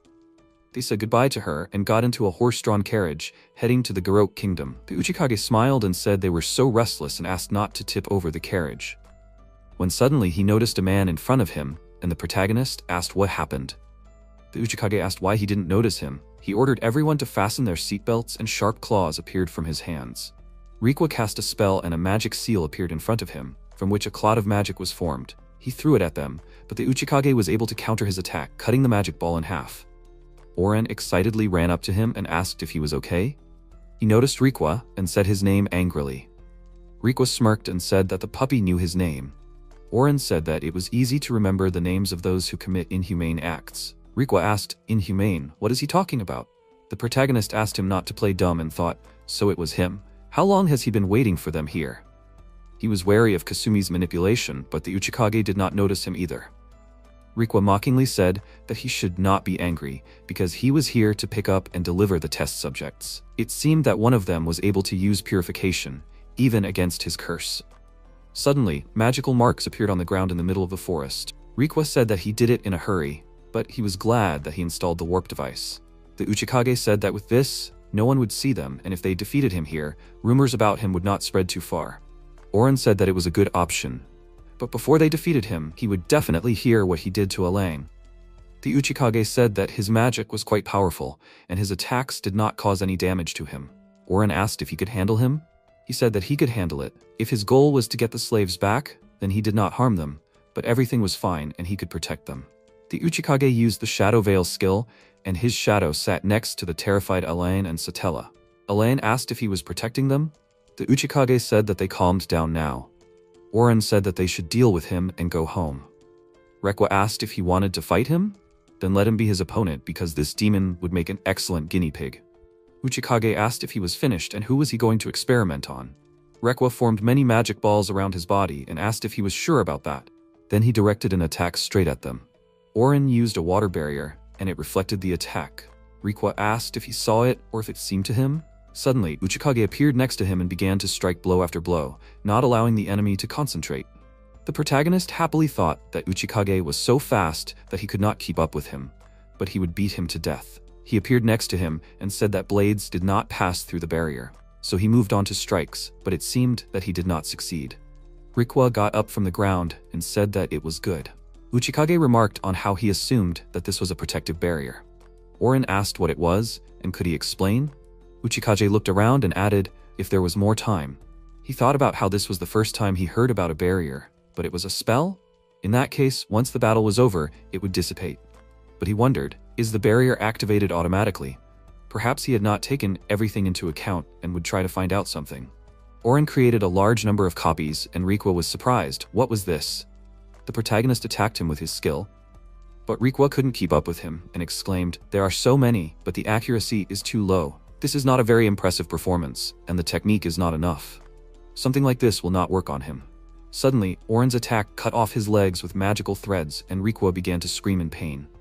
The protagonist thought that he just wanted to knock him down and did not expect to cut them off completely. Requa gritted his teeth in pain and screamed how much it hurt. Suddenly his legs grew, and Uchikage and Oren were surprised. He tried to stand up and exclaimed that he could not believe that he made him use the accelerated regeneration skill. Uchikage said that he must have absorbed a significant amount of magical energy by now. Oren thought that he was only causing laughter and asked his ally to deal a strong blow to him. Uchikage replied that it might not work. Rikwa ordered them to stop talking. He would turn them into coals. They should realize for themselves how great the power of an S-rank adventurer is. Oren smiled and said, then jokes aside. Unexpectedly, Rikwa used a heat beam and magic pierced Uchikage's body through the water barrier. Oren looked at his opponent in horror and said he broke through the water barrier. Suddenly, another attack from Rikwa hit the protagonist, and he flew towards the Uchikage. He turned his head to him and said that he was fine. Oren tried to reach him and thought that he wanted to use great healing, but Rikwa was looking at them, so now is not a good time to reveal his abilities. Things are bad, and Alain and Satella are in the carriage. We need to somehow protect them, but there is no use in a water barrier. The protagonist got to his feet and used a pneumatic barrier. Rikwa attacked him again and left a crack in the barrier. Oren thought about repelling the attack, but the barrier that he spent 50 mana on is not up to the task. He used 70 mana on his skill, but Rikwa was able to break through this barrier too. He laughed evilly and ordered the protagonist to see his power. This is the spell he worked on for years. It is perfect for a little fun. He attacked the barrier again and again, and Oren thought that his barrier would not last long. Now the Uchikage could not fight, and he would have to do everything himself, and he had almost no additional options left. Rikwa broke through his barrier and knocked him to the ground. Suddenly, Raisin appeared in front of the protagonist, stopped the enemy's attack with his hand and asked, "Was that a blow?" Rikwa was surprised and asked, "Did he stop the heat beam with his bare hands?" Oren thought happily about the familiar head and could never imagine that their meeting would happen exactly like this. But he is glad that he has not changed at all. The protagonist exclaimed that he was late and Raisin apologized to him for the delay. Raisin happily exclaimed that he did not expect to be able to meet his brother again. That's why he is so happy. After parting with him, he had a hard time. Suddenly, Rikwa fired a heat beam at his head, but there was not a scratch on him. He looked at him and asked, "Who is this man?" Oren said that he is an enemy. Raisin smiled and added that if he was his enemy, then he was his too. The protagonist thought that he couldn't believe that he had come to trust him so much in such a short time. He said that this guy had strong magic attacks. Did he have anything? Raisin said that he had a strong defense and that he wouldn't let anyone hurt his dear ones. Oren said that in that case, he would rely on him, and Raisin used the skill to set up the barrier again. The protagonist asked if it could be moved too. Rikwa angrily shouted that it wouldn't work, so they couldn't stop him. He fired a heat beam, but Raisin waved it away with his hand and then said that it was unfair. He asked him not to use his red stick while he was getting ready. Rikwa angrily exclaimed that it wasn't a red stick, it was a heat beam. So don't rename the names of his attacks. Raisin called out to the protagonist and told him to stand behind him. He has a skill that allows him to take damage from his comrade. He is fine with it, and no matter how many times he hits him, he will not receive any damage. So he will be able to defeat him easily. Oren said that he is cool, and his defense is really far from ideal. Rikwa shouted that, by the way, it took him 20 years to reach such a level of skill. Raisin again waved him off and exclaimed, "What a cry, this is just an ordinary magic circle." He used a pneumatic barrier and directed it straight at the enemy. Rikwa asked in fear, "Is this thing coming?" When suddenly the barrier knocked him off his feet and threw him aside. Oren was surprised and exclaimed, "He can attack with it on the move." Raisin added that he will not cause serious injuries with such a blow, and the rock cannon also disappeared. The protagonist encouragingly said that everything is fine and he has already worked hard. Rikwa got angry and shouted that he will kill him. Many magical marks appeared above him, from which heat rays were escaping. Raisin deftly parried his attacks, when suddenly the skill hit Oren's leg. He looked at his leg and was surprised. He really didn't feel pain. What a useful skill. Raisin said that it was so depressing and asked him to finish him off quickly. Oren said that he had already seen his power. Now it was time for him to show it too. He used water spears and Rensui thread spears. A sharp water sword appeared in his hand and Raisin asked with admiration, "What is it?" The protagonist moved to attack the enemy and said that it was a water spear. He would parry it with his flaming sword. Rikwa parried the attack, breaking the spears in half, when suddenly threads appeared around his legs and he thought, "Is he trapped?" Oren struck the enemy and Rikwa thought that he just needed to dodge. The protagonist swung his sword and struck him in the head. He shouted that he would not let him attack. Suddenly, Rikwa used a shield and Oren asked in surprise what was wrong with him. Rikwa said that they were indeed very strong opponents and next time he would kill them. The protagonist said that he escaped, and if it weren't for Raisin, he would hardly have dealt with him. After a while, Oren used the great healing skill and transferred some of his energy to the Uchikage. He said that his condition had stabilized and he thought that his life was no longer in danger. The protagonist picked him up and carried him to the carriage. Raisin was surprised and exclaimed, "This is his brother's carriage." Oren put the Uchikage on the bed and Satella asked if he was okay. The protagonist replied that the wounds were not serious, but it was better to keep an eye on him for a while. He asked if they would keep an eye on him. Satella and Alan agreed and asked who that person was. Oren said that he was his best friend. Why was he so embarrassed? Satella was surprised and said that he was so dirty. The protagonist said that he could use a bath. He used a water skill that enveloped his ally's body. Raisin asked in confusion if that was too rude. Oren said that they also need to change their clothes, right? They are still walking around in bad clothes. 3 days later, Oren's carriage was still on the road. The protagonist thought that the Uchikage had not woken up yet, but it was good that he had asked how to control the carriage earlier. Raisin, Elaine, and Satella were playing, and the protagonist said that he was glad that they got along, but they should be quieter since the Uchikage was still sleeping. Alan and Satella pulled Raisin's body in different directions, and the protagonist asked if that must hurt. What kind of defense was he using? Raisin and Oren opened the system window with the characteristic, and the protagonist added, although his level is lower than his, but the defense is very high. How is that? What is he planning to do? Raisin said, of course, he will go after him. Oren added that he can also become an adventurer. As soon as they solve all the pressing issues, then he and Uchikage will become adventurers. Raisin exclaimed with delight that he wants to too. The protagonist moved his head away and noticed that Uchikage woke up. After a while, they took a rest, and Alan and Satella petted the horse. Uchikage thanked the protagonist for healing him. Oren replied that he wanted to heal him right away, but it was dangerous to show the enemy great healing. Uchikage said that everything is fine. If he saw all his skills, he probably would not leave him alone. The protagonist said that he could not win and managed to escape. The Uchikage smiled and asked how he made an S-rank adventurer retreat. As expected of him, he looked at Raisin and asked, did this man help him? Raisin sheepishly agreed, and Oren hit him on the head, asking, is he so shy? No one will eat him, he doesn't have to be afraid. Raisin introduced himself and said that he was glad to meet you. The Uchikage happily exclaimed, he was that same Raisin. He was surprised and asked, does he know him? The Uchikage added that Oren told him about him. He has good defensive skills and great strength. Raisin happily hugged the protagonist and exclaimed, he praised him so much. Oren displeasedly said that he was still empty-headed. Raisin displeasedly asked what he meant. The protagonist said that such things should not be said. The Uchikage laughed and apologized, but it was the pure truth. Why are they both so annoying? A few days later, Uchikage said that the city was already in sight. The protagonist was surprised and replied, so they were almost at the Garo Kingdom. Meanwhile, Raisin was admiring the city and said that it was the first time he saw Western architecture.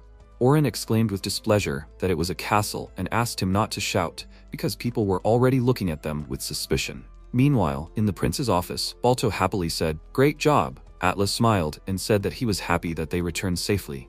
Oren said that they hadn't seen each other for a long time, and Alan and Satella were now safe. Atlas thanked them when suddenly Baladim burst in and called out to them. They happily greeted him and hugged him. Baladim cried and said that he was so happy. He called out to the protagonist and expressed his great gratitude for saving them. Balto added that thanks to Oren, they managed to avoid war. The protagonist said that he would have rushed to help anyway, and the fact that there was no threat of war now was just a pleasant bonus. Balto asked who was sitting next to him. Raisin excitedly said that they had not met yet, and introducing himself, he added that he was currently traveling with his older brother, Oren. Atle was surprised and said that his best friend did not know etiquette. Balto chuckled and said that it was a joke, because it was obvious that he had even overdone it. Raisin was upset and Balto said about Rekfa, it was good that they were not hurt. Oren asked what his punishment would be. Balto thoughtfully answered that the Adventurers Guild should intervene. Of course, his license would be confiscated and the church would persecute him as a sinner. But he was still free. The protagonist added that no one had reported experiments on people. If so, this was a good chance to collect evidence. All the slaves he found in Rekfa's basement could be witnesses. They will conduct a thorough investigation, and he will be punished. Balto replied that he will report everything to the guild leadership. The protagonist thought that while he was getting to the Garo Kingdom, Rekwa must have escaped and got to the slaves he left in that cramped prison. Balto thanked him, and he looked at him questioningly. He considered saving the innocent his top priority, so he minimized the damage and prevented the war. He may think that he helped a small number of people, but in the end he saved the entire country. He is very grateful to him. They move on to the next topic of conversation. He called Satella and Alang, saying that they would help him rebuild their hometown. Atlas said that they still have not lost their position, so they have enough strength to rebuild it. Although they are still young, but with the support of the Baladim, there will be no problem. The Garot Kingdom will support them and send people to help. The inhabitants of Asbal are freed from slavery and can breathe a sigh of relief. Balto added that the only problem was that the Lord was gone, but the people knew Satella and her friends, so everything would be fine. Now that the Lord was gone, he would be happy if his eldest daughter would take over her father's work. Satella asked hesitantly, "Her father's work?" Alon called out to her and said that she was with her. Satella confidently said that she would do it. After all, she lived in this city with her family, and it was her turn to protect it. Balto said that everything was settled, so he thought that was it. What were they planning on doing next? Oren said that he, Raisin, and Uchikage would return to the village and tell the villagers everything. Balto smiled and asked them to be careful. Atle asked them to contact him if they encountered any difficulties, and he would definitely help them. Oren happily thanked them. A few days later, they came to the demon village, and Oren exclaimed, they were finally back. Raisin looked at the villagers in admiration and exclaimed, Japanese style, there really are a lot of demons here. Meanwhile, at Raiki's residence, the assistant greeted them and said that the master was already waiting for them. Raiki said that they did a great job. Oren waved his hand and greeted him. Raiki exclaimed in confusion. Master White Snake, the protagonist, was surprised and asked how he knew. The Uchikage said that Master Raiki has the ability to see names. Hisui hugged him with all her might and exclaimed in displeasure, he was late, after all, she waited for him for so long. The Uchikage tried to help Oren and said that she was going to strangle him now. He held Hisui, who was trying her best to break free and screaming for them to let her go. She finally met him. Shim, confused, said that she was being a little selfish. They must have had many adventures with him. Oren smiled and thought that this hadn't happened to him in a long time. Raiki said that he heard from Tenda, so that's what happened. The protagonist smiled and replied that Uchikage was always there and helped him. Raiki asked if they had decided what they were going to do next. The protagonist replied that he and Uchikage would become adventurers. Raiki said that's it, and after a long silence, he called out to him and asked him to make sure to protect the protagonist. Uchikage bowed as a sign of respect and accepted the order. The demons happily rushed at them and wished them luck. They should celebrate this and drink. Hisui asked displeasedly, do they really want to become adventurers? In the evening at the residence, Tenma hit Uchikage on the shoulder and said that he was a good boy. Hisui immediately went to look for Mr. Oren after dinner, and Shim tried to stop her. Tenma hugged Oren and Raisin, and they drank alcohol. Raisin said that he couldn't drink anymore. The assistant and Raiki watched them happily. Alon and Satella returned to their home. Oren asked Uchikage and Raisin if they were ready. They agreed, and the protagonist put on a kimono and headed towards the exit of the village.